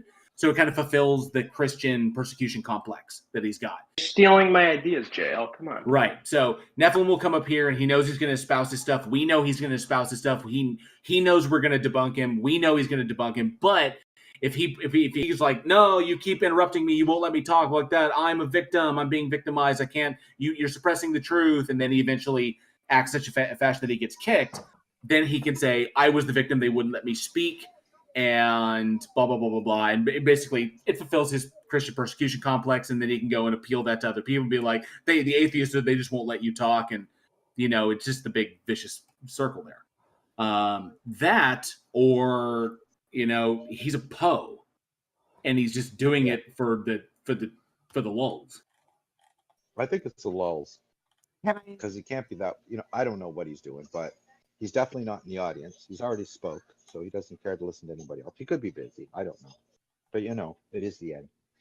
The best way I just find it very disingenuous. Just very disingenuous, that's all. Right.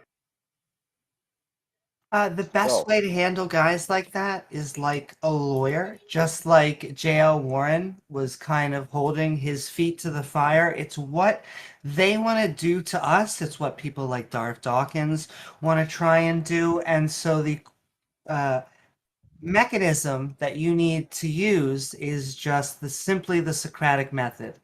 Ask questions about their own beliefs. Answer truthfully when they ask you questions, but it really should be a 1-for-1, and you should be trying to figure out why Nephilim Free thinks that giants are real. Because, once again, I love all theists out there, but that is ridiculous.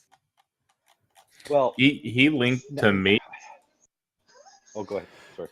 You know all those, like, I think they're from 2008, 2010, something like that. All those giant discovered articles and like Egypt and other places that were posted all over the internet. That's what he linked to me. He linked to me a couple of those when he told me that he believes in giants.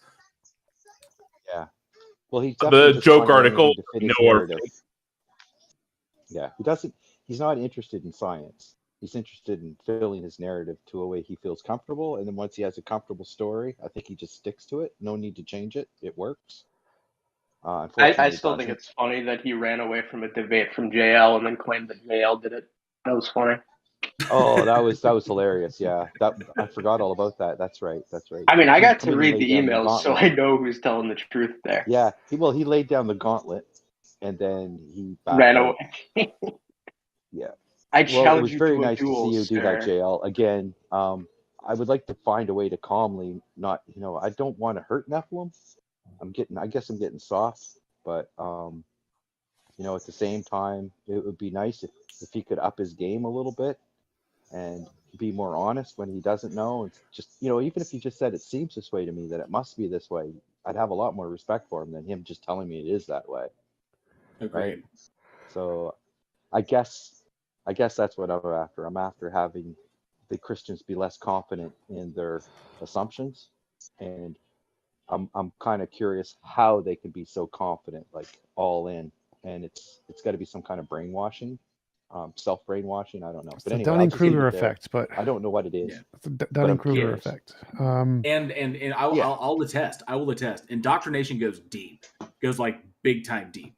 I didn't realize how deep until I was on my path of deconversion, and because I was brought up in the faith, and at one point, you get that one moment where something just doesn't make sense, and then that elicits inquiry because my parents raised me to always ask if something doesn't suss out, always figure out why. And so this one thing popped up, one thing led to another, and then you go down the path, and eventually I was but when there were certain truths that I came to in my deconversion process where you're talking about like real existential issues, like existential dread, like I am fully responsible for my entire life, and I am fully responsible for determining my purpose and my value, and I'm fully responsible not only for my actions but also my inactions. That was a hard truth to swallow and almost sent me running right back to religion, because religion alleviated me of that responsibility, because I could always say it's God's plan or God moves in mysterious ways. So there's always an excuse there. But when I realized that this thing does not exist, therefore the responsibility for these things falls on me, both my action and my inaction. That's a hard responsibility to have to just drop in your lap. And so I didn't realize years later the indoctrination, how deep those roots run. And how, when things get scary or things get tough, your brain's like, oh, I don't want to deal. And then you just have to muscle your way through that and recognize it. What I search for and what I hope is the one debate that I had with a theist. And this was the best debate I've ever had with a Christian. Is essentially his position was, I believe that there's a God. I know that it is irrational. I have no evidence to support its existence. I believe in this thing because it provides psychological utility for me. It makes me feel better about my place in the universe. I can't demonstrate the truth of it. It's something that just I derive value from, and therefore that's what it is. That's it. And he recognized the irrationality, that it wasn't rational. It was completely emotional, that there was no logical basis in it, and it's all good to go. And he was fine with that. And I was like, okay, that's intellectually honest. I can't argue against that, because he was able to accept that. And if they could all be that way, that'd be fantastic. So we do have one other person raising their hand if we want to go to them before we end. I was going to actually say something. Thanks, guys.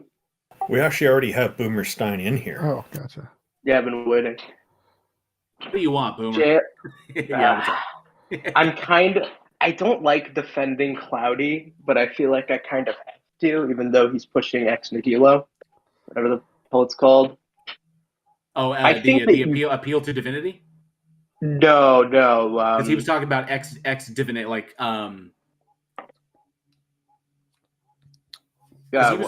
he was saying that his explanation was out of God. Okay, I'm definitely not defending him then. Okay, like ex divinae is it ex divinae is what he called it? Okay, so I don't have to defend him. That's good. Yeah, that was his explanation. It's out of God. God wills it, and therefore it is. So he was. So you asked. So you asked for a mechanistic way of creation, correct? Yeah, then how out of God, how did the heavy elements form, and how did those come about, and then the planets the stars, and then galaxies, and then So on and so forth. I think you can. So here's where it comes into just like what you think makes the most sense, because I feel like we've had this discussion before. And you said to me like you don't accept supernatural, but I mean if you can apply personhood to the changing of energy, that is divinity.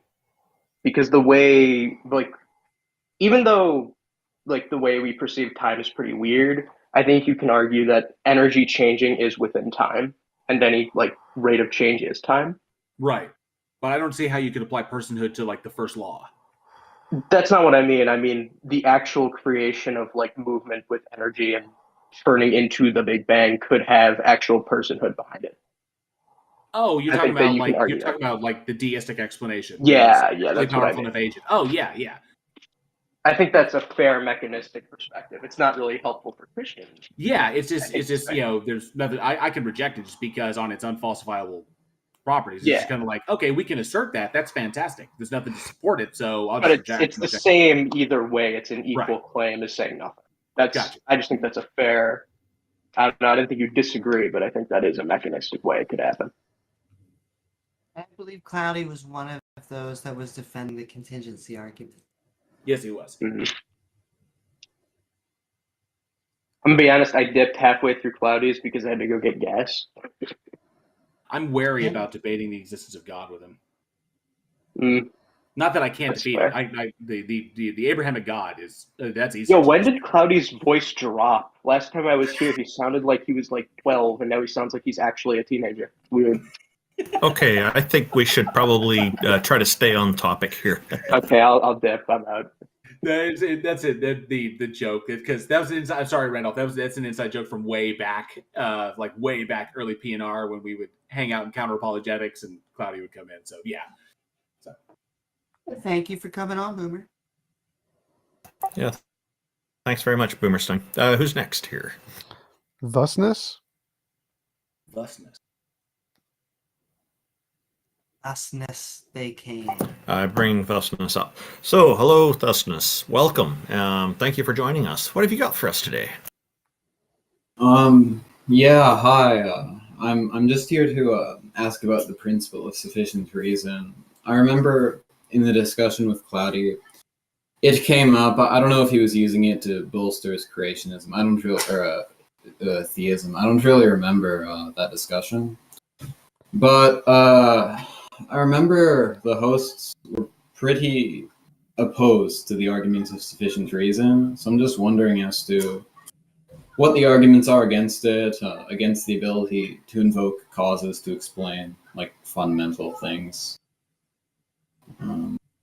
So, because it seemed like something the people were opposed to. So I'm not familiar with the argument against it. Well, Quantum Foam sent me one of the technical arguments. You could ask him; he'll send you like the actual syllogism to yourself. I mean, to you, not Quantum. And I like to go with the brute facts. If brute facts are possible, the PSR is wrong, and I'm happy with that. Can you give me like an example of a brute fact? Sure, a universe with a potato, just a potato. Wait, can you repeat yourself? So what did you say? Universe with a potato. Possible world with nothing but a potato. And the potato is a brute fact. How did you know that? How could you possibly know? Or I don't need to. I don't need to know anything. It's a hypothetical possible world. All I need to know is it's not a logical contradiction, and that makes it a possible world.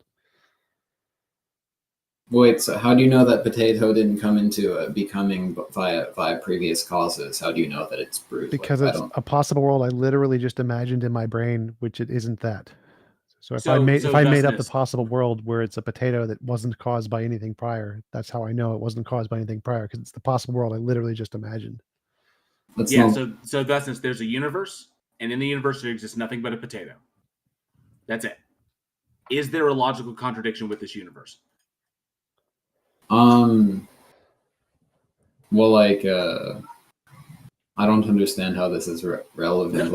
That's the whole point. There's no logical contradiction there, which means you can imagine it. And there's no logical contradiction, so that's all that it takes. You don't have to demonstrate it's actually a thing that exists. Although that'd be awesome if you could, but you don't have to. All you have to do is demonstrate that there is no logical contradiction in what you are proposing. And because there's no logical contradiction there, that's why. That's why I was asking. There's no logical contradiction about TJump's potato universe.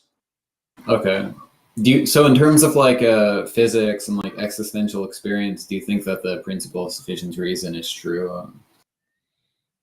You mean insofar as we can say the actions we see around us are caused by previous actions? Sure.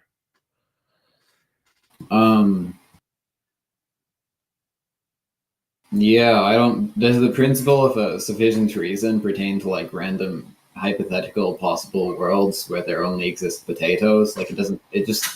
I just haven't thought about it, but it depends which PSR you go for. If you're going for the PSR that says all contingent things must have some explanation or all events must have some explanation, then yeah, even the logical possibility of one event not having an explanation would refute the PSR. So if you're going for like a weak PSR or something, maybe not. How do you know that the possible world with the potato does not have an explanation? Like on what grounds are you Because negating? I literally defined that possible world. So possible worlds, just ways the world could be. One possible way the world could be, potato, uncaused, existing, only thing. That's it. So it's one of the possible worlds. I'm defining that one possible world is the one I'm speaking about. So if it was created by something else, that's not the word I'm speaking about. I'm only speaking about the one where the potato is a brute fact and it wasn't caused by anything else. Do you believe this possible world is like currently ontologically real in a latent sense? I'm not a modal ontic realist. Yeah, so I mean, the ontology of this possible world is founded or contingent on your thinking about it or entertaining its possibility. So it's not an uncaused plane or thing. No, if there's no logical contradiction in it, then that means that it's possible, which means there's no logical contradiction. Therefore, the PSR, one of the principles is false.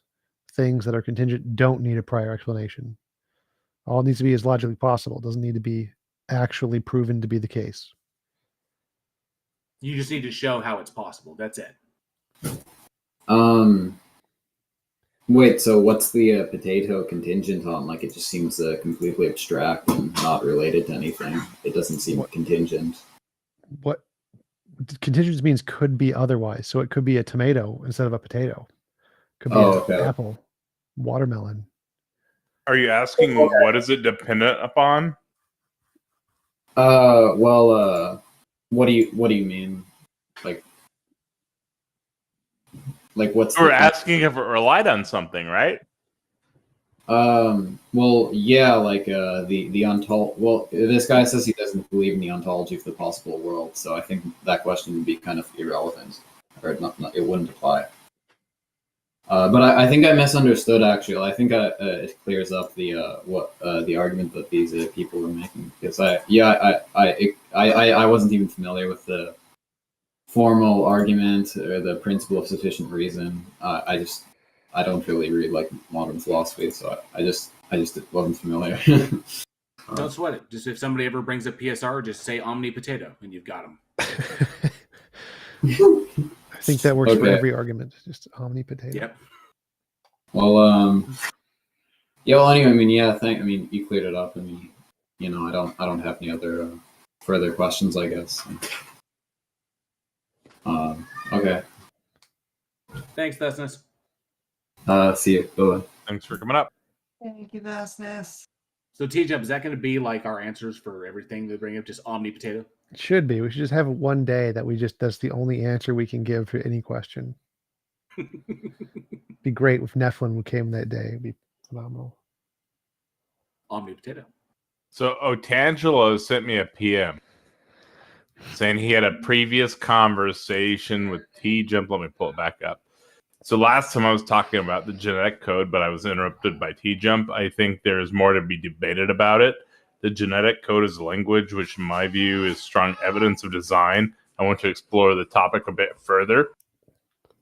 That's from Otangelo, so maybe he'll come up.